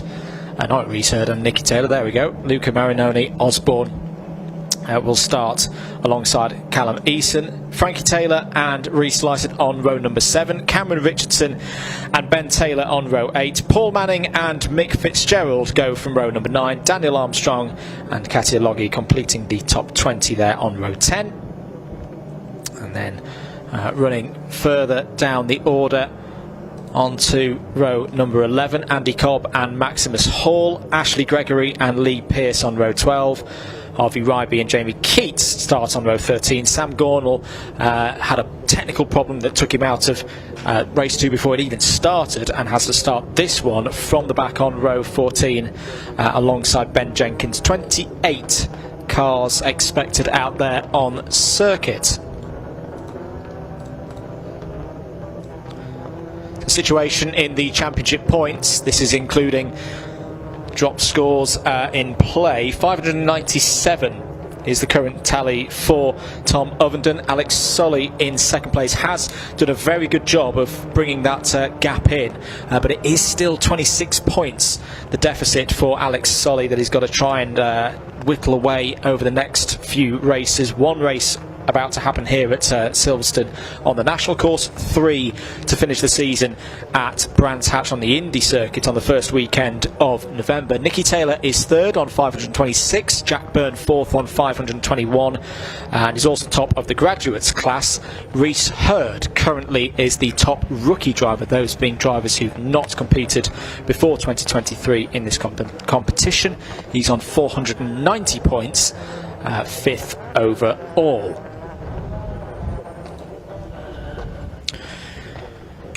Drivers coming to the grid then at the end of their formation lap. 15 minutes are on the clock. The top 4 have been reversed from the result in race 2. That means that Gabe Fairbrother has had a fantastic weekend so far, has pole position and a great chance here. Alex Solly second in the championship on the front row as well. Reese Hurd and Nathan Edwards going from row 2. Revs are rising, and we're away and racing for the 3rd time this weekend in the Virtu Motors Mini Challenge Trophy. Round 17 of the championship is go. Challenge for the lead into Copse Corner, but it's going to be Gabe Fairbrother who exits Copse at the front of the field. Alex Solly tucks into second place. everybody is through Copse Corner for the first time and on their way down to Beckett's. Alex Solly takes the lead then, away from Gabe Fairbrother. Bit of work on the inside involving Rhys Hurd and Nathan Edwards there as well. So Gabe Fairbrother had a good start, now finds himself in 4th place. Side by side further down the order, you can see that Harry Hickton has had a good start, has been involved in a lot of battles so far this weekend. Oh, look at this down the inside. I think that's Hurd going for the lead of the race on Alex Solly. Alex Solly probably thinking championship wise there. Thought very wisely just to hold an inside line. No need for silly contact at this stage of the race. Nathan Edwards reserves his place in 3rd as they come round to finish the first lap, but that was a super move from Rhys Hurd to take the lead for Chandler Motorsport, heading towards Copse Corner then on the early stages of lap number 2. I think I saw Byrne just hopping out there in the Graves Motorsports, number 486 is currently running in 8th place and was one of a number of cars fighting for 2nd place and 3rd place at the end of the 2nd race earlier on here today at Silverstone. Hurd continuing to lead at the front of the order then. Alex Solly in 2nd place. Where's Tom Ovenden in all of this? Well, you can just see the number 24, the red and white car with the slight Union flag design on the side of it. That's your championship leader inside the top 10. Maybe just be thinking along the lines of damage limitation this weekend. Oh, Harry Hickton down the inside, 3 wide as they go into Brooklands. That is a superb move once again from Harry Hickton. How many times have we said that this weekend? Very good stuff once again for the driver in the number 64. That was 2 positions and should be him up to 5th place. Another one of our rookies, of course. Raced in the Junior Saloons last season, took 8 victories, and we'll be seeing the Junior Saloons up later on this afternoon for another one of their races.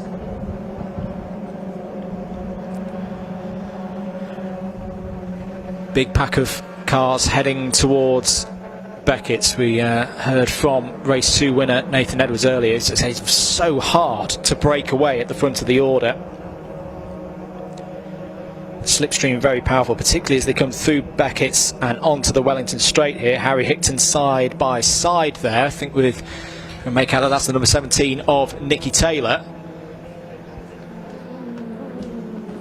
Side by side into Brooklands then. Alex Solly and Edwards. There may be a lane open there for Gabe Fairbrother to hop through, and he's got past Edwards for now for 3rd, but there'll be a number 12 of Alex Solly on the inside that stops him tucking in. Perhaps that may be an opportunity for Nathan Edwards to get back in. But no, I think Gabe Fairbrother's made that work. Really good stuff from Gabe Fairbrother up into 3rd place. So Rhys Hurd still leads this race in the number 59, having started on the 2nd row of the grid. Brave move down the inside of Alex Solly a few laps ago. It's what's given him the front of the field here with just under 11 minutes remaining. Side by side further back, Harry Hickton looking for Nicky Taylor's 5th place there. Nicky Taylor will be on the outside and hopefully have good drive for his position as they come onto the Wellington Straight. And here comes Tom Ovenden as well, the number 24. Can play the long game, I think, in this race. If he was able to get onto the rear bumper of Alex Solly by the end of this race, that would be a very good result indeed. Instead, he's trying to get down the inside of Harry Hickton there into Brooklands. Very, very tight there with Nicky Taylor. We'll have the inside coming through Luffield now. This is super racing. Every single lap, every single corner for the Mini Challenge Trophy this weekend. It has been superb. Proper show put on by the main headline act this weekend. Hurd still racing. Fastest driver on circuit at the moment is Alex Solly. He's just set the fastest lap of the race, 1 minute 11.124. Changes further down the order. Looks like the 486 of Jack Byrne has indeed got through into 8th place past the number 62. That's Alex Keynes. also making progress on that last lap. The number 32 of Frankie Taylor has been in the top 10 quite a few times so far this season, and is looking to do so again here. Finished 13th in the championship last year with the best result of 7th. Gabe Fairbrother having a look down the inside for Alex Solly's second place. Solly again very wisely just allows a lane down the inside, should have the advantage for Luffield, but Gabe Fairbrother's going to try and hold that round the outside. He's still there. Alex Solly's going to have to give him room, does give him room, may have some help from behind in the shape of Nathan Edwards. This once again is absolutely superb stuff from the Virtu Motors Mini Challenge Trophy. Heading towards Copse Corner now, nearly 3 wide. Edwards on the inside. Oh, and breezes through past Alex Solly. Both of them run a bit wide though, out of Copse Corner. They're going to potentially be 3 wide again. No, Fairbrother just cuts ahead and holds on to second place. Solly's back in amongst it, down the inside of Edwards for third. Bit of dust being kicked up by driver currently second in the championship points, Nicky Taylor, looking for a way through as well. And once again, Tom Ovenden just gradually working his way up the order. He's got past Harry Hickton there, is now into 6th place, 2 by 2 as they head down the Wellington Straight. Edwards on the inside of Solly this time. Ovenden right in the middle of all of it. Jack Byrne takes a little hop across the curb. The inside now, the 2 championship rivals side by side. Ovenden's got past Nicky Taylor, and now the sight that Alex Solly did not want to see this weekend. It started as an absolute disaster for Tom Ovenden, retiring on lap 1 of race 1. Now he finds himself side by side with Alex Solly heading towards Copse Corner. Harry Hickton's trying to make an overtake as well on Jack Byrne there, and I think he's pulled it off through Copse Corner. Side by side once again between Solly and Ovenden. Ovenden takes a hop across the curb, heading side by side still towards Beckett's Corner now. Solly will be on the inside. Keep looking out for Harry Hickton there, that bright pink and purple car. So many times this weekend has been brave on the brakes, making overtakes left, right and centre. Ovenden and Solly are still not done as they go down the Wellington Straight now. Ovenden has the inside for Brooklands. The key will be, can he get across to take the position by the time they get to Luffield? Oh, there's contact there. I think that may have been Taylor just tagging the rear of Alex Solly, and that is big in many ways, not just in the story of this race but also the championship. He's still running, is Alex Solly, but has lost 1, 2, 3, maybe 5 positions. That's in fighting with Lysett there in the 117. The slightest of touches, the cars are so on the nose as they come through Brooklands there, through that braking zone. Doesn't take a lot of a touch from the rear to just get them a little bit unsettled. Side by side between Hickton and Byrne as they go through Copse Corner. Those 2 drivers have had a lot of good races so far this weekend and can be pleased with their work. Back at the front of the order, still Reese Hurd leading from Gabe Fairbrother and Nathan Edwards. These 3 are working together really well. There's a lot of drivers in this junior series making their way up through the order. Remember some of their karting tactics of when you're in a car that's not got the most amount of power, working with your competitors to solidify some strong positions that you can then sort out into the last lap or so. It's a really key skill to have, especially now that Tom Ovenden is the driver in 4th place, championship leader. You would expect Ovenden on pace that we saw in race number 2 to at least have half a chance of closing in on these 3. 5.5 minutes to go. Alex Solly now being scored in 9th place, which I suppose, whilst a worry at this stage with 5.25 minutes remaining on the clock, it isn't completely out of it yet. We've seen drivers gain 3 or 4 positions in the latter stages of these races so far this weekend, and still opportunity to do so. Side by side there between the number 32 of Frankie Taylor. I didn't quite catch which the car was on the inside, but Taylor having a good run of things here. I think it might have been side by side with the number 81 of Luca Marinoni Osborne. Yes, it was the off-white number 81 base paint on that one. And a very good race earlier did Marinoni Osborne.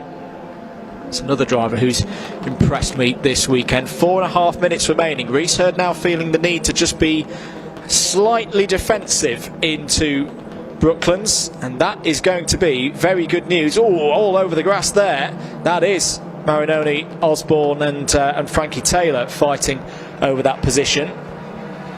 This is very good news for Tom Ovenden. He's just been able to cruise on to the back of this trio. He's got the fastest lap of the race so far, 1 minute 10.968. That's 2 purple lap times in a row for Tom Ovenden, who's now down the inside on Nathan Edwards and has got 3rd place.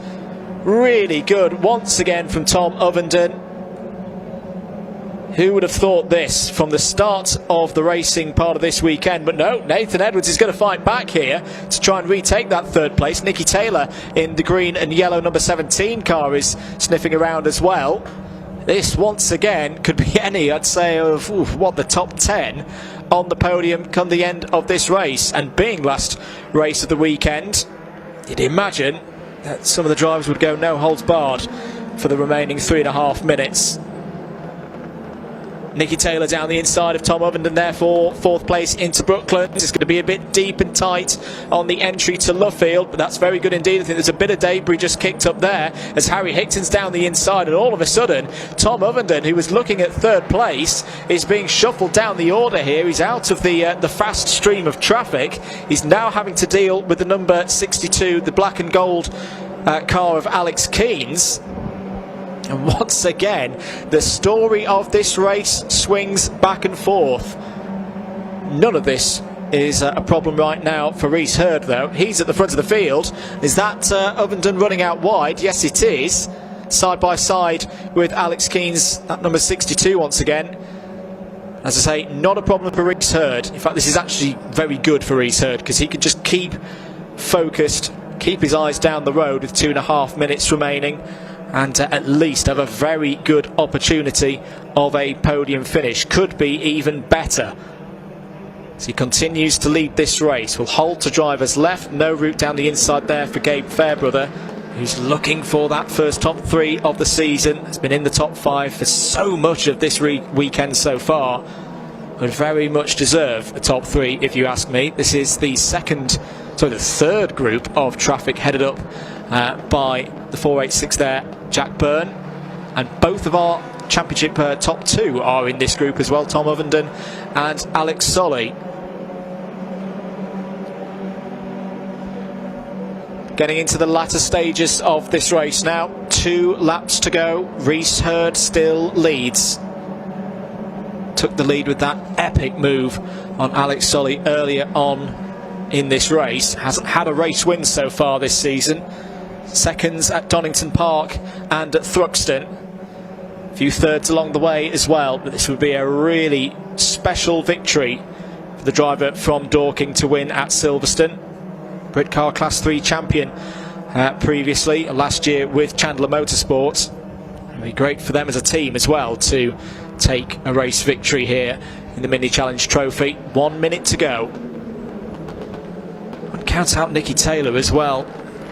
Been having a very good race, worked his way through that fight with Tom Ovenden. Is there in 4th place, and Harry Hickton as well in 5th. We know he'll put an overtake on if there's an opportunity. The 2 Napa cars going through there, Callum Easton, the number 26, the number 15 of Cameron Richardson, and in the middle of all of that, I think that was Ben Taylor coming through. Yes, it was, the number 86. Last lap then, 30 seconds remaining on the clock, and Reese Hurd has done a fantastic job so far in this race. Liced it down the inside of Solly for position with that will have been for 9th place, so that was Licet defending. Can Reese Hurd take a first victory of the season? He's been so close so far this season. Is the run about to end? Down the Wellington Straight for the last time. He's got to defend. He's just got to keep doing what he's been doing for the last 10 laps or so. Gabe Fairbrother, I don't think is going to be close enough for a dive into Brooklands, but may have a position into Luffield.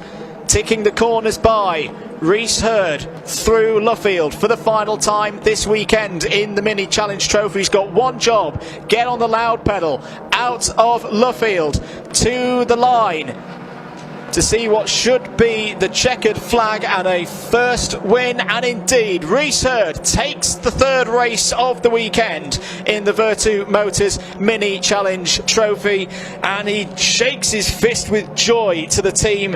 It's a win for Chandler Motorsports here at Silverstone by 0.237 of a second. It's also a best result of the season this weekend and so far for Gabe Fairbrother. Very good result, very well deserved result for the Accelerate driver, who before this weekend hadn't been on the podium. That's 2 fourths and a second place here from Silverstone. Third, a stunning weekend for another driver, Nathan Edwards. 2 wins and then a third as well. Another one of the Accelerate Motorsports drivers who's really impressed here at the home of British Motorsport. Nicky Taylor's just off of the podium, but good points there in 4th place, continuing his strong run of results, and will at least consolidate 3rd place in the championship as we head to Brands Hatch Indy for the season finale. 5th place for Harry Hickton in the number 64. It's been very entertaining to watch Harry Hickton this weekend, and just before we bring the graphic for confirming that provisional result up, Tom Ovenden 7th, the championship leader, and Alex Solly 10th. So Tom Ovenden will actually will extend his championship lead. Apologies, I don't think we can bring the graphic up at this moment. So yeah, just to run through that provisional result once again: Reese Hurd, winner of the race by 1/4 of a second ahead of Gabe Fairbrother. 3rd for Nathan Edwards. 4th for Nicky Taylor. Harry Hickton in 5th. A really good run as well for Jack Burns. 6th place for Jack, and more good points for his title bid. Definitely holding in the top 5 in the point standings from this weekend. Tom Ovenden, I think in some ways, given how the first lap of the first race of the weekend went, he might actually be quite pleased with the 7th place in that one, ahead of his title rival Alex Solly. And Solly not quite able to take advantage of the misfortune for Ovenden in, or as fully as he could have done in races 1 and 2. 8th place for the number 62 of Alex Keens. 9th, as we say, for the 117 of Reese Lyster. The top 10 wrapped out by Alex Solly. Let's head down to Parc Fermé though and get the thoughts of the drivers after that 3rd race of the weekend for the Virtu Motors Mini Challenge Trophy, and Hamish Percy will be with them. Well, what a race that was, the Mini Challenge Trophy. Scintillating stuff from start to finish, and we're going to grab a word with the podium placers now. Reese is just getting a picture, so we might have to head round to try and get Nathan. We're just going to get out the way of the picture. Nathan, could we, sorry to interrupt, could we grab another word with you? 3 podium finishes? Yeah, I was just saying to the team, I can't believe I'm gutted with a P3. It was mad, but we had the pace. But Gabe, you know, he deserved his first podium. He's driven really well all weekend and all season as well. We knew he'd be quick, so mega happy for him. For Accelerate, gave me a great car again. Sorry I couldn't convert it to a win, but no, as I said, to be disappointed with P3 before the weekend, that's mad. But big thanks to Interclens, WP Commercial, Sean Vickle Auctions, and Singleton Dental Implants, everybody at home, because they've been watching me like mad. So no, happy with the weekend. Well, you've had enough interviews, haven't you? You're probably sick of the sight of me. Never. I just know I'm doing well when you're coming to speak to me. Well, congratulations. Hopefully we see you again. Right, we'll just head around to see if we can get Gabe. Gabe, can we grab you for a quick interview? Congratulations. Thank you. It's about time. From the first race being 0.07 off to now actually getting our 2nd place. Reese defended it amazing. There was no chance I could get past him. Had some help from Nathan, a teammate, from what I wanted. And yeah, it's all come together. Just wanted to bring it into Brands for the last round now. Hopefully get some more podiums, and then yeah. So detail to us what went so right in the race. Oh well, I messed up my start massively. I lost 3 places on the start, but I decided to get my head down, just crack on, and then just pick people up there, and then got to Reese, and I just couldn't get past him. Just defended it too well. Well, congratulations, P2. Well done, Gabe. And we'll try and get a word with the winner now. Where is Reese? He's just over here. Sorry to interrupt the moment with the team, Reese. Congratulations, P1. Thank you. Yeah, it was That's good. I'm happy. Talk to me about the race and as a whole. Well, so I thought straight away I got to try and get in on Alex. Had a really good start. Me and Alex got in on Gabe, and then I thought as soon as possible go straight in on Alex. Luckily got Alex, and then got a gap for a few laps, which calmed it down a bit. But I knew they were always going to catch me, so it was just white line. But I weren't letting them beat me. So. Yeah, well, congratulations. We'll let you get back to celebrating with your team. That is the Mini Challenge Trophy. All the podium places, plenty more races coming up. So we'll hand back to you in the commentary box, Andrew. Thank you very much, Hamish. Yeah, great to see a first-time winner down in Parc Fermé there as well, and clearly the whole team and family very, very pleased for Reese Hurd there. As they say, the Mini Challenge Trophy has one more meeting this year. They will be at Brands Hatch on the first weekend of November, that being the 4th and 5th of November. 3 more races to determine who will be the champion there at Brands Hatch. Let's head on to the next category though. The Junior Saloon Car Championship are heading to the grid for their third race of the weekend. Let's catch the thoughts of some of the drivers from earlier this weekend.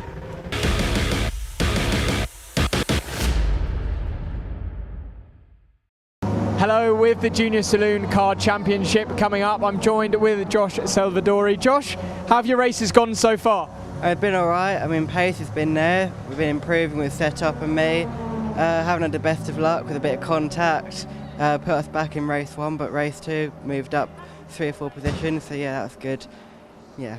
And what about going into the next race? What's your thought process? Hoping to get a good start, obviously, and try and make positions up early on, all the overtakes, and yeah, try and defend as best as possible if anyone else faster is behind us. But yeah, try and get more points in the championship. And racing here at the home of British motor racing, Silverstone, is that great? It must be amazing. Yeah. It feels an honour really, because we're that much closer to all the Formula 1 drivers, and yeah, it feels amazing driving around the track all the time. Oh, well, good luck in the race. Yes, I'm joined now by Daniel Truman racing in the Mini Challenge Clubsport. Daniel, how's the weekend gone so far for you? Pretty good, to be honest. Pole, race win, another race win, and fastest lap so far. One more to go. Hopefully go for the triple. See how we get on. But yeah, it's pretty mega, to be honest. I can't want any more. So what's been going so well for you? Snetton, we made a bit of a breakthrough setup wise. So we had a win at Thruxton.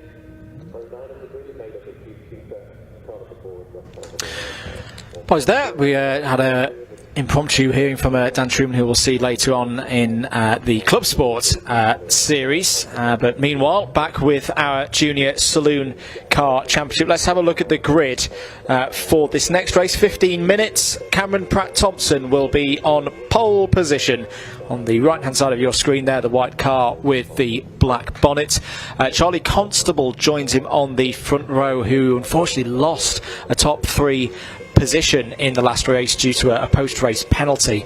Still scored well, was in the top 5, but we'll be looking to put that right here in the third race of the weekend. Will Fallon is due to start on the second row of the grid, but did have an incident in race 2, which left the car needing some work, so we'll see whether number 30 is on the grid or not.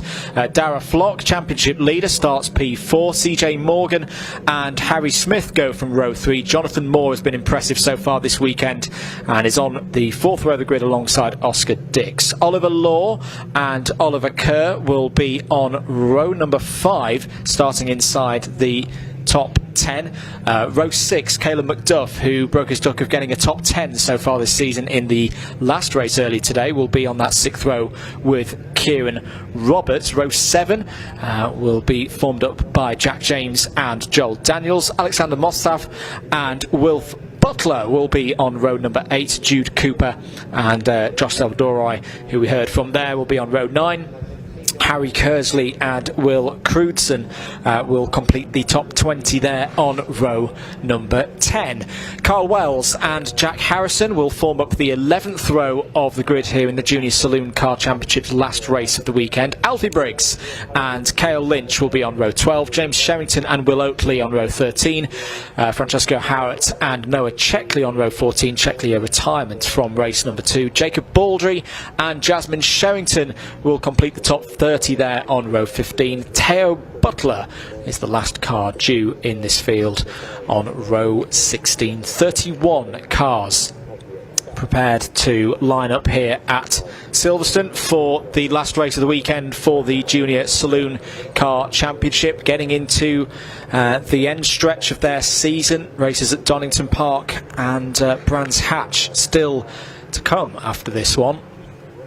The drivers will be wanting to gain as many points as they can from Silverstone this weekend, with this last opportunity, 15 minutes for the drivers to battle it out here on the national circuit. Good number of people in the grandstands as well by the BRDC clubhouse. Formation lap completed. Cameron Pratt-Thompson has been really, really good this weekend. They're all built off his qualifying. We should note that the qualifying times all coming from the single session right at the start of the weekend, and Cameron Pratt-Thompson has had pole position for each of the races. Can he get another race victory? Can Darragh Flock repeat what he did in race number 1 and bolt through from the second row of the grid once again to lead into Copse Corner? The field forming up at the back through Woodcote. We're nearly ready to go for the third time this weekend in the Junior Saloon Car Championship.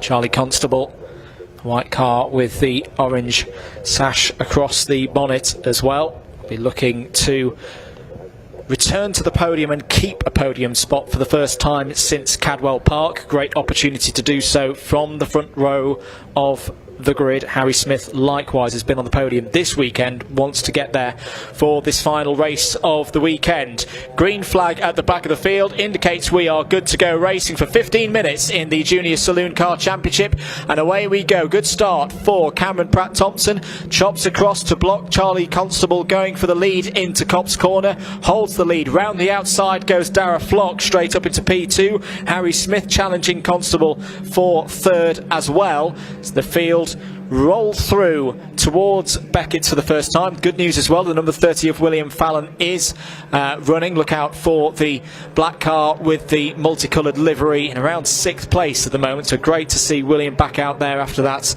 off. Oh, as round goes William Fallon. I think there was another car in front of him having a moment. Crewdson does a brilliant job to avoid Fallon there, and unfortunately for William, he falls all the way down to the bottom of the order, gets going again. It's been a tough weekend for William Fallon. I'm sure he'll have learnt a lot from it.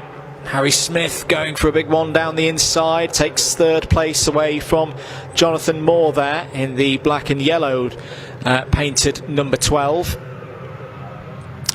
Problem there for Harrison. Jack Harrison going for a spin. I couldn't quite tell there whether that was on his own or with a bit of encouragement from behind, but either way, Jack Harrison will tumble down the order to outside the top 25. End of lap number 1 then. Cameron Pratt-Thompson leads, Darragh Flock in second place, Harry Smith third. That's the top 3 from the first race, in a subtly different order. I see a couple of drivers with the windscreen wipers on, so I wonder if there's a bit of rain out there, at least down through Beckett. Can't see anything. Well, if it is raining out there, it's very, very light, because inside the comms box here, there's no telltale signs of any moisture on the windows, we'll say. Let's have a look at the at a replay. It's just through turn 1. What happens here with Will Fallon? Drivers went, there was a tiny bit of contact with, might have been Oscar Dix in the black and red number 11. Big slide for Harry Smith. I think it's raining out there. Definitely raining out there. You can see the trails on the circuit. The tyres pushing the water away. Well, this is definitely going to mix things up now for the junior saloon car drivers. That was brilliantly held by Harry Smith. I wonder if he just got a touch of lift off oversteer through Luffield, but did fantastically to hold on to that one. 12 minutes to go in this one, but it could feel like a very long 12 minutes for the remainder of this race with the tricky track conditions. You can see Cameron Pratt-Thompson now almost taking the karting line, trying to get as wide as possible off the rubbered-in racing line. Haven't really had any rain this weekend at Silverstone, so you're going to want to get off where all that rubber has been put down across the various categories and classes, because that could be lethal across the course of the remainder of this race if this rain, very light rain, it's still very light rain, and I think it also could be localised through a problem there for Harry Smith. Is off the pace going down the Wellington Straight. Sideways moment for Jonathan Moore, beautifully connected. Charlie Constable's going to take advantage of that. Kieran Roberts is coming through in the number 78. That's the yellowish and green, almost Dayglow car. He's liking these conditions.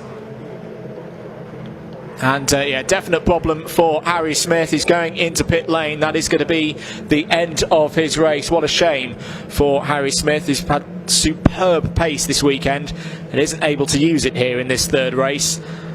And with it being such a short race as well, he won't have the opportunity to fix whatever the problem is and then get back up through the field. CJ Morgan running through there in 7th place, the number 59 car. And you see once again that Pratt-Thompson takes that wider line on the entry through Beckett's flock, preferring to just stay down the inside there. Fight for 4th place between Moore and Roberts, heading on to the Wellington Straight. Who else is potentially moving up through the order? Anyone who's used to slick tyres in the wet. Not a lot of these drivers will have come through owner karting in years gone by. Anyone who's used to slicks in the wet could be very useful in these conditions. See, Kyle Wells is going up through the order, gained 3 places on that last lap, is up to 12th spot. 10 minutes to go then, and a lot has happened so far in this last race of the weekend for the JSCC. Cameron Pratt-Thompson, winner of race number 2, extending his lead right now. 1 minute 17.3 last time around, a 10th quicker than Dara Flock.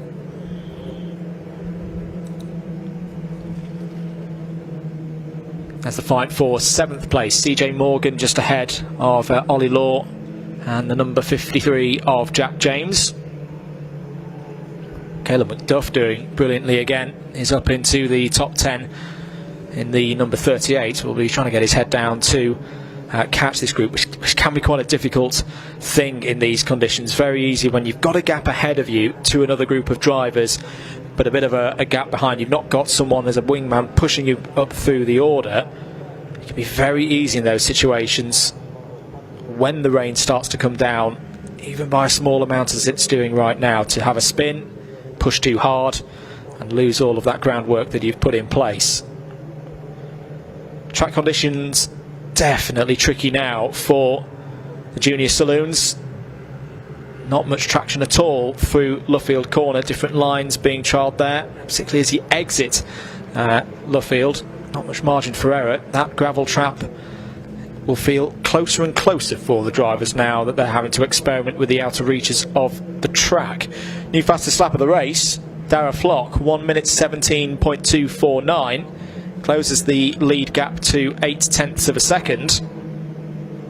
Battle going on here with Josh Salvador. Well, I could say from racing that I've seen Josh do in the past, he would definitely be one of those contenders for drivers from the karting scene with a bit of experience of suboptimal tyre choice in wet conditions. There's a problem there for someone towards the back of the field. We'll try and catch who that was in a moment, but Josh Salvador has come through beautifully here and now finds himself in 10th place alongside Caleb McDuff. These are 2 drivers who know have raced together before into the end of the Wellington Straight they go once again. This is back with the battle for third place. Constable still holding the position ahead of Moore, Roberts fifth, Dix, Morgan, Law, James take us down to ninth place at the moment. I'm trying to check who we saw in maybe a bit of bother through Copse Corner. We have had pulls into the pits for Harry Smith, mentioned already, and James Sherrington, I think, has also had to retire to pit lane. Jasmine Sherrington is, for an unknown reason, off the back of the group as well, 25 seconds behind Teo Butler. Salvador defends into Copse Corner and keeps Caleb McDuff at bay, but also coming into play now is Carl Wells in the 448 down the inside for third place. Brave move here on the racing line, which will not be grippy at all right now for Jonathan Moore. Has he got it done? Kieran Roberts coming back at him as they go onto the Wellington Straight. Kieran Roberts is going to be drifting alongside here, has the better exit speed from Beckett's, retakes the position. Fourth place now for Kieran Roberts, but switchback there, beautifully done by Moore. Goes back into fourth. There's a very, very tight situation there with Oscar Dix. I think Oscar did very well there just to get on the brakes and pull himself out of a bit of a pit manoeuvre unintentionally on Roberts. And they all keep themselves running in this race with 6 minutes to go on the clock. Oh, out of the race. That's Howard. That's Francesco Howard in the number 50, deep in the gravel. And now I wonder, with the track conditions as they are, because unless Howard's got a... Well, he's going to get a bit of a push perhaps from the marshals to get out of there. That's going to at least be covered with yellow flags. I'm guessing that was down through Copse Corner. 5 minutes and 20 to go. Cameron Pratt-Thompson leads by, or he's responded back up to a second is the gap over Dara Flock. And they are 6.9 seconds clear of the battle for third behind. Change for 8th place confirmed. Number 53 of Jack James has got through past the 77 of Oliver Law. Once again, down the inside, Constable defending his third place from Jonathan Moore. Jonathan Moore may actually, in these conditions, find a bit of grip out there on the wider line through Brooklands, but that's brilliantly dealt with by Charlie Constable to hold onto that position. Looks like Dix has got through past Roberts for 5th place. The black and red car, number 11. There's going to be yellow flags here through and across the National Pit Straight, and a safety car. Now, wondered whether that might come, that if the stranded number 50 of Francesco Howard in these conditions is too tricky to recover and needs some form of larger recovery vehicle, that is of course going to be a safety car. So the correct call there from race control. Now, with 4 1/4 minutes remaining, that may be it. Silverstone marshals will be to work. They'll need to wait for the whole field to be controlled and known behind the safety car before they get to work. Look, saying that, was here earlier in the year, and with some other series, and the Silverstone marshals team have been known to turn around time before, but safety the paramount concern here, and of course with it being a little bit drizzly as well, got to take extra concern, because if one driver can have a bit of a problem, another driver could as well. 3.5 minutes to go though. We'll continue to stand by for this race, see if we do get a bit more time, a bit more racing. I think it'll only be one lap. The driver's going to keep their tyres up to temperature, keep their brakes up to temperature, because there could be a fast and furious finish to this race, or we'll be finishing behind a safety car. Just to confirm that yes, Dix did get through on Roberts there for 5th place at the or just before the safety car came out. I think Jack James did as well on CJ Morgan for 7th place. So the order at the moment, 2 minutes and 50 seconds remaining on the clock whilst we're under safety car conditions. Cameron Pratt-Thompson is on for a 2nd race victory of the weekend. Dara Flock in 2nd, continuing to put points on the board here in the Junior Saloon Car Championship. Third for Charlie Constable, fourth for Jonathan Moore.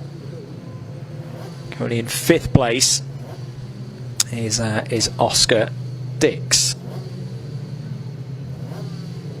Most important news, of course, that we did see that Francesco Howitz was out of the car. Attempts were made, I presume, to get the car out of the gravel either with a bit of a push or under its own power. But the gravel is quite deep there through Cops Corner, designed to catch much faster cars when they have a problem through Cops Corner. It's understandable that these smaller vehicles, these Citroen Saxos, are going to have a bit of a tough time getting out of that one.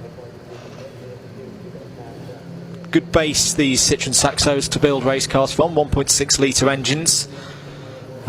Bit of tuning done, specific championship camshaft profiled, for example. 1.5 minutes to go. It does increasingly look like this will be the running order to finish for the Junior Saloon Car Championship today. Pratt Thompson, Flock, Constable, your top three. And just to note as well, you can see the British Supercarts lining up there in the dummy grid area. They'll be out next for their final 12-minute race of the weekend. The Mini Challenge Club Sports will be following up later with their third race of the weekend, and then the second races of the weekend for both the Lancaster Insurance MG Owners Club and the Kumho BMW Championship. Plenty of racing left to enjoy here at Silverstone. Do keep it locked here on the BARC YouTube channel.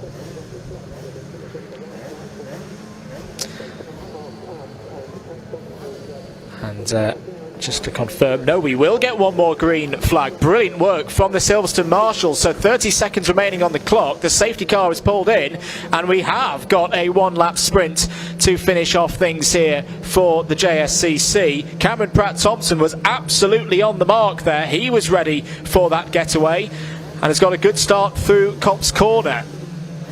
Heading down towards Beckett's for the first time. That is superb work from the Marshals, I must say. I didn't think that we'd get that one turned around within time to get racing again, but we have. Darragh Flock then has got a big opportunity here. He was a second off the rear of Pratt Thompson before the safety car. He's now probably about half the length of a Citroen Saxo as they head down towards Brooklands for the final time.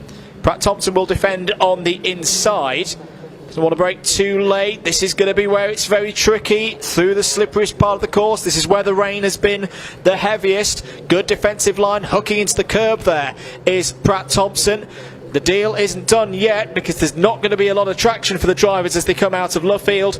Well, what a job this weekend. This may be one of the best wins of the year for Cameron Pratt-Thompson. Deals with a one-lap sprint after a safety car absolutely perfectly. Takes the win ahead of Darragh Flock. Jonathan Moore is on the podium as that deserves a third place this weekend with the work that Jonathan has done. Fourth for Oscar Dix, fifth for Kieran Roberts, who gained a number of positions in the slippery conditions there. Can be proud of that. Charlie Constable lost out, I think, on that last lap, ends up in sixth place, and his wait for a top three finish will continue on to Donington Park for now at least. The number 53 of Jack James was in seventh. Morgan Law and Salvadori all in the top 10. And there is a car stranded there to driver's left. Let's have a look at the provisional result. Once again, to confirm, Cameron Pratt-Thompson, well, if that safety car coming in did surprise him, that was, well, it won't have really, because the lights would have gone up on the top of the vehicle, but he dealt with the pressure very, very nicely there to win by 0.2 of a second ahead of Flock.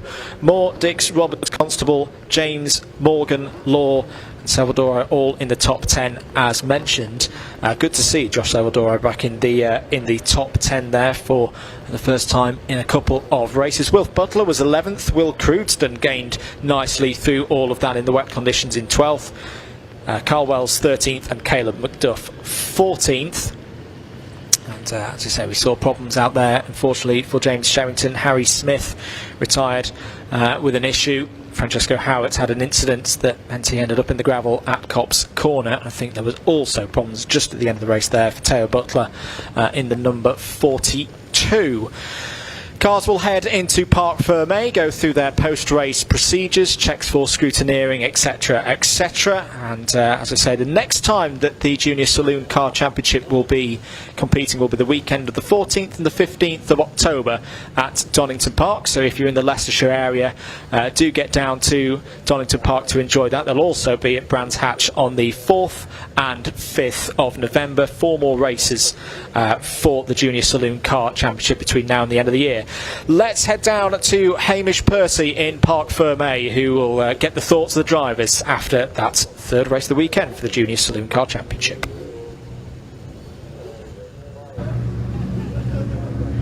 Hello, we're standing undercover now, right as the rain really starts to come in here at Silverstone, but we're going to try and grab a word with a few of the Junior Saloon Car Championships. Dyer, could we grab a quick word quickly, sorry, just before you say hi to your dad? How was the race? Yeah, it was good. As soon as we pulled up on the grid, it just started raining, and I just had to judge the conditions from there. Me and Cameron did a good job of doing that. We pulled away from the guys behind, and yeah, it's a good race. Yeah, well, congratulations, P2. We'll move on to Cameron over here, who we're going to have a quick chat with if we can. Cameron, can we have a quick chat with you? We'll try and do it undercover so you don't have to stand in the rain. How was the race for you? Yeah, it was really good. I think really confident in the wet anyway, so I was begging for the rain the whole day really, but yeah, it came when we maximised the opportunity. Yeah, we spoke to a member of your team earlier who said they were hoping for rain because that's one of your strengths, driving in the rain. Why is that? I think it comes mainly from my karting days, learning lessons. It's much more exaggerated wet lines in karting, so yeah, it's a lot easier to adapt in these cars. And going forward in the season, what are you going to take from this weekend? I think it's a positive weekend because we've closed in a couple of points, not much, but yeah, we're a lot closer going into Donington and Brands now, so yeah, we'll see. Well, congratulations, P1, well done. And we'll see if we can just grab last word here with... Can we just grab a word quickly? Sorry, yeah, how was the race? I mean, the rain always seems to mix things up. After starting P5 and P4 in 1 and 2, we kind of thought starting P8 race 3 we could maybe do something, but it's always more difficult from further back on the grid. But I mean, the rain, it's just all about car control. I mean, we run in on semi-slick tyres where you don't have any wet compounds. So yeah, it's just all about car control, controlling the brakes, the throttle, steering and whatever. And yeah, just got a good start, managed to adapt to the conditions throughout the race, got a lot wetter towards the end, managed to switch to wet lines at the right point, and yeah, just thankful we got a lap after the safety car. Well, congratulations, P3, well done.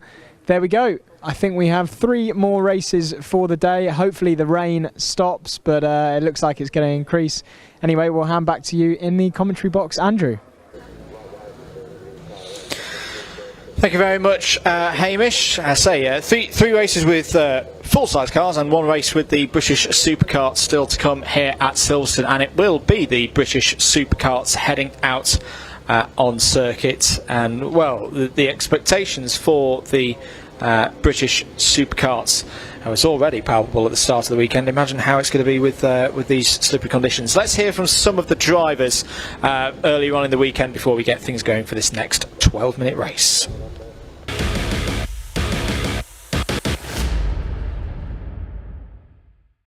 Hello, as you can see, the weather has started to take a turn. It's raining now, pretty windy as well. The rain is getting heavier. There's meant to be a few thunderstorms later on today.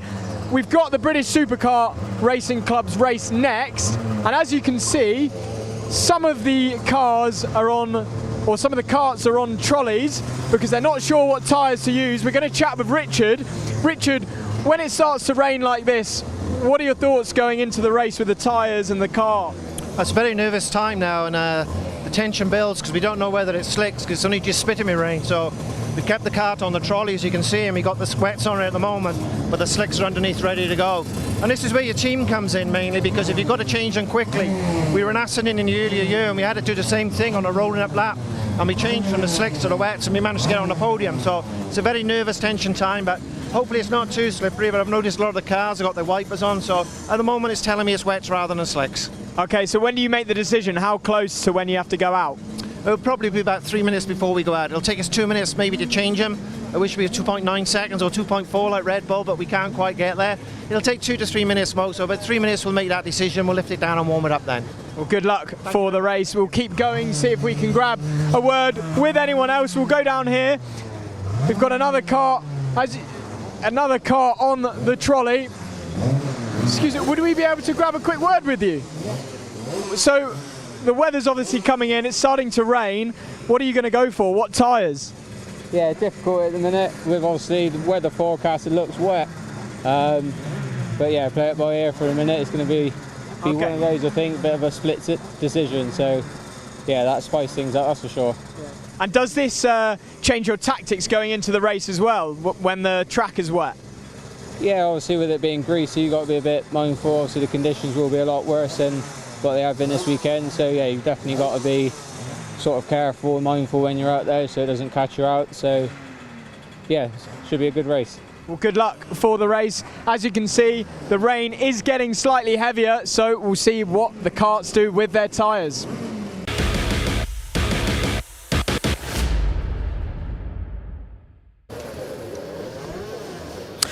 We will indeed. The rain continuing to fall here at Silverstone. It is the very definition of persistent. So it's not particularly heavy, it's not drizzle, it's just finally wetting the circuit at the moment. 12 minutes for the Super Series by the British Superkart Racing Club this weekend. Big grid, 47 karts.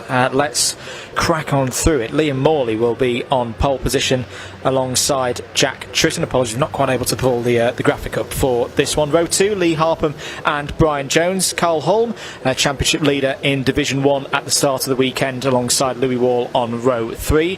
Ben Parkinson and Costa Kritsis on row number 4. Lee Plain was superb, winner of the F250 National class in race number 2, and blew away the competition in that category earlier on this afternoon. Paul Platt, his F250 national teammate and rival, I should say, actually starts alongside him on row 5. Nathan Barton and Thomas Baldwin on row 6. Paul Von Gerard and Kirk Cattermole, another one of the front runners in F250 National, go from row 7. Michael Goff and Mark Newton go from row number 8. Will Lawrence and Sam Hempshall on row 9. John Faulkner and Michael Parr complete the top 20 on row 10. Mark Edwards and Sean Lombardo start from row 11. Chris Balderson and Aaron Powell, who we heard from there in the dummy grid with Hamish, start on row number 14. Alan Crossan looking for another good result in the F125 category, which is this is going to be its final race of the year in the Super Series for the F125s and the F450s. Alan Crossan has class pole position, goes from row 15, and is alongside Rob Randall on that one. Steve Socky and Daniel Clark go from row 16. John Busby and Mark Radford can be found on row 17. Luke O'Rourke and Fletcher Hearn start on row 18. Jason Thompson took the win in F450 in the last race, and will go from row 19 in this one alongside Clint Bridge. Andy Powell and Chris Mackey on row 20. Aston Baker and John Reeder on row 21. Mary Howarth looking for another podium in F450 alongside Alan Flewitt on row 22. Gary Potkins and Ronan McClintock start on row 23. For McClintock, it was a retirement from race number 2. Nick Flint completes the 47 runners here for the third race of the weekend. 12 minutes for the Super Series by the British Superkart Racing Club. And as we can also see, it is at least a safety car led couple of extra formation laps. I can also see that Jack Tritton, winner from race 1 yesterday, is in pit lane and also pushing the kart down pit lane. So potential dramas for the number 87 and one of the favourites for this race. He's got treaded tyres on, so it's not for that reason that he's come into pit lane, but Jack Tritton is out of this one to the contention before it has even begun. And once again, Seems to be a bit of a rolling theme this weekend here at Silverstone, that drivers due to start from the front row of the grid, particularly from P2 on the grid, are having troubles that are taking them out of those opportunities. Yeah, I think that is done for Jack Tritton. This, apologies, this is just out of our commentary box window, then I'm looking down at this one. Our cameras won't be able to pick this one up, but Tritton's car being pushed into the garage and out of the race. So that will leave Liam Morley on his own at the front of the field on row 1. Winner of the second race, was on to win the first race of the weekend as well yesterday, and that was before mechanical trouble befell him and took him out about 3 or 4 laps from the end of that one. 12 minutes still on the clock, by the way, just to be clear that the race hasn't officially started yet.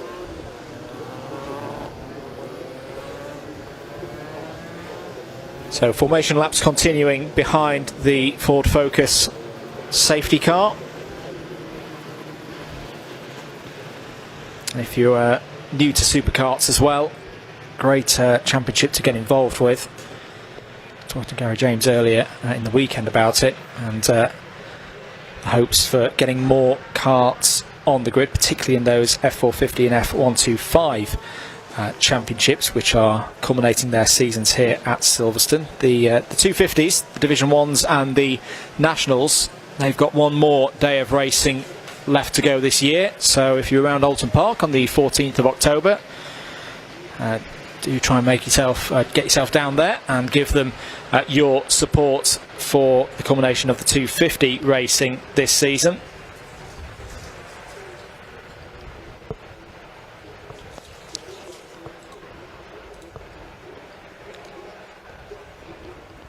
So, still under formation conditions. Apologies, having a couple of technical hitches at the moment with the weather.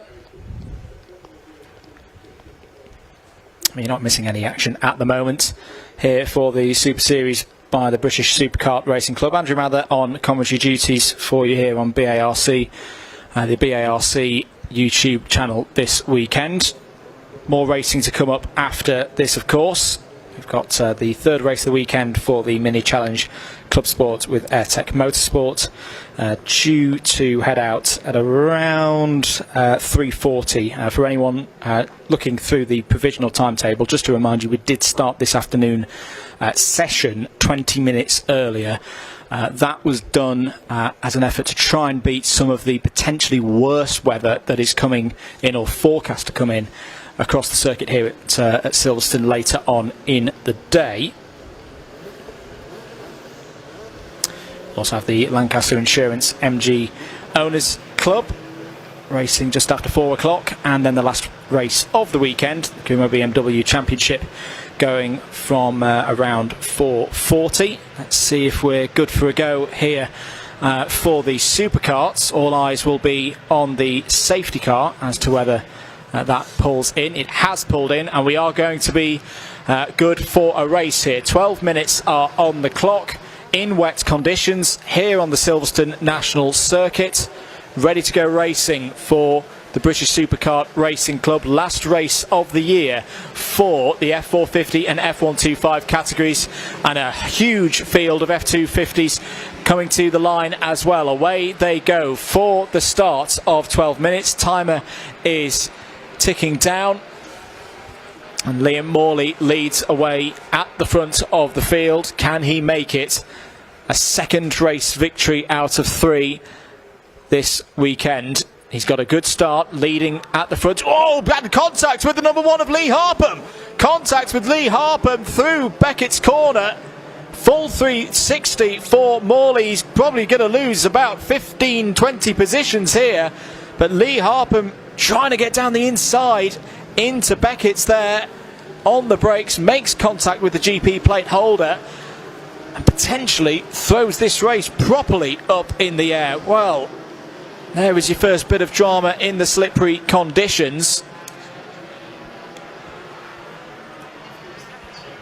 Coming round then to the end of lap number 1 who's been able to get on top of the conditions early on. It is indeed the number 48 of Brian Jones who's taken the lead of the race, and he's got a good lead as well, clear by a second over championship leader at the start of the weekend, Carl Holm. Well, what a dramatic first race. Oh, it was off there. That's the number 36 of Thomas Baldwin. That's in a very strange place. I think that's on the exit of Beckett's. It's gone off to driver's left. You see Brian Jones squirming at the wheel there. Very, very tricky conditions.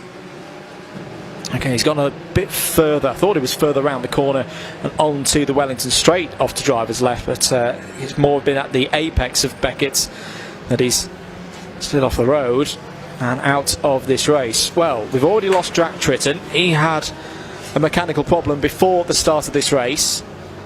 At least for now, we've also lost Liam Morley and Lee Harpham from the discussion for the race win. Well, Liam Morley has got going again. He's in 7th place. Where is Harpham at the moment? All the way down in 31st position, as there was somebody heading into the pits there.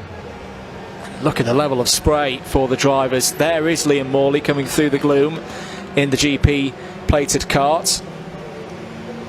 I think the kart that was having problems may have been the number 45 of Chris Mackey, because Chris Mackey is showing on timing as being in the pit lane weekend done. Also in the pit lane is the number 22 of Ben Parkinson. Actually, I think that was the kart that we saw pulling into pit lane from higher up the order. What a shame for Parkinson on the Anderson chassis with the DEA engine. Something has befallen him, out of the race, and a potential opportunity for a top 10 is gone. Well, if we've wanted a battle this weekend, a pretty good bet has been to go straight to the front of the order in the F250 national category. See Lee Plain and Kirk Catamol going over 2nd place as, oh, now is that a problem? I think, was that Lee Platt having a bit of a moment? We'll see if the pit lane indicator ticks over for Platt in a moment, but it looked to be an F250 national car in a spot of strife there. Well, no indicator yet on the time. No, I don't think it was Platt. That was a false alarm. He's come through sector 1, and there is Platt. Okay, so that's good news for Paul Platt in the lead of the race in the F250s.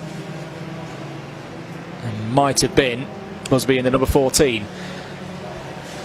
Apologies for the technical gremlins with the graphics. We have now got them back, and it shows you that, yes, Brian Jones still continues to lead this race by 1.2 seconds ahead of Carl Holm. The rain really coming down hard now. This is also not good news at all for those categories following up, because if there's one thing that supercars don't do, with them being a lot smaller, is they don't clear the water as well as some of the other saloon car categories that we've got this weekend. There's a piece of debris, I think, just on the approach to Copse Corner there. That is the number 40 of Alan Flewitt going through shots. That's one of your runners in the F450 category, if I'm not mistaken, having their last race here this weekend. Race leader doesn't seem to be bothered by the wet conditions at all. Brian Jones making his way through some of the traffic now. He's clearly got his tyres up to temperature. Doing very nicely indeed. There's been a move for 7th place overall.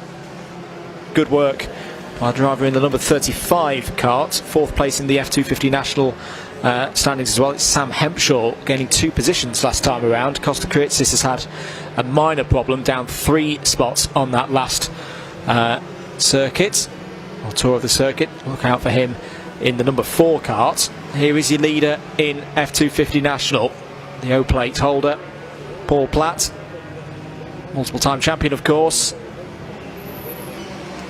Leads this race by 0.8 of a second. Liam Morley with his hands in the air there. Don't think he's happy at all.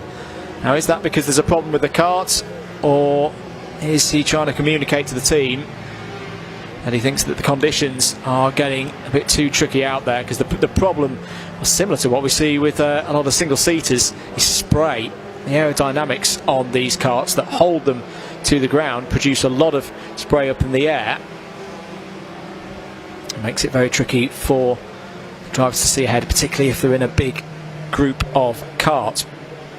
Looks like the number 1 of Lee Harpham, reigning champion, is coming back through the order. Is now back into the top 10, and that is for the lead of the race. Carl Holm in the black and yellow number 19. Well, we've been mentioning all weekend how he hasn't had a race win so far this year in the Super Series, but has had fantastic consistency, which has given him the championship lead. Or maybe he's thinking that this is the best opportunity so far this season to get that first victory. A tiny bit of contact with Brian Jones in the 48 definitely will have caught the current leader's attention in Division 1. Harpham has gained another spot. He's up to 8th place past Goff. 5 minutes and 40 seconds to go. There's Lee Plain in the 101. Dealing with the conditions very well. It's got a 1.5 second lead over Kirk Catamole behind. Similar kind of gap up ahead to Paul Platt. 1, 2, 3 for them at the moment in F250 National. Let's just check in with F450 and F125 as well. The F125 is actually doing fantastically out there. You've got in the lead, more remarkably, up to 15th place overall, Daniel Clark. He's having a superb run out there on the 114 machine. He's well clear of the number 41 of Fletcher Hearn, second in class. Also running well in the F450 category. In fact, a very good battle, about 4.8 seconds between the number 44 of Jason Thompson out there, leading once again in F450, and the number 40 of Alan Flewitt. And in these conditions, and that is, it's a good gap for Thompson, but can't rest on his laurels too much. Into the pits has come Liam Morley. Well, we saw him gesturing something to the pit wall earlier on in this race, and if it is a mechanical problem, then it's got even worse, and he is out of this race. There's actually been quite a few retirements in this race, a number of them in Division 1 stakes. Newton, Edwards, the F125, the number 99 of Aston Baker is out of the race. The number 14 of Nathan Barton, I think, has had some problems out there as well. The number 22 of Ben Parkinson is out. Lawrence, Busby, Howarth, Mackie, those are all carts that took to the circuit. And of course we had 3 drivers not even make the start, including Jack Tritton. That is the number 61 going slowly, hand in the air for Steve Sockey. So another one of our Division 1s going slowly, and drivers need to be aware here. And there's a piece of debris off to drivers left as well. 3.5 minutes to go. There's your race leader, Brian Jones. Great job at the moment by Brian Jones. Inherited, a long way off the circuit. That was Holm. That was Carl Holm, second place in the number 19. He's got back on circuit.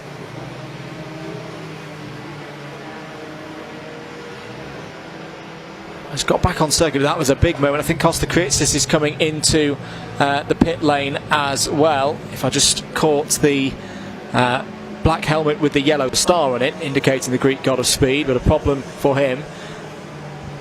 And in fact, there are now checkered flags being waved. I think the race has been stopped here. I think the race has been stopped for the weather conditions, and I have to say I think that's the right call. I think that is the right call from race control due to visibility. A number of drivers already pulling off the circuit, I think just out of self-preservation more than anything. What it means is that the number 48 of Brian Jones will be classified as the winner, as far as the information that we've got here in the box. And Carl Holm will be second. The search for a race win will go on. Well, there definitely is the checkered flag, so that makes it absolutely clear as day. It's not a transponder issue, it's not a timing issue. That is clearly a checkered flag out for the end of the race, called a couple of minutes earlier. As I say, I do agree with that decision. I think that is absolutely the right call from race control. So your class winners, Brian Jones takes the win in Division 1, and Well, that was a very good drive. Very difficult conditions out there for everybody. Got to the front as a result of the contact between Harpham and Morley on the first lap. And for Brian Jones, that is a first victory of the year. Holmes second. Third in Division 1 was Lee Harpham. F250 1-2-3 looks like this. Paul Platt took the win ahead of Lee Plain and Kirk Catamol. Running down to the 125s. I was going to say the F125s. Well, they seem to like those conditions because we've seen an F125 finishing 15th place just off the bottom of this this first page. The 114 of Daniel Clark takes the win there in that category ahead of the number 41 of Fletcher Hearn. Third on the final F125 podium of the season in the Super Series by the British Superkart Racing Club will be our winner from earlier, Alan Crossan, who can be very pleased with his weekend's work. F450, a bit further down the order we scroll to find eventually a different winner this time. I think that's 3 winners this weekend. The number 40 of Alan Fluids took the win in the F450 national competition, 2.3 seconds ahead of the number 44 of Jason Thompson. Third place will be Mary Harris. We should mention as well that is a very provisional with a capital P result. I would wonder whether there is an element of counting back one lap, so very much treat that as a provisional result, ladies and gentlemen. But big thanks to the British Superkart Racing Club for turning out this weekend. Great to be having nearly 50 drivers on circuit here at Silverstone, and you will be able to catch them if you want to go watch them in person. 14th of October at Alton Park is where you need to go for the final 2 races of the year. Wow, let's head down to Parc Fermé because Hamish Percy has got some probably quite wet superkart drivers down there. So let's see what their thoughts are. Well, we're being treated here today. Another brilliant race in these conditions as well. Really well done to all the drivers. We're going to come over now to see, look, the drivers just having an embrace. Paul, could we grab a quick word? Sorry, just for an interview, sorry. How was the race? Amazing. Yeah? Absolutely amazing, yeah. Tyres came on and after about lap 3. It was understeering a little bit through cops, but after that, yeah, it was absolutely on rails. And it stopped raining now, so it's obviously only during the race. Yeah, it was only during the race, I put the Hoosies on for that one. I started off with the Dunlops, but then when the rain started, I thought, they ain't going to cut it, so I put the Hoosies on because I got more grip in the wet, the Hoosiers. So I went to them and it was an absolute dream. Engine ran a song, brakes were fine, everything's great. Oh, congratulations. We need more people like you, happy. Anyway, we'll try and grab a word. Lee's here, can we grab a word quickly? Another podium finish, how was that? Yeah, it was good, but my mistake on the first lap. I went in the back of Liam and just couldn't see. There's just that much spray. So it was just a case waiting to get back on the track to get going again. So no, it's good though. Yeah, and what have you taken from this race going forward? Is it harder racing in wet? Talk us through it. It's difficult for the spray. Obviously, with us being so low, the spray's incredible, especially when you get a group of 5 of you and you come up behind you, you can't see anything. So you're sort of going into the unknown a bit. But no, it's good. The car was handling well in the wet, so something for the next meeting in case it rains. Yeah, happy days. Congratulations. And we'll just try and grab a word with P2 over here. Carl is over here. Could we grab a word, Carl? Sorry to interrupt. Yeah.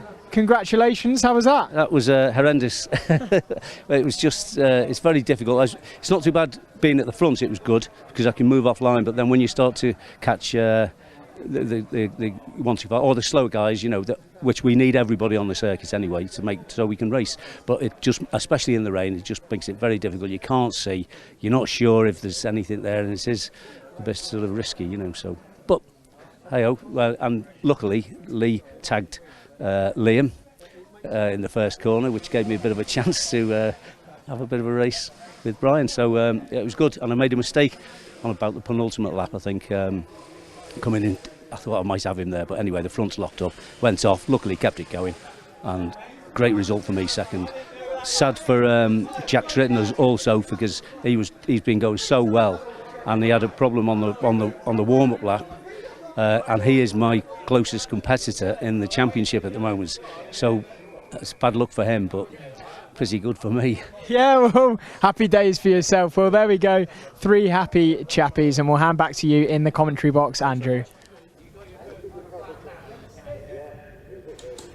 Thank you very much, Hamish. As I say, you just know, wouldn't you, that the rain has now stopped. The clouds are clearing. Hopefully, that is the worst of the weather past us here, and we can have 3 moist, damp, but progressively drying races between now and the end of the day. Mini Challenge Clubsport with Airtech Motorsport Series is out next for their final 12-minute race of the day. Before we get the cars out on circuit, let's catch up with some of the drivers from earlier in the weekend.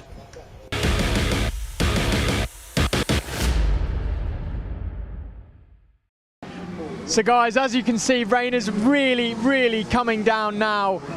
We've even got Truman, our camera operator, put his covers on the camera, but we're going to try and grab a word with a few of the mini drivers here. It's the Club Sport Challenge now. Can we grab a quick word before the race? When it's raining like this, what are your thoughts? Slippy slidey. I mean, I've gone 50-50. Try and give me a bit of stability in the back end, a bit more security. Bit nervous being on the front line, but we'll see what happens. It always divides up the pack, you know. It's definitely a different game when we've been driving in the dry, so new ball game out there, anything could happen. Everyone loves a challenge. Everyone loves a challenge, yeah. Good luck. We'll try and catch some more. We're going to wander down. We're going to pop our heads into some of the drivers' cars, I think, see if we can grab a word. We've got our friend. Can we come over and have another interview just before the race? Is that okay? We've even got an umbrella.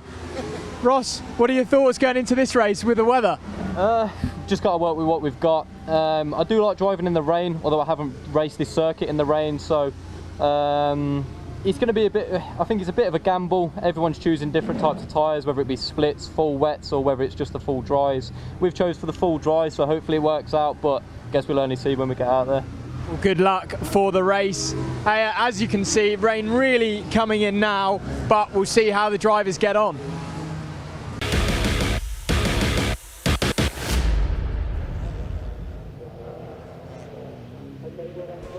Good to hear from the drivers a few moments ago there in the holding area ahead of this next race, the 3rd race for the weekend for the Mini Challenge Club Sport Series with Airtech Motorsport. 12 minutes on the schedule for these drivers to head out and try and tame the conditions around the Silverstone National Circuit. Quick review of results so far this weekend. Race 1 that we saw yesterday. These are just in overall positions. We've of course got the class scenarios in this as well, but in the overall standings, race 4 on the schedule yesterday, Stephen Berry took the overall race win from Zach Blackwell and Freddie Hewitt. Race 2 went the way of Stephen Berry again earlier on today. Charlie Newton-Darby had a great run in the second race to P2 overall, and Zach Blackwell P3. Here's how they line up then for the 3rd race of the weekend. Stephen Berry has pole position once again. These are positions separated by the classes, so we start with the open category, but then in order of how they finished earlier on in the day. Stephen Berry on pole position then.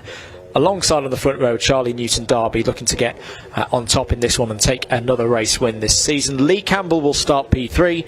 Sean Wortley, the 4th and final of the open category, will start there alongside on the second row of the grid. Bit of a gap, then back to the S category. This is a mix of cars of the R53 model, which is supercharged, the R56 model, which is turbocharged. Zach Blackwell will be the first of them and will be sharing the 5th overall row of the grid with Rory Melio. Great race from Rory earlier on today, very much deserving of that 2nd place and a chance to go from the front of the class row in, I suppose, there for this one. Next row of the grid, row number 6 overall, 2nd of the S category, will be Samantha Bowler and Charles Heatley. Steve Webb and Ross Alexander will be next up on the 3rd row for the S category. Alex Westerby and Alan Lee next up on the 4th row, Charlie Collins and Yonat Karare on row 5, Jamie Ringer and Emma Dawson on row 6. And last but not least, Freddie Hewitt. That's your, as I say, your S53 and S56 runners. One more class. That's the Cooper C class, the amateur class. Daniel Truman, who we heard from earlier on the interviews, he will take this one from pole position once again. Neil Clark in the All Union Flag Mini will be alongside him on the 2nd row of the grid. This is row 13 overall. There's another one of those couple of row gaps between the S category and the C category, so there you see Truman and Clark on the front row for the Cooper class. Andy Langley and Lauren Taylor will be on the 2nd of those rows. Freya Belk and Jason McInnes are on the 3rd row, the final row of this grid. And in total, I quickly try and do my maths, I think we've got about 26 cars out on circuit for this next race in tricky conditions, slippery conditions here at Silverstone. Everybody will have the treaded tyres on for this next race, and particularly as I say, a September weekend, you never know quite what you're going to get at Silverstone, but for these drivers, we've not had any wet weather so far this weekend. It's been windy but dry for all of the running so far, so this could be a journey into the unknown. But having said that, considering how wet this British summer of 2023 has been, they've probably come across worse conditions than this in the previous visits. They've been to Cadwell Park, Mallory Park, Thruxton and Snetterton so far this year. One more race to go here at Silverstone National. It's the penultimate meeting of the year for the Mini Challenge Club Sport Series. That will be present at Donington Park, if I'm not mistaken, later on in the season.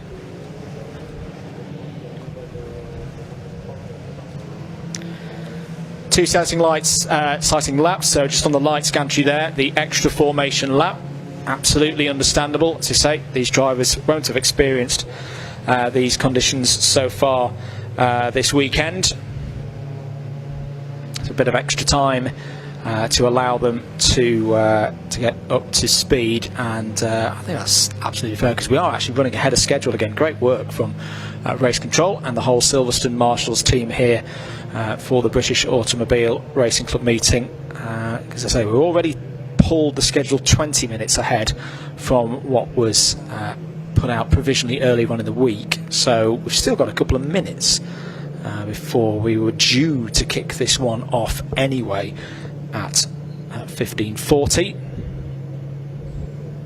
Marshals coming out onto track would indicate that once the drivers come back round on this this formation lap, we'll be ready to get going again.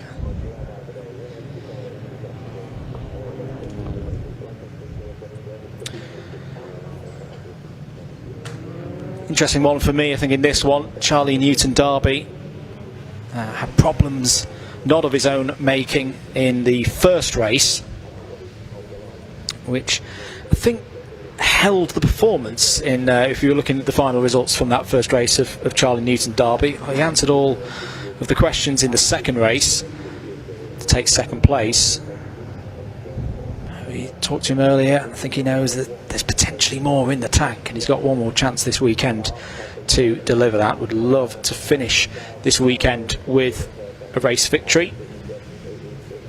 The grid towards the second half of the field starting to form up now.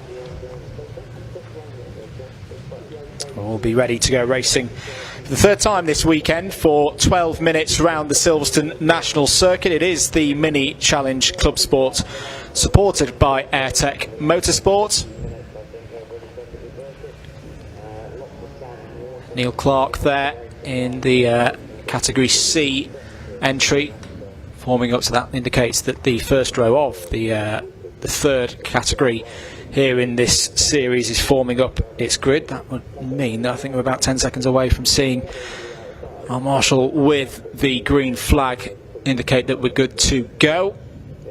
Just feel like an age for Stephen Berry on pole position. Will want to get a good start here. Is potentially in a very good position there with a bit of water cleared by the supercarts earlier. Let's see how they can get off the line.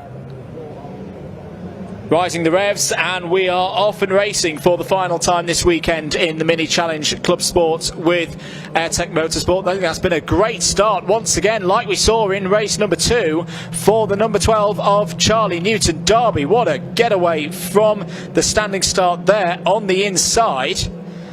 Can Charlie hold onto it as they head towards Beckett's for the first time? We'll take a defensive line down the inside. Stephen Berry trying to go around the outside, hits a pool of water, holds it. Brilliant recovery from Stephen Berry. Just snatched a break, I think, there. Did fantastically to hold onto that. The number 14 of Lee Campbell has had a decent start there. That's the third of the open category entries.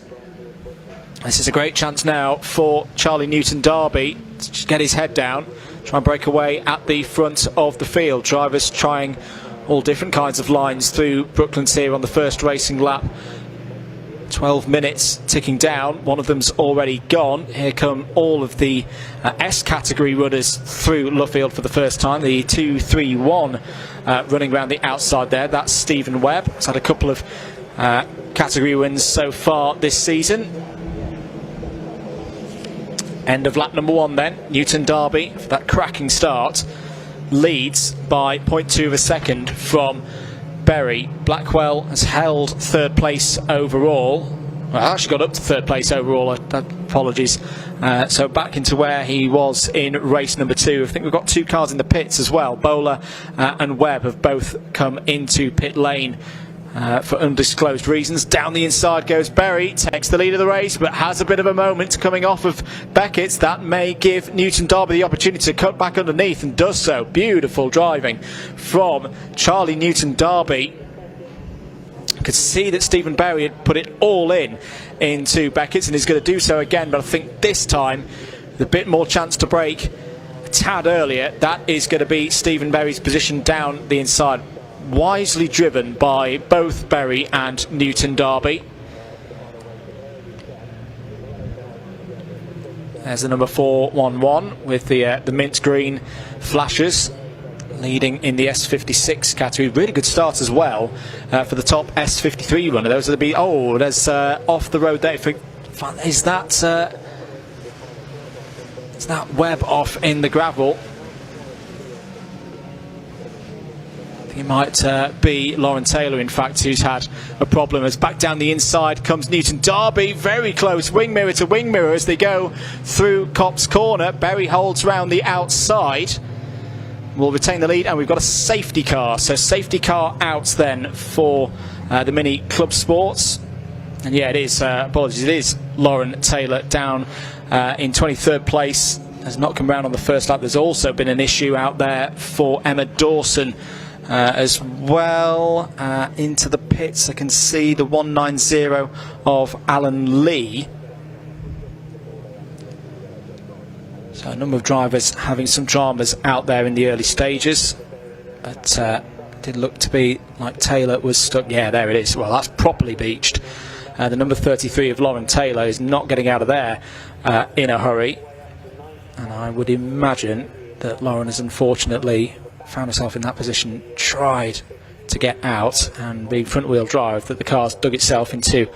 It's quite soft gravel, particularly around Luffield, and that means that the recovery vehicle is going to be required, and that is why the safety car is out on track. So Berry leads the race from Newton Derby. Field will close up behind with Zach Blackwell, third overall, first of the S56s. Number 14 of Lee Campbell, third in the open category, fourth overall. We were mentioning before, we noted the off for the number 33. Great start for the number 44 of Charles Heatley, fifth overall and leading of those with the R53 supercharged vehicles. This was the big moment, full opposite lock for Stephen Berry to hold on to that big slide through Beckett's corner. Arguably, that is what's put him in the position to be leading right now. As if he'd lost that, that would have been another car visiting the scenery and possibly not able to get out. This was a really good piece of driving from Charlie Newton-Darby. Saw Berry down the inside, but carrying a lot of speed, and there was always going to be a likelihood that there would be an undercut opportunity, and that exactly is what occurred for Charlie Newton-Darby. And then through Cobb's corner, I think actually this was when the safety car had come out. So Charlie Newton-Darby just pulling there into second place. I didn't want to make an overtake in that scenario. Snatch Tractor JCB is out on circuit to relieve the gravel trap of its number 33 holding duties. You see there, it is quite deep through Luffield, so once again the gravel traps doing their job from a safety perspective. But unfortunately for Lauren Taylor, that car will go no further in this race. We will have a good amount of time to get things underway again. We saw a very swift removal of one of the junior saloon cars earlier on in this afternoon whilst the conditions have been wet, and once again the Silverstone Marshals team, best in the business, get that number 33 off the circuit, and I imagine that we will be getting underway very, very shortly. May even be this next lap. Let's try and see whether the lights are out on the safety car. Not out yet. Okay, so they'll go round one more time, making sure that the marshals and safety crews down there at Luffield are all absolutely happy. That's understandable. It will still give us probably around 4 minutes of green flag running for the last race of the weekend for the Mini Challenge Club Sport Series.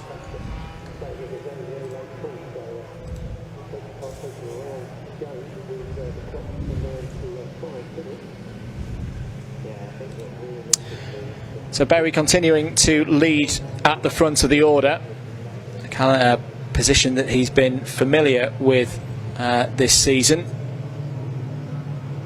As I say, to note as well, special race coming up later on at Donington Park. There's another series at Donington Park on the weekend of the 14th and the 15th of October, including a 40-minute endurance race. That's something definitely to look forward to in the Mini Challenge Club Sport Series.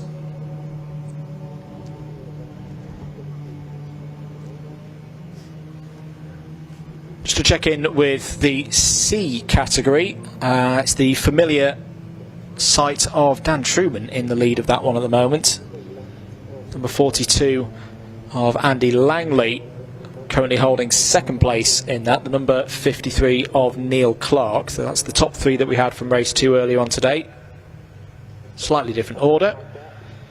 See the Lancaster Insurance MG Owners Club competitors getting ready as well. They'll be out next for their second race of the weekend, penultimate race of the whole weekend here for the British Automobile Racing Club's meeting at Silverstone. And I think I just saw that the safety car lights are out. We are going to be good to go racing. 3.5 minutes remaining on the clock. Can Charlie Newton-Darby find a way past Stephen Berry's 666 machine in wet conditions? Continuing to be wet conditions here. Just a little bit of drizzle in the air, but we're back to green, back to racing then. Berry try and get the whole shot on the rest of the order. Look out for Zach Blackwell there in the 411 with the bright headlight covers. Newton-Darby has a look into Cobb's corner, but isn't close enough to get up alongside the race leader.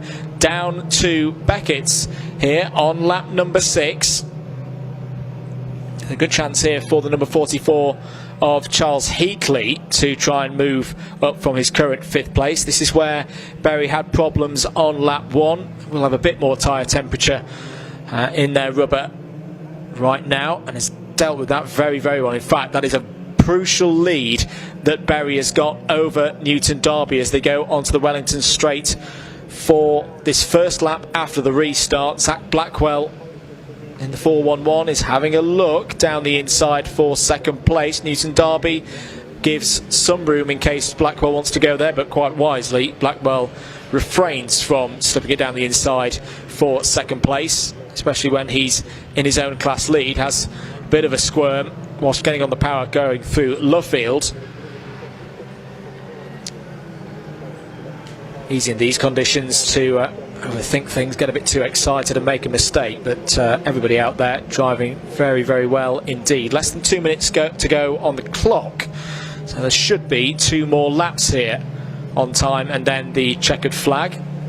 I think there's more cars coming into the pits. The 231 Oars, Alex Westerby having a good fight there with the 999 of Wortley. That's another one of the open category cars. Sean Wortley racing for the first time this season in the Mini Challenge Club Sport Series.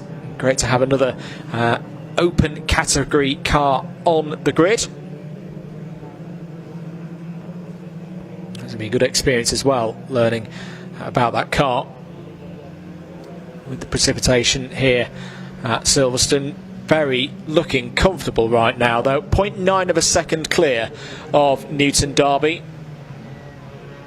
Progressing up the order as well. Keep an eye on the number 5 of Freddie Hewitt. It's had a good season so far, quite regularly a runner-up in the S56 category. Oh, contact there involving Alexander, and that's a great hold. That is a brilliant hold from Ross Alexander.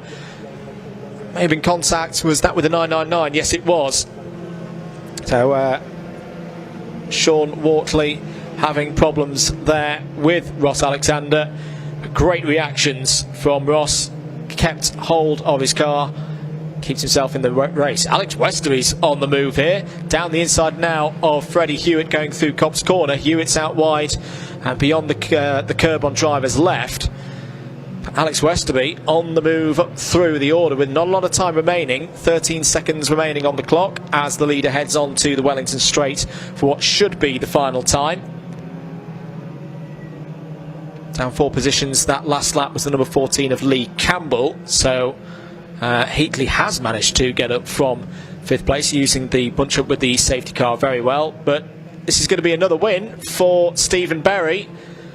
Had a treacherous moment in the early stages, but great car control kept him in the race. Got the overtake done on Charlie Newton Derby. And in testing conditions, going to come round to take victory in the 3rd race of the weekend for the Mini Challenge Club Sports Series. And the last race of the day for the Minis. Across the line to take the checkered flag and wins in the end by nearly 2 seconds.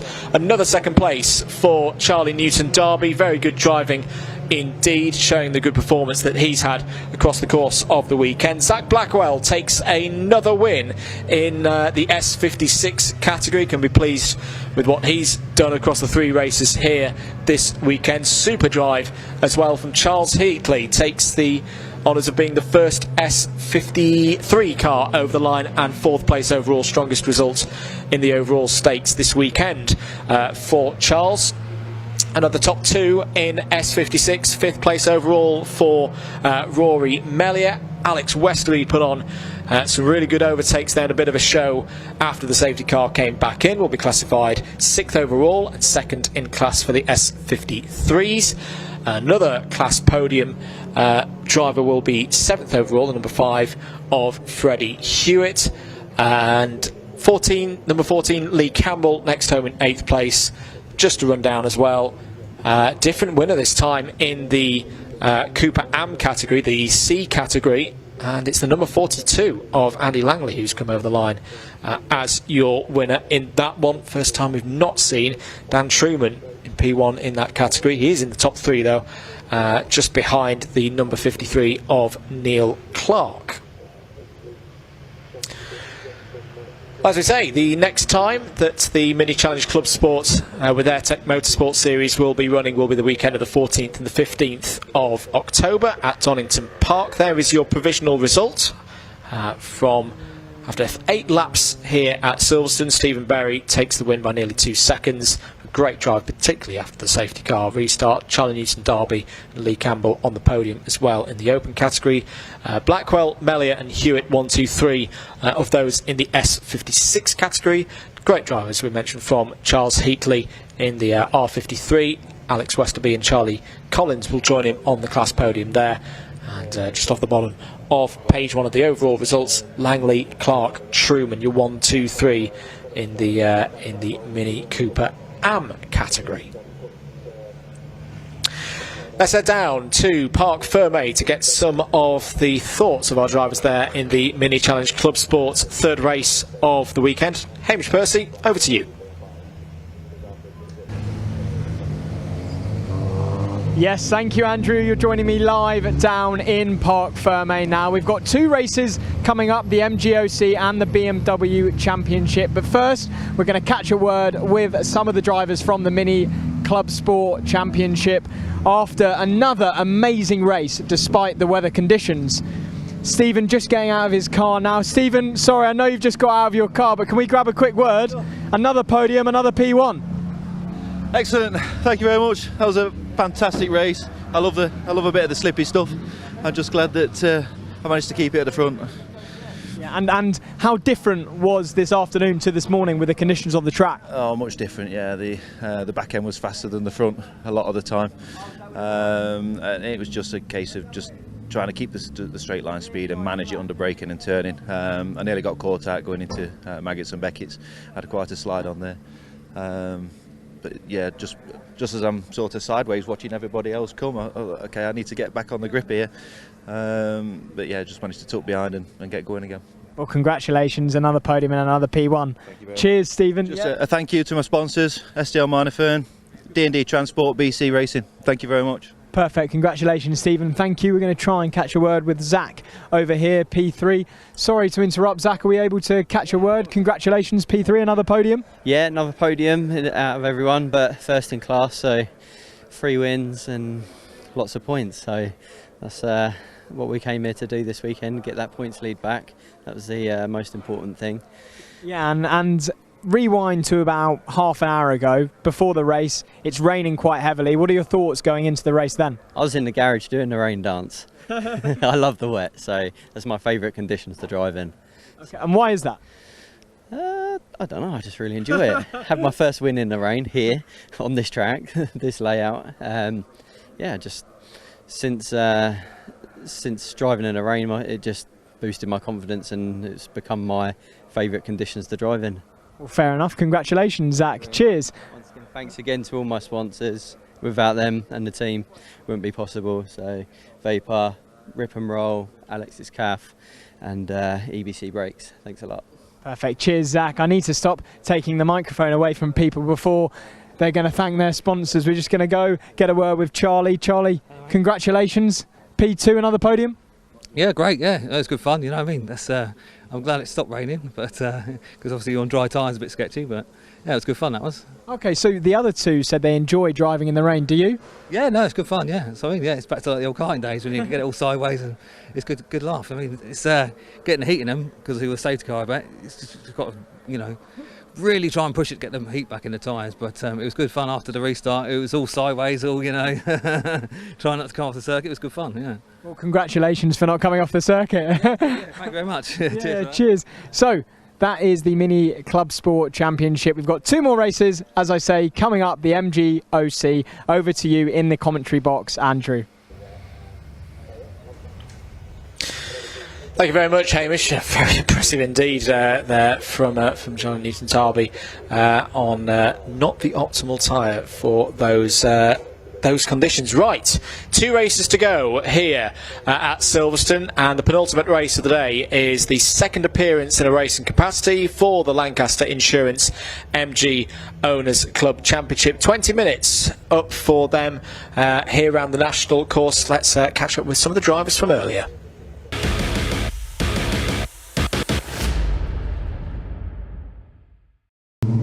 Hello, yes, you're joining me down in the assembly as the weather has started to clear. It's no longer as rainy as it was earlier, but there's still quite a lot of water on the tracks. But we're going to catch some words with some of the MGOC Championship drivers now. We're going to take a little wander down, try and chat to Phil Dicker.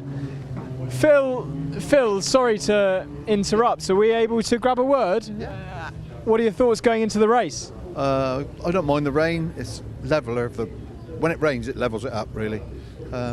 the dry is good, but this track's good in the wet as well.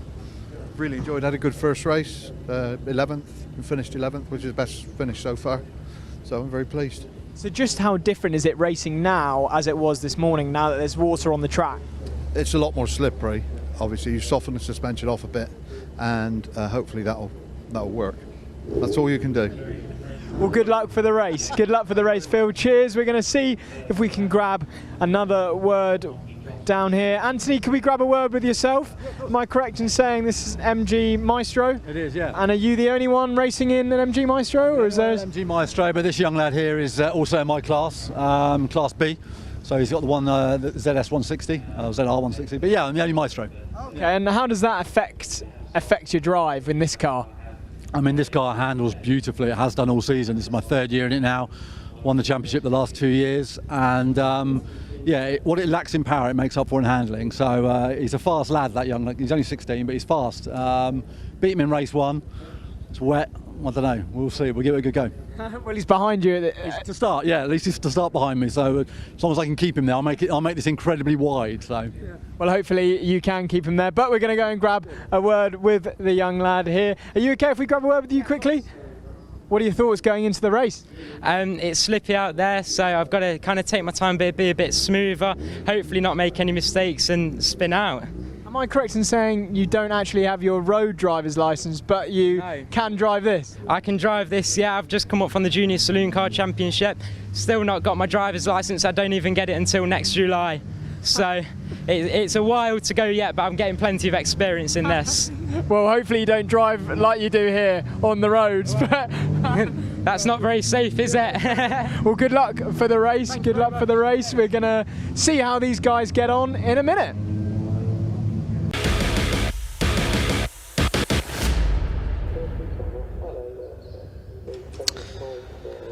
Good to hear from the drivers earlier whilst they were in the dummy grid. Quick run through the grid then for this next race, second race of the day for the Lancaster Insurance MG Owner Clubs Championship. I'm hearing in my ear that the drivers are going to have 2 formation laps in these conditions, which is understandable. Here is your grid. Steve McDermott starts on pole position. These from times earlier on in a time qualifying session right at the start of the day.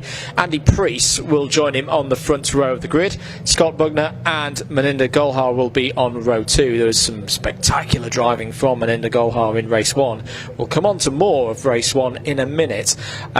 Jimmy Work and Phil Walker will start on the 3rd row of the grid. Mark Baker and Simon Kendrick, that's 2 of your runners in Class F, will be on row 4. The first 3 rows, I should mention, are all Class Z categories entries. Stuart Plotneck and Phil Dicker will be on the 5th row of the grid. Good to hear from Phil earlier. The 6th row of the grid will be formed up by Paul Wisby and Anthony Bates, who took the win in Class B earlier on today in the first race. Sean Bugner and Riley Price, the other driver in Class B, who spoke to there on row 7.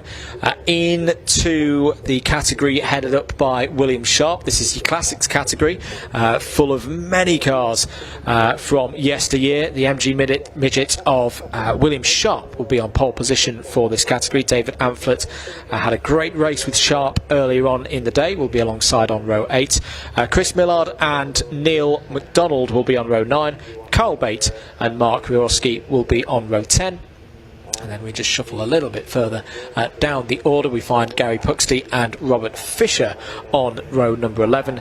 Christopher Flukes and Martin Wills on row 12. Martin Wills now in a different car to what he competed in earlier. John Diffie will be the last of the cars. 25 cars due out on circuit. But news from race number 1. If you were with us earlier, you would have seen that on the road Steve McDermott took the race victory. Remember, we will be going round for another formation lap here. So just to capture the thoughts from race 1. So viewers earlier will have seen the number 1 of Steve McDermott winning from Martin Wills in the number 44 and Scott Bugner the number 25. But all 3 disqualified for championship regulation infringements post-race. So that meant that the race win went to the number 29 of Melinda Golhar. So a really good recovery in the end for Melinda. Because if you remember back to that first race as well, there was a moment where Golhar was on the inside of the grass through Luffield, having at least what you could describe as a bit of a moment. So in the end, he takes the race victory from race 1, first one of the year for the driver from Hounslow. That's all in the history books though. 20 minutes on the clock for the second race, the penultimate race of the whole weekend for the BARC here at Silverstone, and it will be 20 minutes for the MG Owners Club to, like we just saw with the mini challenge Club Sports. I thought there was some really good driving there across the field in what are very tricky conditions, even with this extra formation lap. Rain has at least reduced in strength. It may well have stopped.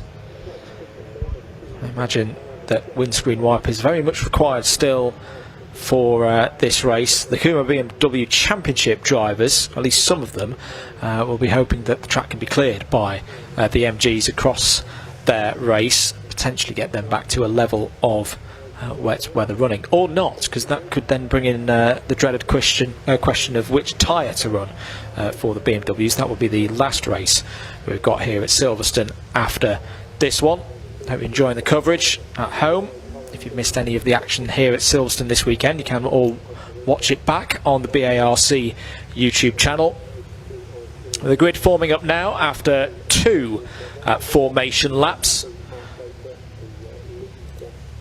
Steve McDermott on the right hand side, the red and black MG ZF170, ZR170 rather, dominated the first race, very much took it from lap 1, got a great start, everybody fought for second behind, he disappeared off the front. Are we going to get the same in the next race, in this next 20 minutes? Couple of cars just getting themselves into the correct position, being directed by the Silverstone Marshals team on the pit wall.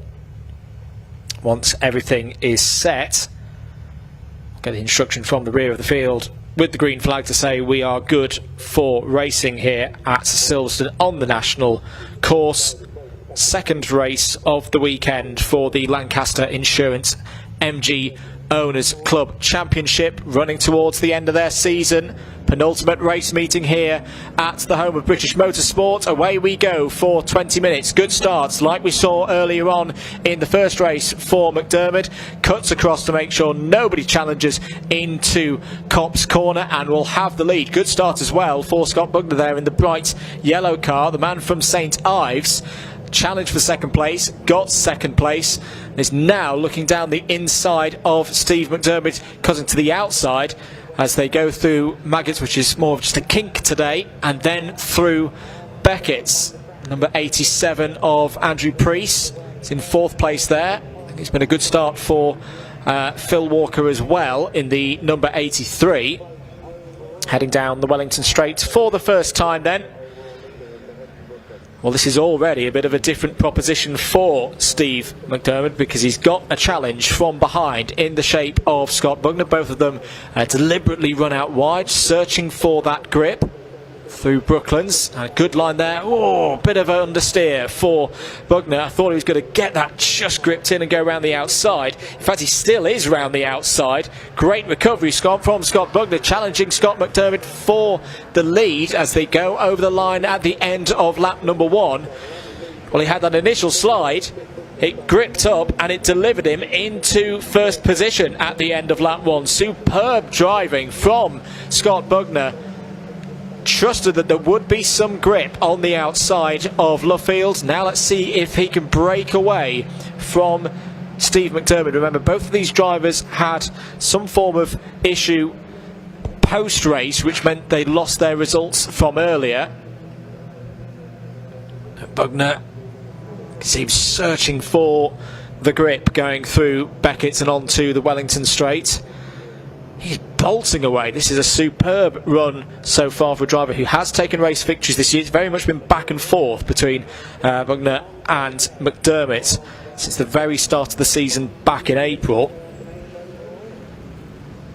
But no win for Bugner since the first race of the Donington Park weekend in August.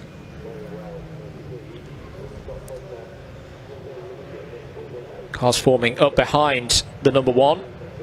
Phil Walker in third. Here's side by side. This is a class battle between Kendrick and Baker. So a great run from Baker early on in race one. Got to the front and pulled away from the rest of the competition. But once again, it's these conditions, these slippery conditions, can sometimes be a bit of an equaliser for the drivers out there.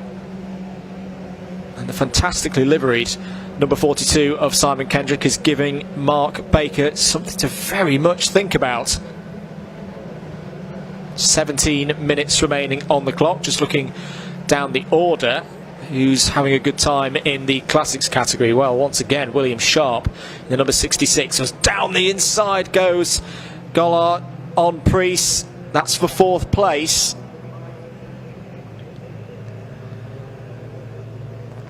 I said earlier, we've seen a lot of action from the number 29 car so far today. Looks like Mark Baker's had a very strong first half of this lap, which is lap number 3. He's got away from his challenge for second place behind in the shape of Simon Kendrick. Just to note as well that this is the race where Martin Wills, for anyone slightly confused as to why they're seeing Martin Wills now being scored with the yellow bands in the 144 in the other class, in Class F. This was always going to be the plan for Martin Wills, that he was going to switch over to a second car into his own MGF and take this through the second race. He's actually made fantastic progress so far, has Martin Wills. He's fighting with another one of the Class B cars. In fact, there's been a change for the Class B lead as Price has gone through past Bate. So the youngster from Leicester, not too far from here, has taken the lead of this race for those with the purple position boards on your timing graphics left hand side. This is your fight for third place overall and in Class Z, the fastest class of all here, the Lancaster Insurance MG Owners Club. Phil Walker from Milton Keynes, on the road at least, hasn't had a podium, but will have inherited a podium position due to the disqualification of the cars earlier. Oh, a bit of a moment there for Phil Walker, but that's okay because he then gets a really good bit of drive off of Brooklands. Just had to trust that the grip was going to be there to serve him into Luffield, and did indeed. Holds on to third. There is probably one of the best kind of cars that you can have in these kind of conditions. Bright yellow, no one's going to be missing that, and Martin Wills flying through now. Had great pace earlier in the dry conditions. He was driving his MG ZR. Now in the MGF, could be challenging for second place in the category. Didn't register a lap time earlier on in the qualifying session. Actually had to take part in or got some track time in a different qualifying session. But either way, times didn't count in that one. And he's worked his way from the rear of the field in that category. 14 minutes to go then. There is the number 17. That is your leader in Class B, Riley Price.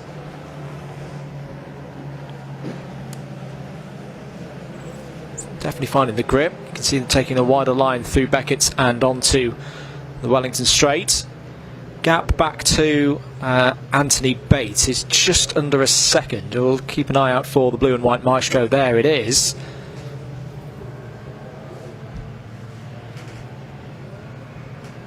A really good drive here so far from Riley Price. First time he's competed this weekend in this championship in 2023. And the sun's starting to come out a little bit here. That's one of the first times I've said that this weekend. More potential good news for the Kumho BMW Championship still to come after this race. New fastest lap of the race has just gone in from the driver in second overall and in Class Z. 1 minute 17.5 for Scott McDermott. The gap to Bugner ahead is about 1.2 seconds right now. I wonder if McDermott can keep spooling it up and try and closing in. He did take a big chunk of the lead out that first time around, or that last time around I should say, on lap 5. About half a second cut out of Bugner's lead. There is your leader in the classic category, Class A. Will Sharp, once again, relatively comfortable right now. Had to fend off a charging number 14 piloted by David Amphlett earlier on in the first race that went right to the line. At the moment in these in the wet conditions, Will Sharp is on top form here. Beautifully prepared MG midgets. It's had, in terms of class victories, 6 victories so far this year. 3 at the start of the season at Brands Hatch and Snetterton across those 2 meetings. A couple of wins at Castle Combe earlier in the summer as well, and 1 from Donington Park as well. You see there, using the grip, taking very much the karting lines round the outside of the corners. Wants to, with quite a narrow tread profile of course on those tyres, doesn't want to be on the racing line when he's got a limited amount of rubber touching the surface, the tarmac. That's why he's going for those exaggerated outside lines. It's definitely working for him. I think there's been a problem out there for Martin Wills, the MGF car number 144 that was closing in on the top 2 for the class lead. Have now, well, he's now dropped away again. He's down to 12th place. This is meanwhile the fight for the lead of the race overall and in Class Z. Scott Bugner, who had that lightning start, great overtake to take the lead of this race, is now coming under pressure from Scott McDermott. Last time around, half a second lost. I think it's going to be about the same again. Or no, in fact, I just read that wrong. It's not a 1 minute 19.8 for McDermott. It's a 1 minute 18.8 for McDermott. It's absolutely flying along now relative to Scott Bugner, who's in the 1 minute, mid 1 minute 19s. And just to make things even more difficult for the race leader, traffic in the form of runners from the classic category are going to come up. Which way is he going to go? He's going to try and go around the outside of the 172 of Bob Fisher. That's brilliantly done. Will actually give a bit of an opportunity to cut through and get away from the number 1. McDermott cuts to the inside, takes that route past the rear of the classic field. Great driving by everybody involved. And Golhart's coming into this as well. Inherited the win after the disqualifications from race 1. We've seen already that he likes the car to be nimble and what I think for others would be very out of shape. And Larry, it's clearly to the liking of Golhart, and it's to be expected when it's been raining out there on circuit, because he's closing in. What is his pick? Well, at the moment he's the fastest driver out on circuit, 1 minute 17.4. He's the only driver in the 1 minute 17s at the moment. We've got a proper race on here. 10 minutes to go, less than that now. I think there's a bit of detritus, or maybe one of the tow hooks just flapping there on the bottom underside of Bugner's car, so nothing to worry about there. Already having to deal with the pace of Steve McDermott in the number 1. Now having to also think about Melinda Golhart in the number 29 there. Just seems to be growing with confidence more and more through this weekend. Took a 2nd place in class at Thruxton earlier in the season.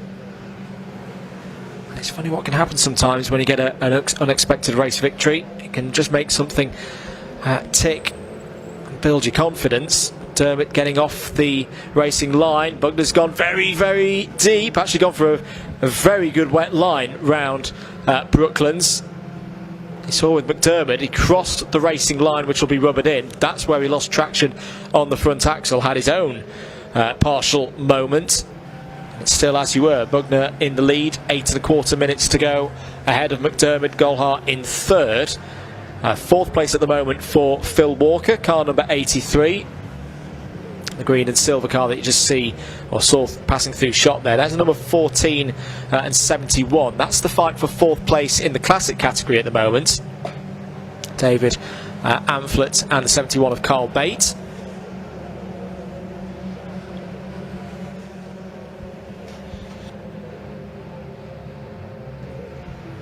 Leader makes their way through the traffic once again. McDermott tries to hook to the inside there. Negotiates his way past David Amphlett. David Amphlett is compliant, good driving once again from 2 drivers in different classes with very different speeds in terms of lap times for their cars. Golhar also cuts through, so it's still as he were. 1, 2, 3, end of the Wellington Straight here on lap number 10. The second race of the day for the MG Owners Club Championship.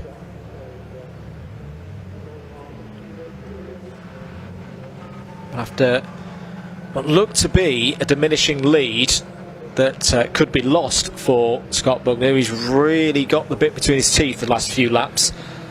1 minute 18.1 last time around. For McDermott, he's in that tricky position now. He's closed in, trying to find an area of the circuit with enough grip to then keep using that speed and overtake Bugner ahead. Very much easier said than done, especially when you're negotiating your way through slower traffic. 1, 2, 3 running out of Copse Corner, another one of the classic entries just to their left.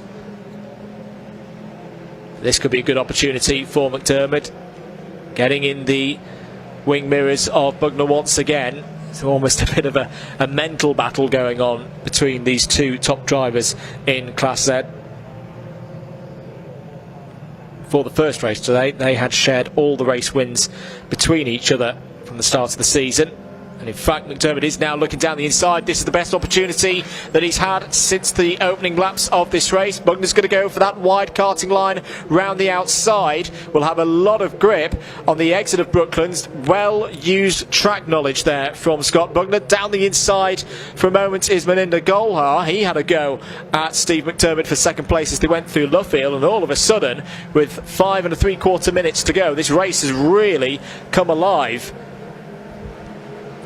Scott Bugner takes the advantage, 0.5 of a second clear of McDermott now. The number 85 of McDonald is up next just ahead. That's another one of the entrants in Class F for the MGF.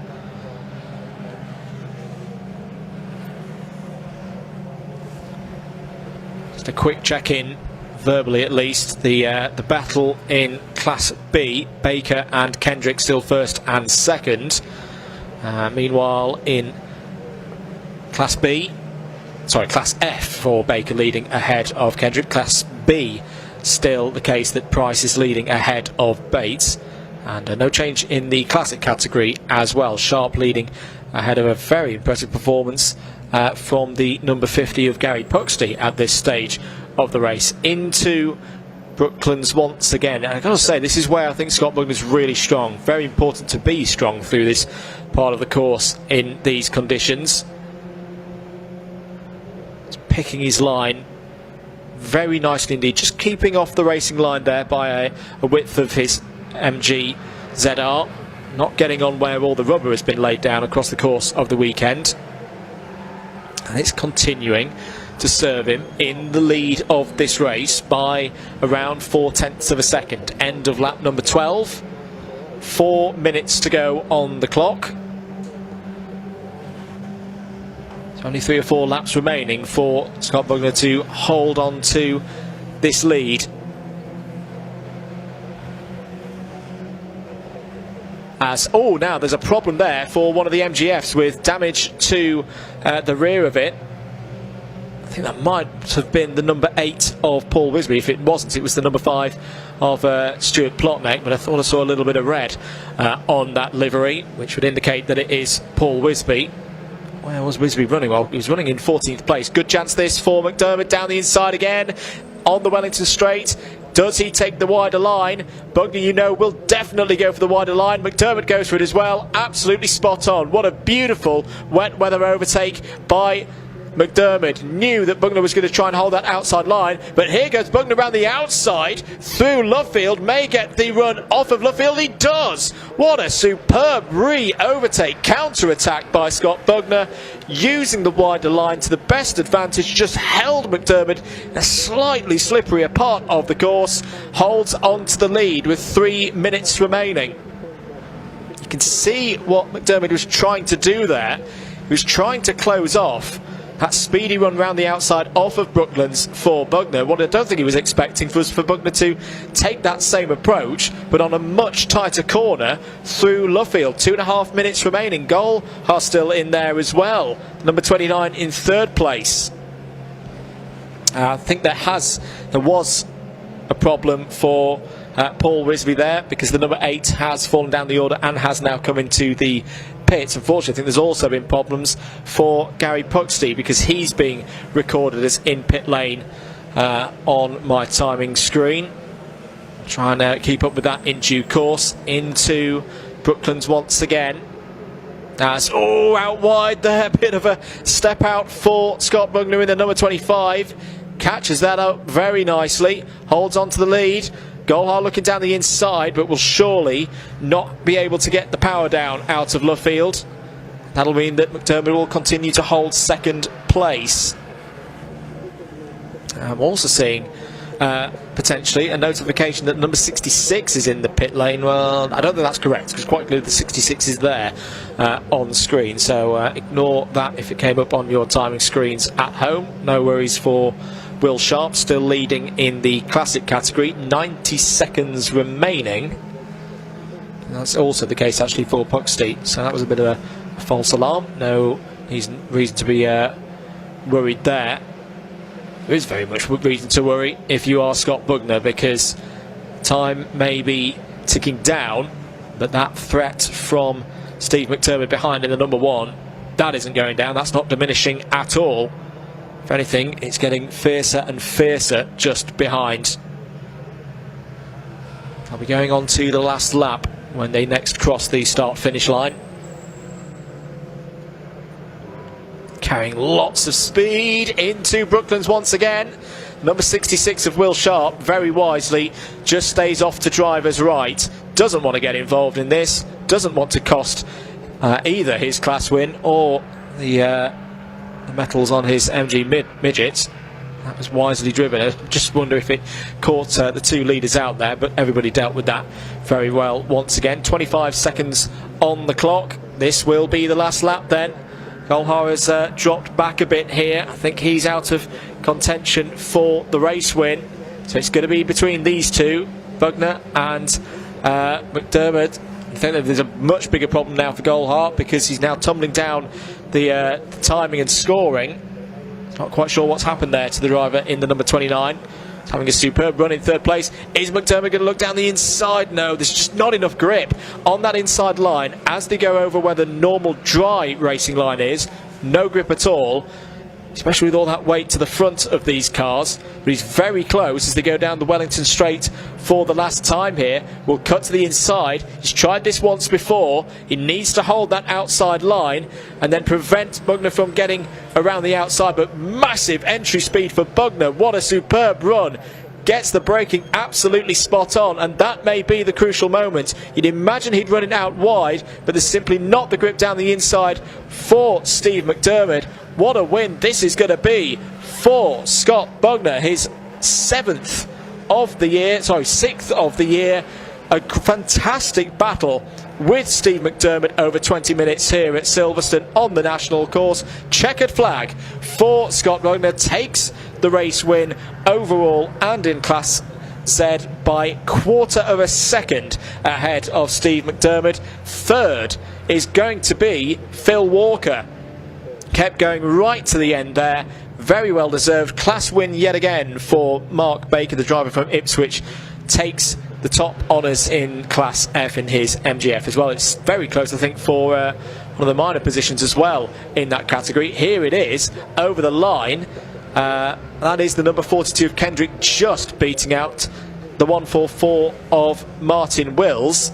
That's how Class F will finish there. Another win in Class for Will Sharp in the number 66. Superb driving for him in the midget. And great to see as well, a win for the number 17, Riley Price from Leicester, takes victory in Class B.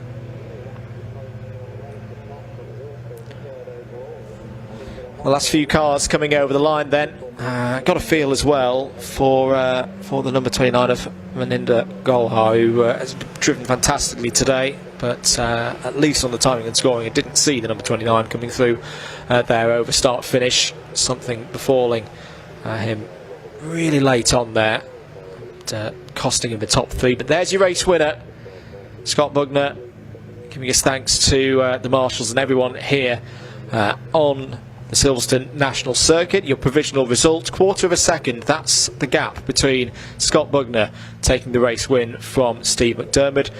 Super drive as well from Phil Walker. Can be very happy with that 3rd place on the road. Another relatively local driver to Silverstone, the driver from Milton Keynes, 12.6 seconds behind the race winner. Mark Baker won out in the end in the battle of the MGFs, takes class victory in 4th place overall. Andrew Priest was in the top 5 overall, 4th of the ZRs home across the finish line. I said it was close over the line between Kendrick and Wills.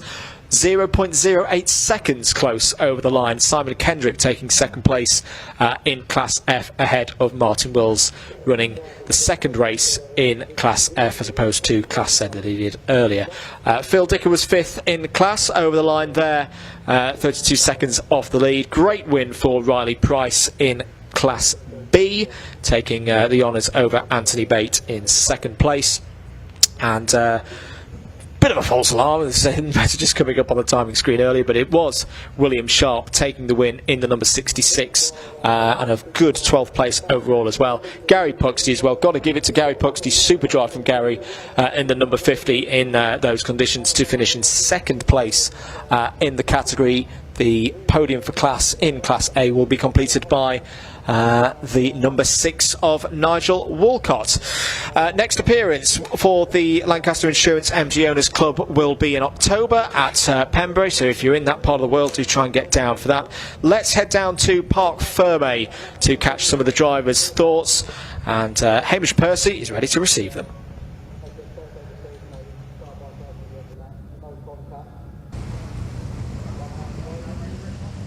Well, what a day we have had down here at Silverstone. What a weekend we've had. 13 races down, 1 more to go. The BMW Championship coming up. But before then, we've just seen the MGOC Championship, and we're going to catch a word with some of the podium places. If we can get round the cars, they're having a chat over here. Just going to speak to Scott. Congratulations, P1. I've just heard you say to Steve, it's one of the best races you've ever done. It was hard, you know, it was slippery, it was greasy, it was drying out in certain places. But like I said, fair play to Steve, you know, no contact. We went side by side nearly every lap. You know, he was on the inside, then outside, and yeah, fair play to him. You know, there's been nothing but respect between us all year, and long may it continue. Well, congratulations on the finish, P1. We're going to catch a word with Steve now. Steve, sorry to interrupt, could we catch a word? How was the race for you? It was hot. It was really close all the way, so couldn't have done any more really. I tried and tried. Just yeah, I wanted to take the car home in one piece, and yeah, happy with what I got. What went wrong? What went right during the race just then? Nothing really went wrong. I tried a few times. I just didn't get far enough in front of him to actually, you know, like be able to block him. But I got there a couple of times, but just not quite enough. So yeah. Better luck next time. Yeah, well, congratulations on P2, Steve. We're going to try and catch a work with Phil just here. Phil, sorry to interrupt. Could we just catch a word with you? Congratulations, P3. Yeah, great. It was really good. I'm not sure I deserved it because Mahindra went off on the last lap, but or a couple of laps from the end. But no, I'm well pleased with 3rd. Yeah, fabulous race. Yeah, really enjoyed it. And what can you take from this race going forward? Buy some new tyres. The ones I've got were a little bit worn. Some decent tyres, and it would have been a different story. But we can all say that, can't we? Yeah, well, congratulations, nevertheless. So, 1 more race to go. The BMW Championship coming up after this.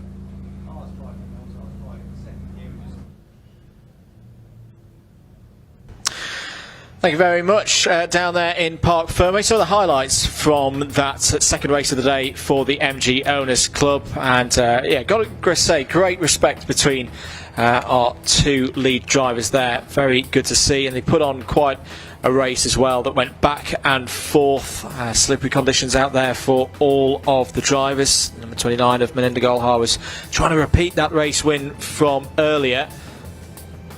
But at the front, Bugner and McDermott continued to battle it out over the race lead. Brooklands was the centre of attention really across the course of that race.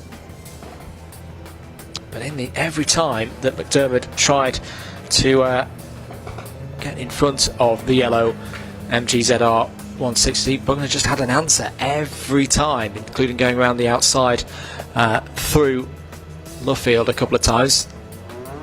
This was one of the big moments, in fact, for McDermott.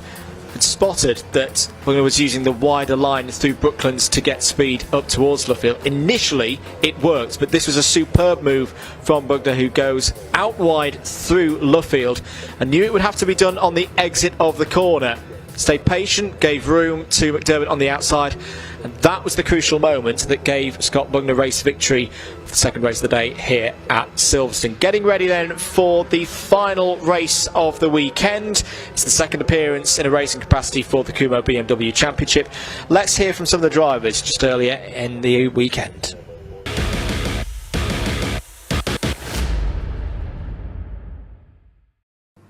Hello, yes, I'm in the BMW paddock now, and I'm joined by a certain father-son duo. We've got Max, we've got Chris, and you share driving this car, right? Exactly that, yeah. We've been a father-son duo since karting in, early 2000s. Yeah, for 15 years or so. And then we've done bits here and there, me driving, then him driving. We thought this weekend, he called me and said, should we split it? It would be a fun family day out. So we've done a family day out today. Everybody's been here, cousins, everything. It's been great. And yeah, split the day. So Dad did this morning's race, did very well. And then I'm just about to enjoy the rain and have a go and race too. So it should be good. So I love it. Family day out down here at Silverstone. And Chris, how did this morning go? Well, actually, qualifying was a bit crazy, but we did really, really well. We had to come in and swap halfway through, so I really only had 4 laps, and then Max did the rest, so that was a bit crazy, never done that before. Race was brilliant, but it was in the dry. Now Max has got all the challenge because it's now going to be in the wet. So, yeah, great day though, a good family day today. And Max, going into this race, obviously, as your father said, the conditions have changed. Yeah. What are your thoughts going into the race now? I'm starting last because unfortunately the qualification from race 1 does race 2, so my qualifying doesn't actually count. So fourth fastest this morning in qualifying. So starting last, we're going to go forwards. It should be good fun. I'm looking forward to it. Pick up a few cars and have a laugh. Well, there we go. Father-son duo here, Chris and Max, driving in the BMW Championship. Good luck for later on today. Thank you. Yeah, and I found another driver in the BMW paddock. I'm here with Tommy. Tommy, how was the race this morning? Yeah, it was great fun. It was really good fun until my mate overtook me a couple of laps in the end.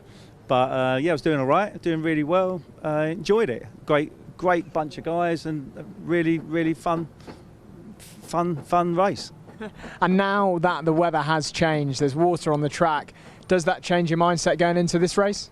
Yeah, because it's kind of, it's not wet and it's not dry, so it's probably the hardest conditions really. But we've gone for something intermediate. And hopefully it won't rain anymore and it will slowly dry out, which will suit me. Yeah, and how about racing on this track, Silverstone? How is it? Yeah, I love it. This is obviously the national, so it's a small circuit, but it's like minute laps, so it's good fun. Nice and quick. Yeah, it's nice. I enjoy it.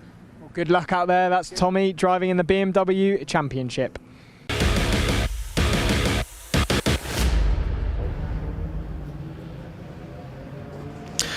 Absolutely, great to hear from Tommy Grout there. Let's have a look at the grid for the final race of the day. This is set by the results from race 1 earlier on in the afternoon. Brian Bransom has pole position in his BMW M3 Compact. Also, of course, class pole position in Class A. James Card joins him on the front row. Apologies, we're not going to have time. No, there's an extra formation lap, so we will be able to continue with the grid there. So we'll go with the second row of the grid. Jason West in the number 76 will start third. Was a big factor in the battle for the lead, and threw everything at it. Had a spin at Luffield corner. We thought for a moment that he may have had a technical problem. It was such a wild moment, but it was him just pushing to the absolute limit. So he'll start from third in this one. Jazz Sapra starts P4, also on the second row of the grid. Ian Crisp is the last of those in Class A, starts P5. John Cockerton took the win in Class B in the previous race, will start from row 3 overall. Tommy Grout, who we just heard from there, will be on row 4 alongside Kevin Denwood, who is the points leader not just in Class B but also in the Kumho BMW Championship overall as well. 2 Class C runners form up row number 5. Klaus Kuka and Giuseppe Calari had a great scrap in the first race. Expect them to go wheel to wheel across the course of the next 20 minutes. Moving on to row number 6, Peter Miller in the number 50 will start alongside Trevor Ford in the number 25. Stuart Amphlett starts alongside Max Walton, who now receives the car from his dad. Chris started towards the back of the field in the first race, gained some good time on the rest of the competition. Let's see what Max can do here in the last race of the day. Paul Wood, the invitational entry, the number 85, will form up the back of the grid in this one, not counting for points in this race. So do bear that in mind if you see the number 85 tearing through. It's a class at the discretion of the organisers for pretty much any and all BMW in a race prepared and legal manner. The classes in this championship ranging from A down to E. No E category cars here today, but the details all on the championship website detailing which engines are applicable. Basically, the A's the most powerful, B's the second most powerful, then the C's and the D's, and then of course the invitational entry as we mentioned. Right, we are ready to go, right on cue for the last race of the day. 20 minutes for the Kumho BMW Championship, heading towards the end of their season. Very important run here to the end of the year. Can Brian Bransom convert this pole position into another race victory? Away we go for 20 minutes. Good start for both of those drivers on the front row of the grid. James Carter, I think he's going to at least challenge for the lead into Copse Corner, and gets the lead through Copse Corner. Fantastic start for Card there in car number 32. Jason West has had a decent run from the line as well in the number 76. Heading down into Beckett's for the first time. Is West perhaps looking for second place there? Out wide is Bransom, and he's going to be in trouble on those cold tyres. Got on to the 2. You can see on the outside a lot of water there through Beckett, and that was not to the benefit of Brian Bransom. Loses a spot. 2 spots from the very start of the race. And James Card got that absolutely spot on. You see, the track conditions have changed since the last race start we saw. I'd say there are very much wet patches of the course now, but also drying patches, damp patches.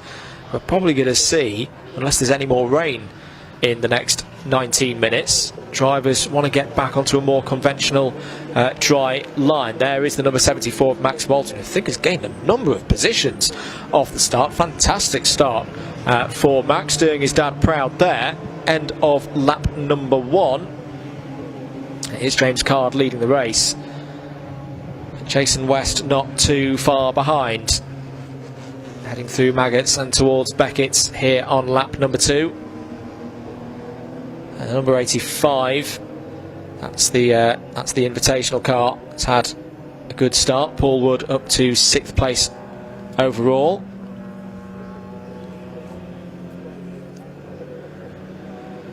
Leaders going down into Brooklands.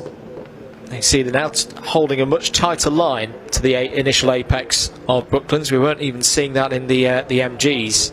The Silverstone circuit can change very quickly either way, from wet to dry and wet through to damp and damp to dry. That is a skill in itself. Drivers will need to be on top of that for one of the longer races that we've got here this weekend in terms of time. So pace at the moment for the race leader, 1 minute 4.535. That time around for James Card. Jason West a few tenths off that pace at the moment. Has had a good start to this lap, closing in as they go towards Beckett. Oh, I think West has got a bit deep on the brakes there. Good recovery, very good recovery. Just saw the front axle slide there, going through the Maggots kink and then committing into Beckett's.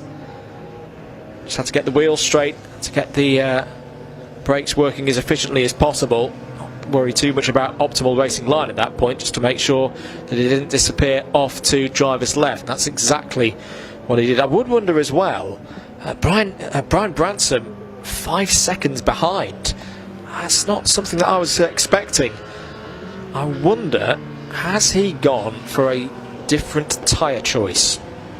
Because the pace that we saw earlier for Brian Branson just seems to have completely gone. Now, if he has gone for a less treaded tyre in these damp conditions, let's just keep monitoring that, because if the track continues to dry, that could be a bit of a masterstroke.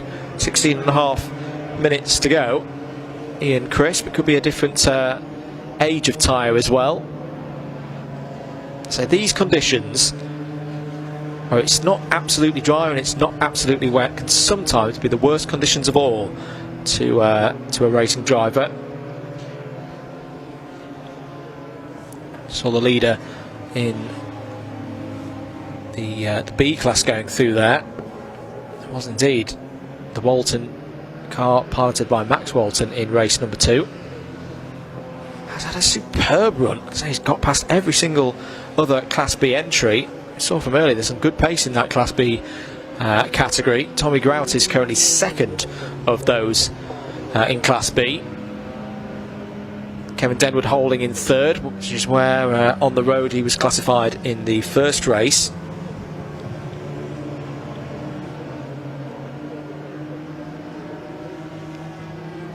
.15.5 minutes to go. There is the number 26. What is the pace like for Branson at the moment? Well, say title tyre choice unknown at the moment. 1 minute 6.967. So it's not really coming down the lap times for the number 26. 5 minutes of the race gone. Card continuing to lead ahead of West. This is the number 85 of Paul Wood, which we didn't see in the first race, didn't start. I thought I heard it out on circuit, but it didn't actually complete any racing laps last time around. So the number 85 out there, currently in 5th place overall, not scoring any championship points, but still putting on some really good entertainment for the folks here at Silverstone in the rain in mid-September. What more could you want? Over the line then to start lap number 6. There are your two leaders, James Card and Jason West going through shot. The number 25 circulating out there as well. That's Trevor Ford. Very late entry, but great to have another car on the grid here for the Kumho BMW Championship. I should note, unfortunately, I don't think we have Stuart Amphlett in this race. We saw him pull off the road with a presumed mechanical failure in the first race, and I'm going to presume even harder now, because not seeing Stuart out indicates that there's quite a serious issue, not able to be repaired here at the circuit, and unfortunately that is the end of his racing activities here today. Still green conditions here though for everybody else running. Good driving by all out there with 13.5 minutes remaining in this race. No move yet from Jason West to try and get to the front of this order, though he had a very good run there down into Copse Corner, so much so that James Card has to depend on the inside through Copse.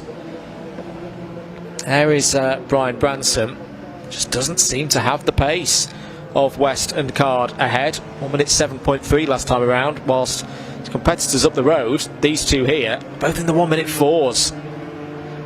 Even with them fighting tooth and nail over this first place. Good new fastest lap of the race in class, I think, for Max Walton. 1 minute 7.825 means he still leads. There he is in the number 74 in Class B. And I'm also seeing there on timing information that number 7 of Kevin Denwood may be in the pits now. If that is true, that could be quite a story, developing story for the championship leader. not only in Class B but also once all the classes are summed together for the overall championship picture. Leaders go past the number 77 of Klaus Kuka there, currently running in second place in Class C. Good run so far for Giuseppe Calari. Car number 82 will be presumably the next car for the leaders to navigate their way by. They're into that phase of the race, the lapping drivers for the first time. You also see the 101 of John Cockton going through shot as well. That took a great win in class in the first race, finding things a little bit harder here in the wet conditions. Currently ranked 4th in Class B. This is a good chance for West down into Brooklands, but is it going to be arrested by the arrival on the scene of some backmarkers, or is it going to give an opportunity? There was a Peter Daybury coming off one of the cars there. Good driving from those going a lap down, just holding a lane on the inside for the leaders to come through. But I did just see something that looks circular coming up. I didn't know whether it was a part of a hubcap or a bit of dirt or something just falling off one of those 4 cars. All of them seem to be running okay for now, though. Approaching the midway stage of this race, James Card continues to lead for that great start from second on the grid.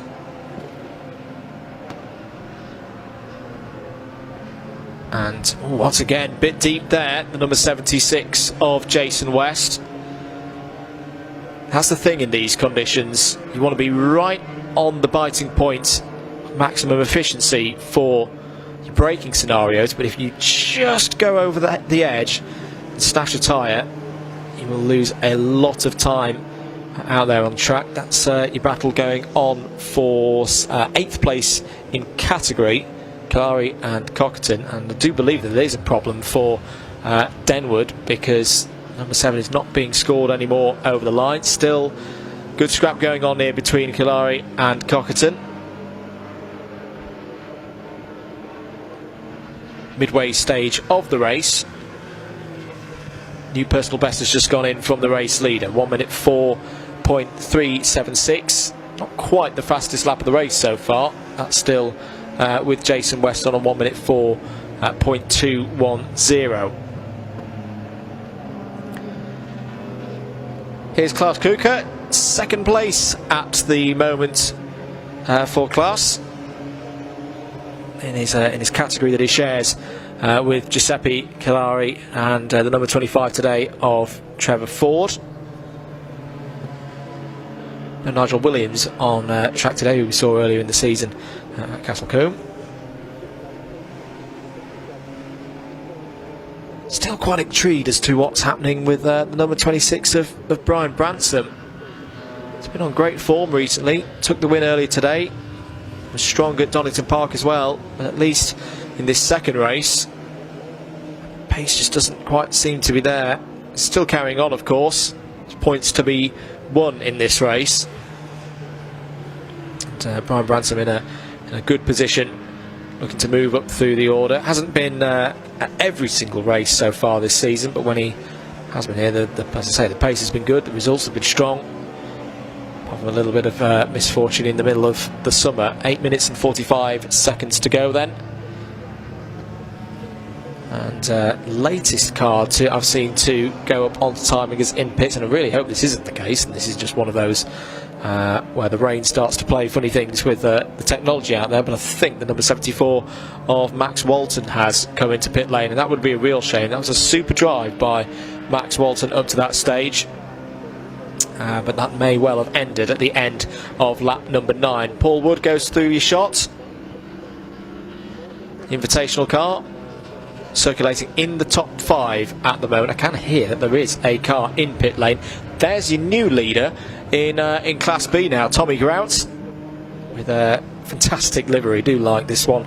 I've seen it around a few times. I remember him racing at Donington Park on the British GT support, I think back end of last year. Bit of a homage with the style of livery to the Williams BMW Formula 1 cars in the early 2000s, but with his own take on it as well. Great character in the pits. 7.5 minutes to go then Card still leading, 1 second clear of West at the moment, and it's those two very much quicker than the rest of the order. They've got a 25 growing to 26 second gap ahead of Brian Bransom in third. Ian Crispin, the number 10, continues to run in fourth place overall. Paul Wood, outside of the main category classifications, runs fifth overall as the single invitational entry here this weekend. Tommy Grass, as mentioned, leads in Class B and is in sixth place overall, and it's another class leader next behind him in the overall order, the number 82 of Giuseppe Calari, leading in Class C. John Cockerton, the leader in the Class B entry from the previous race, is next up, currently second in his Class B, as fighting with Tommy Grout. Here is a new battle. This is for third place, and this is Ian Crisp having a look down the inside. Is it into Copse Corner? Just pulls out of that one. It's a great opportunity here for Ian Crisp. The only time he's been in the top three in class so far this season was one single third place at Castle Coombe. There's a really good opportunity here to get another one at Silverstone. 6 minutes to find a way past a seemingly ailing Brian Bransom. Not happy with the car at all, I'd imagine. He would have been wanting to be part of this fight at the front. It's just falling back now. He's setting faster lap times than he's done so before in this race. A 1 minute 6.623. In fact, both of these drivers setting personal best on their last laps round the national layout. They're still a good chunk slower than the two ahead, Card and West, who are in the low 1 minute 5s. 5.5 minutes to go. Can confirm that it does look like Walton has fallen down to the bottom of the timings. Well, I do hope we see that we see the father and son duo of the Waltons back out again, because they've been great to have in the paddock this weekend. Another little look from Ian Crisp into Copse Corner. Brian Bransom, who dealt with this a little bit in the first race of the day for the race win in that one, will know which lines to pick just to hold himself there in third place. The question is, has he got the remaining performance to hold off Ian Crisp for the remaining 5 minutes in this race? Update from the 101 of John Cockerton. John's just gone quicker than he has so far in this race. 1 minute 11.5 is closing in on Kalari for 7th place overall. Less than a second behind now. And I'm hearing there's potentially Jason West in the pit lane, or maybe not. That was a glitch that we've been seeing a couple of times. So no, Jason West is continuing round. 4 minutes and 15 seconds to go. Good to see that number 7 is back out again, Kevin Denwood, because of course by finishing the race there's an opportunity to get more points here. So that is why Kevin Denwood will keep circulating, because if he wants to win the championship overall, he needs the point that he can get. Less than 4 minutes to go then. Still the closest battle out on circuit, this one over third place overall and in Class A. Brian Bransom, Ian Crisp. Heading down the Wellington Straight here on what is their 15th lap of the race. Leaders cross start finish. Pace still good, 1 minute 5.005 for Jason Card. He's got 5.4 seconds over Jason West, so James Card looking good for what would be a first win of the season. It's had a flurry of second places in class.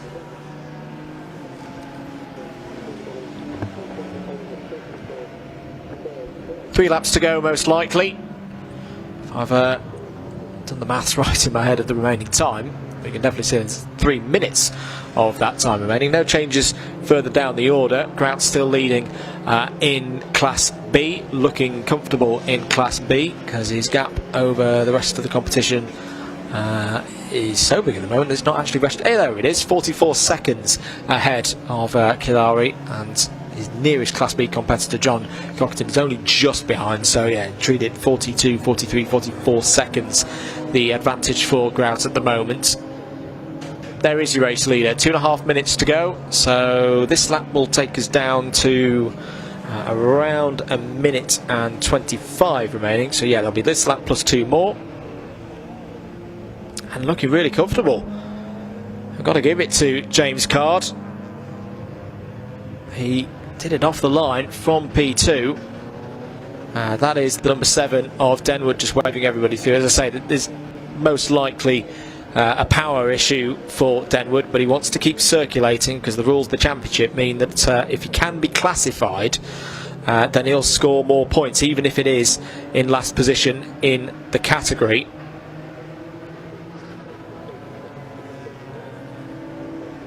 Interesting development going on here. Looks like Klaus Krieger's really closed in to John Cockton, but more importantly, his class rival, Class C Giuseppe Calari, is your leader. And now, with only 90 seconds remaining on the clock, and they're all going to get lapped by the race leader as well, i.e. not be split, as Cockton nearly coming together there with Card. That'll be a bit of a scary moment for Card. 4.6 seconds out front. Was able to deal with that okay. So number 82 at the front of this train, that's Giuseppe Calari. He's your Class C leader. He wants to let the number 32 through and then try and just stay with the number 32 for as long as possible. He does not want to fall into the clutches of the 2 cars behind, because of those 2 cars, in there is his closest rival for the class victory and the big haul of points for winning your class in this championship. 40 seconds to go. James Card is on for his first 20-point haul of the season for winning overall and of course in Class A. That's how the points work in this championship. Any class winner, as long as it's got more than 2 entries, will score 20 points. 18 for second, 16 for third, 15, 14. You get the picture all the way down to a DNF, which you do get points for, but only 3 points for. As I said, that's why Denwood's continuing to circulate round, because if he can pick up points for an off-the-pace 5th place, that is better than having a DNF, probably to the tune of around 10 or 11 points, which could be crucial at the end of the year. The BMW Championship goes to whichever driver has relatively done best in their class. That remains to be seen, because there's more races to come, of course. But for James Card, this is going to be very special indeed. Started on the front row of the grid, got a fantastic start, passed Brian Bransom on the first lap, then had to hold himself under the pressure from Jason West. He did so, pulled out a lead, and is going to win at Silverstone and take a first Class A victory of the year in the Kumho BMW Championship. In the last race of the day, across the line, a fantastic win for James Card. The results will say that he wins by around 3 seconds ahead of Jason West. He'll be happy with more points there in second. Giuseppe Calari does hold on for the win in Class C there, but only just. John Cockerson in between himself and second place in Class C, going to Klaus Krieger. We're waiting to see Tommy Grout come round to take the win. There is Tommy Grout taking Class B victory. Very good result indeed for Tommy Grout. Been great to have him here this weekend. And that will be the major positions confirmed. Brian Branson did hold on for 3rd place ahead of Ian Crisp there, so takes at least a good haul of points on that basis, and won the first race as well, so everything's to be pleased about at the end of this weekend. There is Kevin Denwood. So Kevin Denwood remains to see in terms of how many laps he's completed and whether that will be classified as a finish. If it is, that'll be points for 5th place. Not probably what he would have wanted at the start of this weekend, but it is more points to add to the tally that he had before this 20-minute exposure to the elements here at Silverstone. That is all of our drivers across the line. Let's have a look at the final provisional results of the day. James Card takes the first win of the year by nearly 5 seconds ahead of Jason West. Brian Bransom, a difficult time out there, but at least will be on the class podium there in 3rd. Ian Crisp was pushing him all the way and is classified 4th. Paul Wood, the Invitational, won't score points for being first of the Invitationals, and well, good response after having not been able to start earlier. Finishes in 5th place overall. Good win as well for Tommy Grout, the first of the Class B's home, the only car 1 lap down from the leader. Everybody else was at least 2 laps or further from this point in. Good win as well for Giuseppe Collari. He's had a very good day in the number 82. Another win for him in Class C. John Cockerton was second in Class B. And what was that? That was 8th place overall for him. Klaus Kuika and Trevor Ford completing the top 10. Very good stuff from the Kumho BMW Championship. So the cars head into Parc Ferme. That is the last race of the day. And I think we've got one more opportunity to head down to Hamish Percy in Parc Ferme, as he's waiting to meet the Kumho BMW Championship drivers coming in after their race.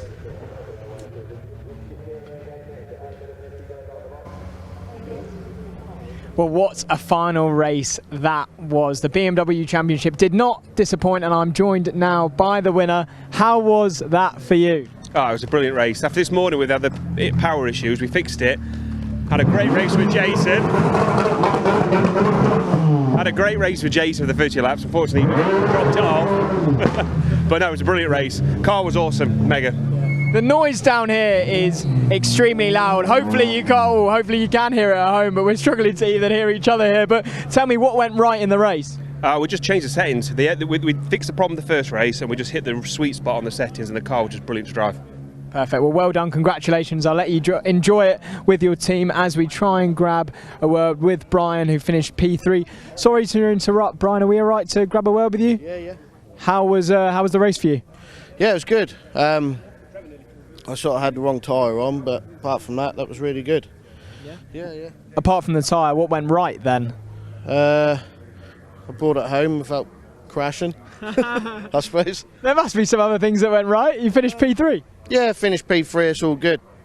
They just sort of peeled off straight away. We thought it was a bit too dry for wets, so we put the intermediates on, but it's still so greasy out there, it's unreal. So it wasn't really a great tyre option. But yeah, brought it home P3, so yeah, it's all good. Car's in one bit, so yeah. Congratulations, Brian. I'll let you get off, and we're going to try and grab a word with the second place. Could we grab a word quickly, or sorry? How was that for you? It was awesome fun. Yeah, it was amazingly good fun. It was hilarious. And James normally doesn't like the wet, but he drove brilliantly. And we were all over him, but sadly there was into the right-hander at the back here. It was either run into the back of him or take avoiding action. So that's why we ended up with the gap, and I just couldn't quite close it. But these things are awesome in the wet. They're just hilarious to drive, and really good fun and good, clean, close racing, as it always is with the Kumho. So yeah, it was awesome. Well, congratulations. I'll let you enjoy your P2 result, and 20 races over the weekend. We had 6 yesterday, 14 today, none of them disappointed. We've been here at the home of British motor racing, and I'm going to hand back to Andrew in commentary to wrap up the day.